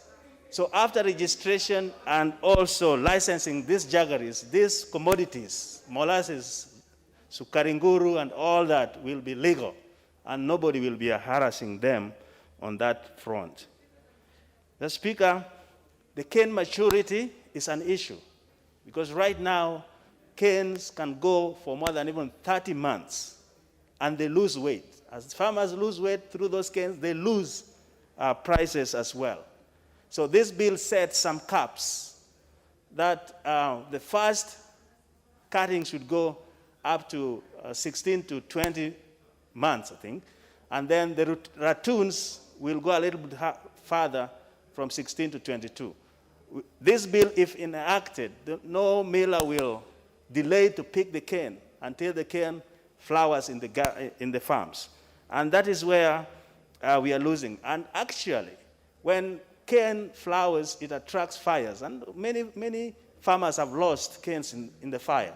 But we are also addressing how the canes that have burned can be also priced here. Mr. Speaker, the sugar research, I can't say much more than what has been said, but this is a very good institution which we lost. It will be back, and it will help in cane development and also modern technology so that we can move the cane industry ahead. Mr. Speaker, the Sugar Development Fund. Right now, my minority leader said it all. The issue of infrastructure. Because as we speak, it is true I have a private miller. But when the farmers bring their canes, they are charged 1% for infrastructure and other development, especially along the roads. But this 1%, which we call cess, they don't retain it in the industry. It's given to the county government, which does not plow it back to improve those roads. So in this arrangement, the board would take charge of infrastructure so that the farmer can have his or her canes picked from the farm in time. Because right now, so many of them are flowering also because the roads is raining, they cannot make it to the factory. And that is a big headache. So we will have a more improved system there for infrastructure development. The mobile weighing machines, we have suggested an amendment which will come so that farmers do not lose cane during transportation, because they lose quite a lot. We want this weighing machine to be closer to farmers so that they don't lose on that front as well. Lastly, there's a lot of say that has gone in here on the Crop Act, which lumped all this together. In fact, as a House, as a National Assembly, we should look into this amalgamation of acts, because right now we have saved the tea industry, we are saving the sugar industry. The next one will be coffee, to bring the coffee board, and these were there before, and erroneously lumped together to create another act that have really brought issues to us. So I urge members, we need this as yesterday. Please, let us support this bill so the farmers can also have their smiles again. Thank you, Mr. Speaker. Yes, honorable members, I can tell quite a bit of interest on this bill, particularly those who come from the sugar growing areas. And even Honorable Savula requested that members can speak in 1 minute or two, so that then other members have an opportunity to speak. I cannot force you. You have your 10 minutes. But if you are considerate enough to a fellow member, you could speak in a few minutes, then you have a few others. Let's start with Honorable Savula and see whether he sticks to his request. Thank you, Mr. Speaker. I'll actually deliver my support remarks on this bill in 2 minutes. Mr. Speaker, I was part of the team that brought AFA. I was the chairman of Agriculture Committee that time, but we made a big mess. We thought we were going to amalgamate all the agriculture institutions into one institution, but it has failed. It has demonstrated that it has failed. Mr. Speaker, this act brings the solution to the sugar industry in Kenya. Mr. Speaker, Kenyan sugar demand is 800,000 metric tons per year. The production has dropped from 5,000 metric tons to 4,000 metric tons. This avenue brings in an issue where cartels manipulate the deficit to bring in sugar from outside the COMESA member countries. Mr. Speaker, sir, the production of sugar in Brazil is $700 per ton, while in Kenya we produce the same commodity per ton at a cost of $7,000. This brings in the problem of sugar import, and cartels bring the sugar from non-COMESA countries like Brazil. They transport to Uganda using the East African Common Market tariff. Then the sugar lands back in Kenya. So the Kenyan produced sugar cannot effectively compete with the sugar that has landed from Brazil, taken to Uganda, then comes under the East African Common Market Treaty. Mr. Speaker, sir, this bill creates the original fund. That is the Sugar Development Fund and the Sugar Development Levy. Sugar Development Levy will assist the factories, while the Sugar Development Fund will also assist the cane farmers. Mr. Speaker, the issue of privatization also comes into play. The COMESA regulations are that all sugar factories should not be owned by government. All sugar factories should be privatized to allow private capital to be injected in, to modernize the machine, to create efficiency, have a lean staff, competent staff, to ensure that they improve on production. Mr. Speaker, this bill is the original Sugar Act, and we need to support it to revamp the sugar industry. This bill will also give a solution to the problems that have been facing Mumias Sugar Company, because it will allow the Sugar Development Fund to be utilized to allow cane farmers in Mumias Sugar Belt to plant cash crop. It will allow Sugar Development Levy to be channeled to Mumias Sugar Company to do service and maintenance so that farmers can deliver their crop to the sugar factory. Mr. Speaker, with those few remarks, I say the solution of Mumias Sugar Company lies with this bill. Thank you, and I've taken exactly 2 minutes. My colleague, take 1 minute. Okay, yeah, you did very well, actually. Honorable Dagala, Kahai, member for Vihiga. Thank you, Mr. Speaker, sir, for giving me a chance to also give my voice on this bill. I want to congratulate Honorable Wafula Wamnyinyi, MP, for bringing in this bill, the Sugar Bill number 8th of 2019. The introduction of this sugar bill, actually, is of great importance to the sugar industry, and especially the sugar growing zones of Western region, Nyanza, and Coast region, where sugar is actually grown. The sugar industry has really gone down due to cartels that have come up with importing sugar and killing the growing of sugar and killing our factories in this country. I feel that this bill has come at the right time when we need to revive our economy. We need to see that the economy of this country grows. Once the sugar factories are revived, Mumias, Chemelil, Kibos, Nzoia, they are revived, there will be an opportunity for our children to be employed. The farmers will live a dignified life. Mr. Speaker, the farmers will have to be paid in good time, and they will be able to pay school fees for their children. They'll be able to cater for their medical bills that are so high at this time of the pandemic, and be able to do most of the things that they are supposed to do as men are supposed to be, like husbands and fathers in the homes. Mr. Speaker, sir, with the introduction of Development Fund and the sugar levy, the levies should be employed or should be used to maintain roads in the sugar growing areas, like in the Mumias, when we were there during the one of the honorable members' time, we were moving in a lot of dust until even something was crafted, Lufuluatuma. And that thing, Mr. Speaker, if the levies can be there to ensure that the roads are well maintained, so that the cans are delivered to the factory early enough. Mr. Speaker, sir, I would also wish to state that as the sugar companies are being privatized, the land also must be taken care of, like the nucleus farm in Mumias must be protected at whatever cost. Let us not just rush in privatizing the factories at the expenses of the land. The land must be protected like yesterday. Mr. Speaker, sir, I want to say, Honorable Wamunyinyi, you've done a noble job of coming up with this bill.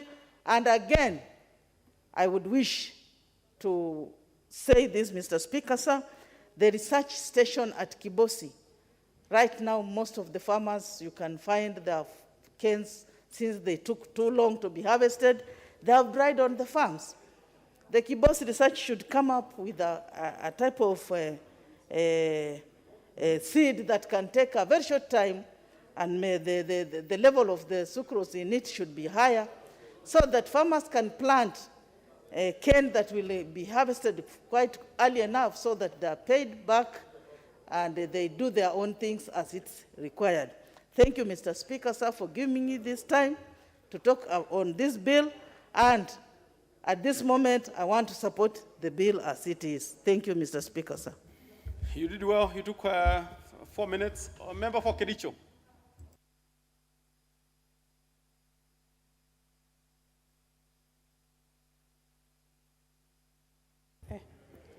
Thank you, Mr. Speaker, sir, for giving me this opportunity to support this bill. I want to stand with my colleagues from the sugar region because I also come from a county that grows sugar cane. Parts of Kericho, of Soin-Sigawet constituency, parts of Ainamoy, and parts of Kipkelion West. We grow sugar cane, and I want to support this bill and say it is timely. We should have passed it even yesterday. Thank you, Mr. Speaker. Honorable Obara Akinyi. Honorable Obara Akinyi. Thank you very much, Mr. Speaker, for giving me the opportunity to contribute to the bill. From onset, let me appreciate Honorable Wafula Wamunyinyi for coming up with a bill. I want to say in summary that it is a lifeline of the industry. For those of us who have grown up in the sugar belt, I even want to say that we went to school from the proceeds of sugar, of the sugar cane. And we remember with nostalgia what those industries used to look like. If you remember Mumias, Muhoroni, Chemelil, Kibos, Soni, it was the envy of all of us as we grew up because it offered employment opportunities for the locals. Today, these are ghost towns. Thank you very much, Mr. Wamunyinyi. Let me just raise 2 issues. First and foremost is on the composition of the board, which gives 5 representatives to the growers, and this, of course, will give the farmers a voice in the board, to be heard in the board. 2, on clause 5.1G, maybe later you may need to consider that we need to separate the office of the CEO and that of the corporation secretary in line with best practice in corporate governance. And 3, there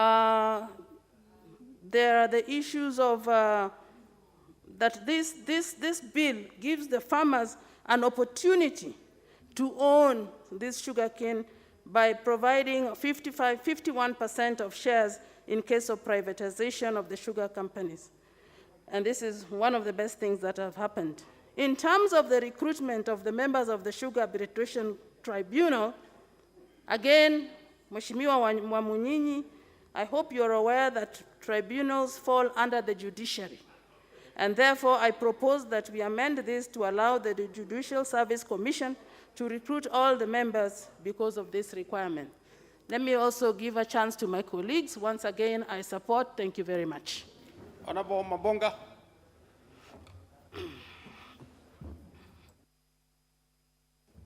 Thank you, Mr. Speaker. I'll be very brief for the interest of time. But from the onset, I want to appreciate my senior Honorable Wafula Wamunyinyi for this nice bill, and it's very timely. Mr. Speaker, with this bill, we are providing a solution to majority of Kenyans who are crying, who are in problems, who are investing a lot of time, money, without returns that they are entitled to. With the introduction of, once again, the Sugar Board, you will be rest assured, Mr. Speaker, that there will be overall supervision of proper policies and plans on the programs of the factory, so that the levies and the money that will be collected will definitely go back to the farmers. And with the input of the farmers, we are going to have proper production that the farmers actually need. Secondly, Mr. Speaker, you realize that the pricing of sugarcane, actually, the farmers have been under the mercies of this factory. And at times when there is an outcry, the farmers have nowhere to go. So with the establishment of this board, if it's well established, according to this bill, we are likely to have a body that will be able to speak on behalf of the farmers.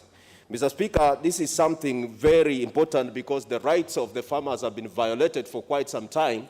So we are just going back to the original act that we had before that will salvage the outcry of our farmers.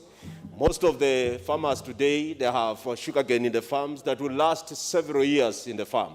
And once they are harvested again, they will last for several years without payment. I have farmers right now, their children are still at home and they have nowhere to go. They have nowhere to take their problems. So with the establishment of this kind of body which is responsible to the farmers, we are going to have solutions that our farmers have been experiencing for quite some time. I wish I had more time to contribute on this bill, but because of the interest of time and many members wish to say something on this bill, Mr. Speaker, I want to support this bill the way it is. Thank you, Mr. Speaker, and thank you, Mheshimiwa Mnyinyi, for the good work that you've done. Honorable Nyikal, member for Seme. Thank you, Mr. Speaker, for giving me the opportunity. First of all, I must applaud Honorable Mnyinyi. Mr. Speaker, I rise to support this bill. One, this bill demonstrates the folly of trying to put many industries together like we tried with the Alpha Act. We have to go back. This bill recognizes the appalling state of the sugar industries. The farmers are poor. The sugarcane in some places are rotting in the field. Some are being burnt so that they can be actually cut. The millers themselves, the industries that we know, are all dead. If they are working below capacity. The cost of the production of cane is high because of cartels. Sugar is being imported through institutions that are supposed to protect this. This bill looks at all that. And then it creates all the infrastructure you need. It creates the sugar board, which actually will look at the licensing, will look at registration, will look at the control of importation of sugar. It then sets the sugar levy, so we get money from those who import sugar, and with that we put it in the sugar development fund, which is going to support the millers, going to support the outgrowers, going to support this, and then it brings an arbitration process in that actually brings in the judiciary a bit of independence on that level. Then it looks at the agreements that actually, the kind of agreement with the miller, outgrower, farmer, all that is taken care of. And it even then puts in a sugar pricing committee of the sugar board, comprising of sugar board, Kenya sugar manufacturers. So nobody, Mr. Speaker, is left out. No aspect that we need to look at is left out. Mr. Speaker, I support this bill. Member for Ikoni, Number Poko.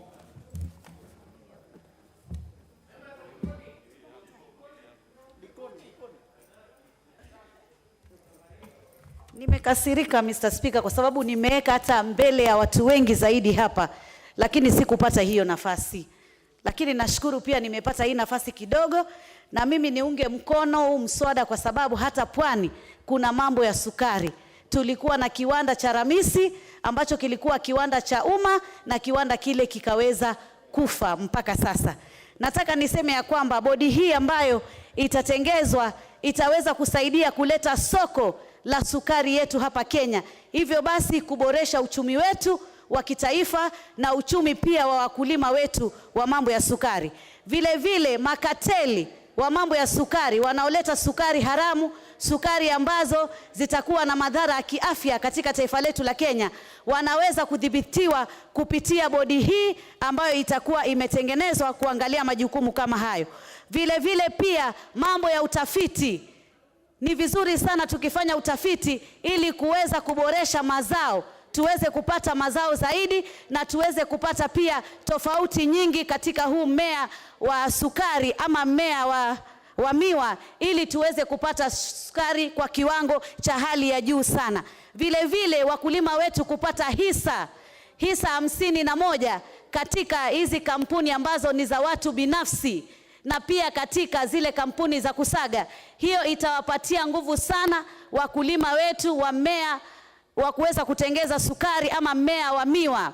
Na hilo litakuwa ni jambo pia la kupunguza wale watu ambao wana ubinafsi katika mambo ya uchumi wa sukari. Vile vile pia wakulima wengi wamekuwa bila kulipwa malipo ya fedha zao katika kilimo hichi. Lakini hivi sasa kupitia bodi hii ambayo itakuwa imetengezwa na sheria hii kuregeshwa, sheria ya sukari ambayo inaitwa Sugar Act, mambo haya yote hayatakuwa changamoto, bali itakuwa ni jambo la kuweza kuboresha haswa jambo hili. Hazina ambayo itakuwa imetengezwa kupitia ule ushuru ambao tunauita levy itaweza kusaidia sana watu kuweza kuchukua mikopo na kuweza kufufua vile viwanda ambavyo vimekufa ama vile ambavyo vimedorora katika wakati huu. Na pia nataka niseme ya kwamba sukari ni kilimo cha kuweza kuleta uchumi wa Kenya kama kilimo cha kahawa, kama kilimo cha majani chai.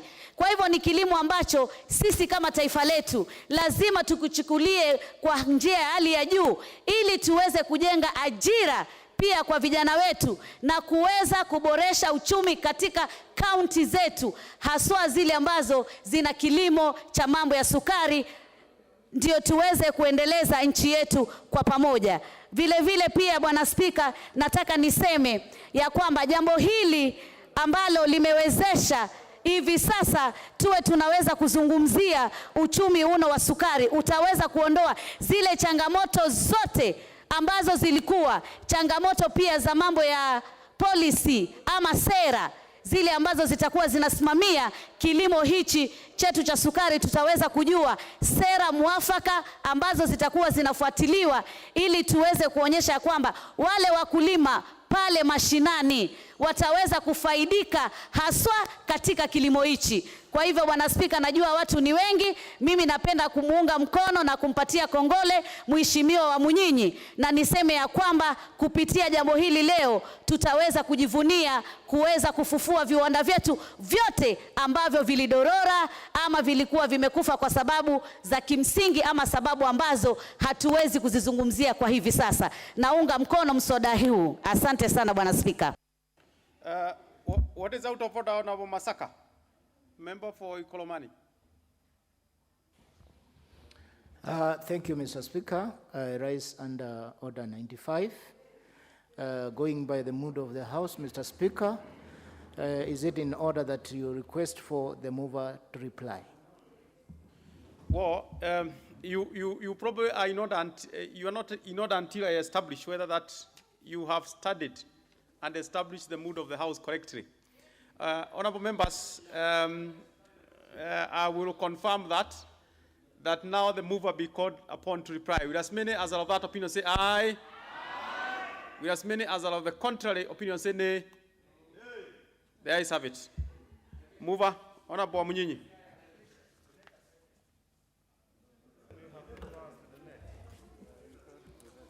Thank you, Mr. Speaker. Again, Mr. Speaker, I will first of all appreciate members who have contributed on this bill, Mr. Speaker, and you can see the interest it has generated. Mr. Speaker, a record total of 25 members have spoken on this bill. And Madam Speaker, most of the members appreciate and support the enactment of this law. This piece of legislation, Mr. Speaker, you can see has been supported by all members. And during debate, some members raised concern on some clauses, and we will be looking at them. We will consider if there will be amendments so that we can do it together, Mr. Speaker. The other thing which was raised quickly, I'll go through, Mr. Speaker, is the contracts between millers and farmers. Sugar importation must be controlled and should only happen when there is a deficit in the country, Mr. Speaker. The need to implement this bill within the shortest possible time without delay as soon as it is passed. Some members have recommended that we should put timeline, Mr. Speaker. The issue of privatization is necessary, according to members, for capital injection. Mr. Speaker, liberalization, in the spirit of liberalization, members feel where there's a free market economy, restricted zoning is not necessary. We will therefore consider regional blocks which would serve the farmers, Mr. Speaker. Then use of cess by counties was emphasized by members. Improved sugar varieties through research by establishing the Research Institute, Mr. Speaker. The sugarcane pricing is also a matter that members expressed very strongly on the establishment of a committee of pricing and must give more benefit, Mr. Speaker, to the farmers of this country. The committee should ensure that farmers benefit, from the cane they have delivered.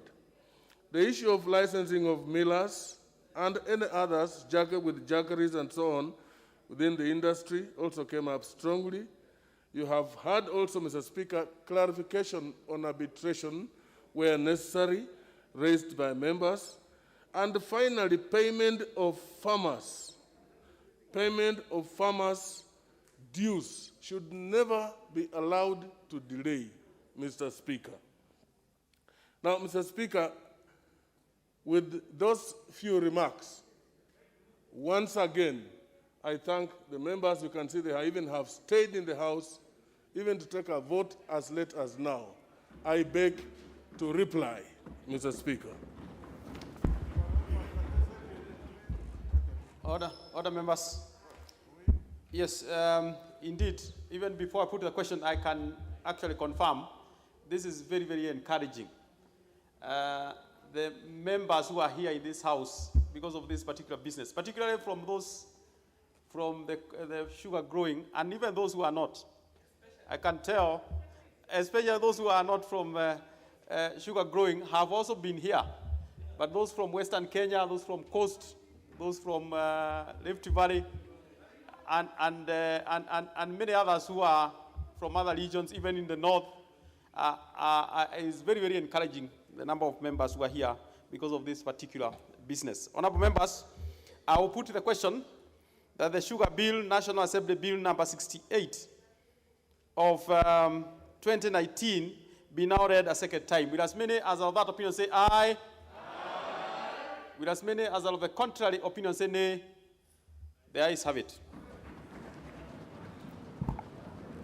A bill for an act of parliament to provide for the development, regulations, and promotion of the sugar industry, to provide for the establishment, powers, and functions of the Kenya Sugar Board, and for connected purposes. Honorable members, we have 4 minutes to the time the House must rise.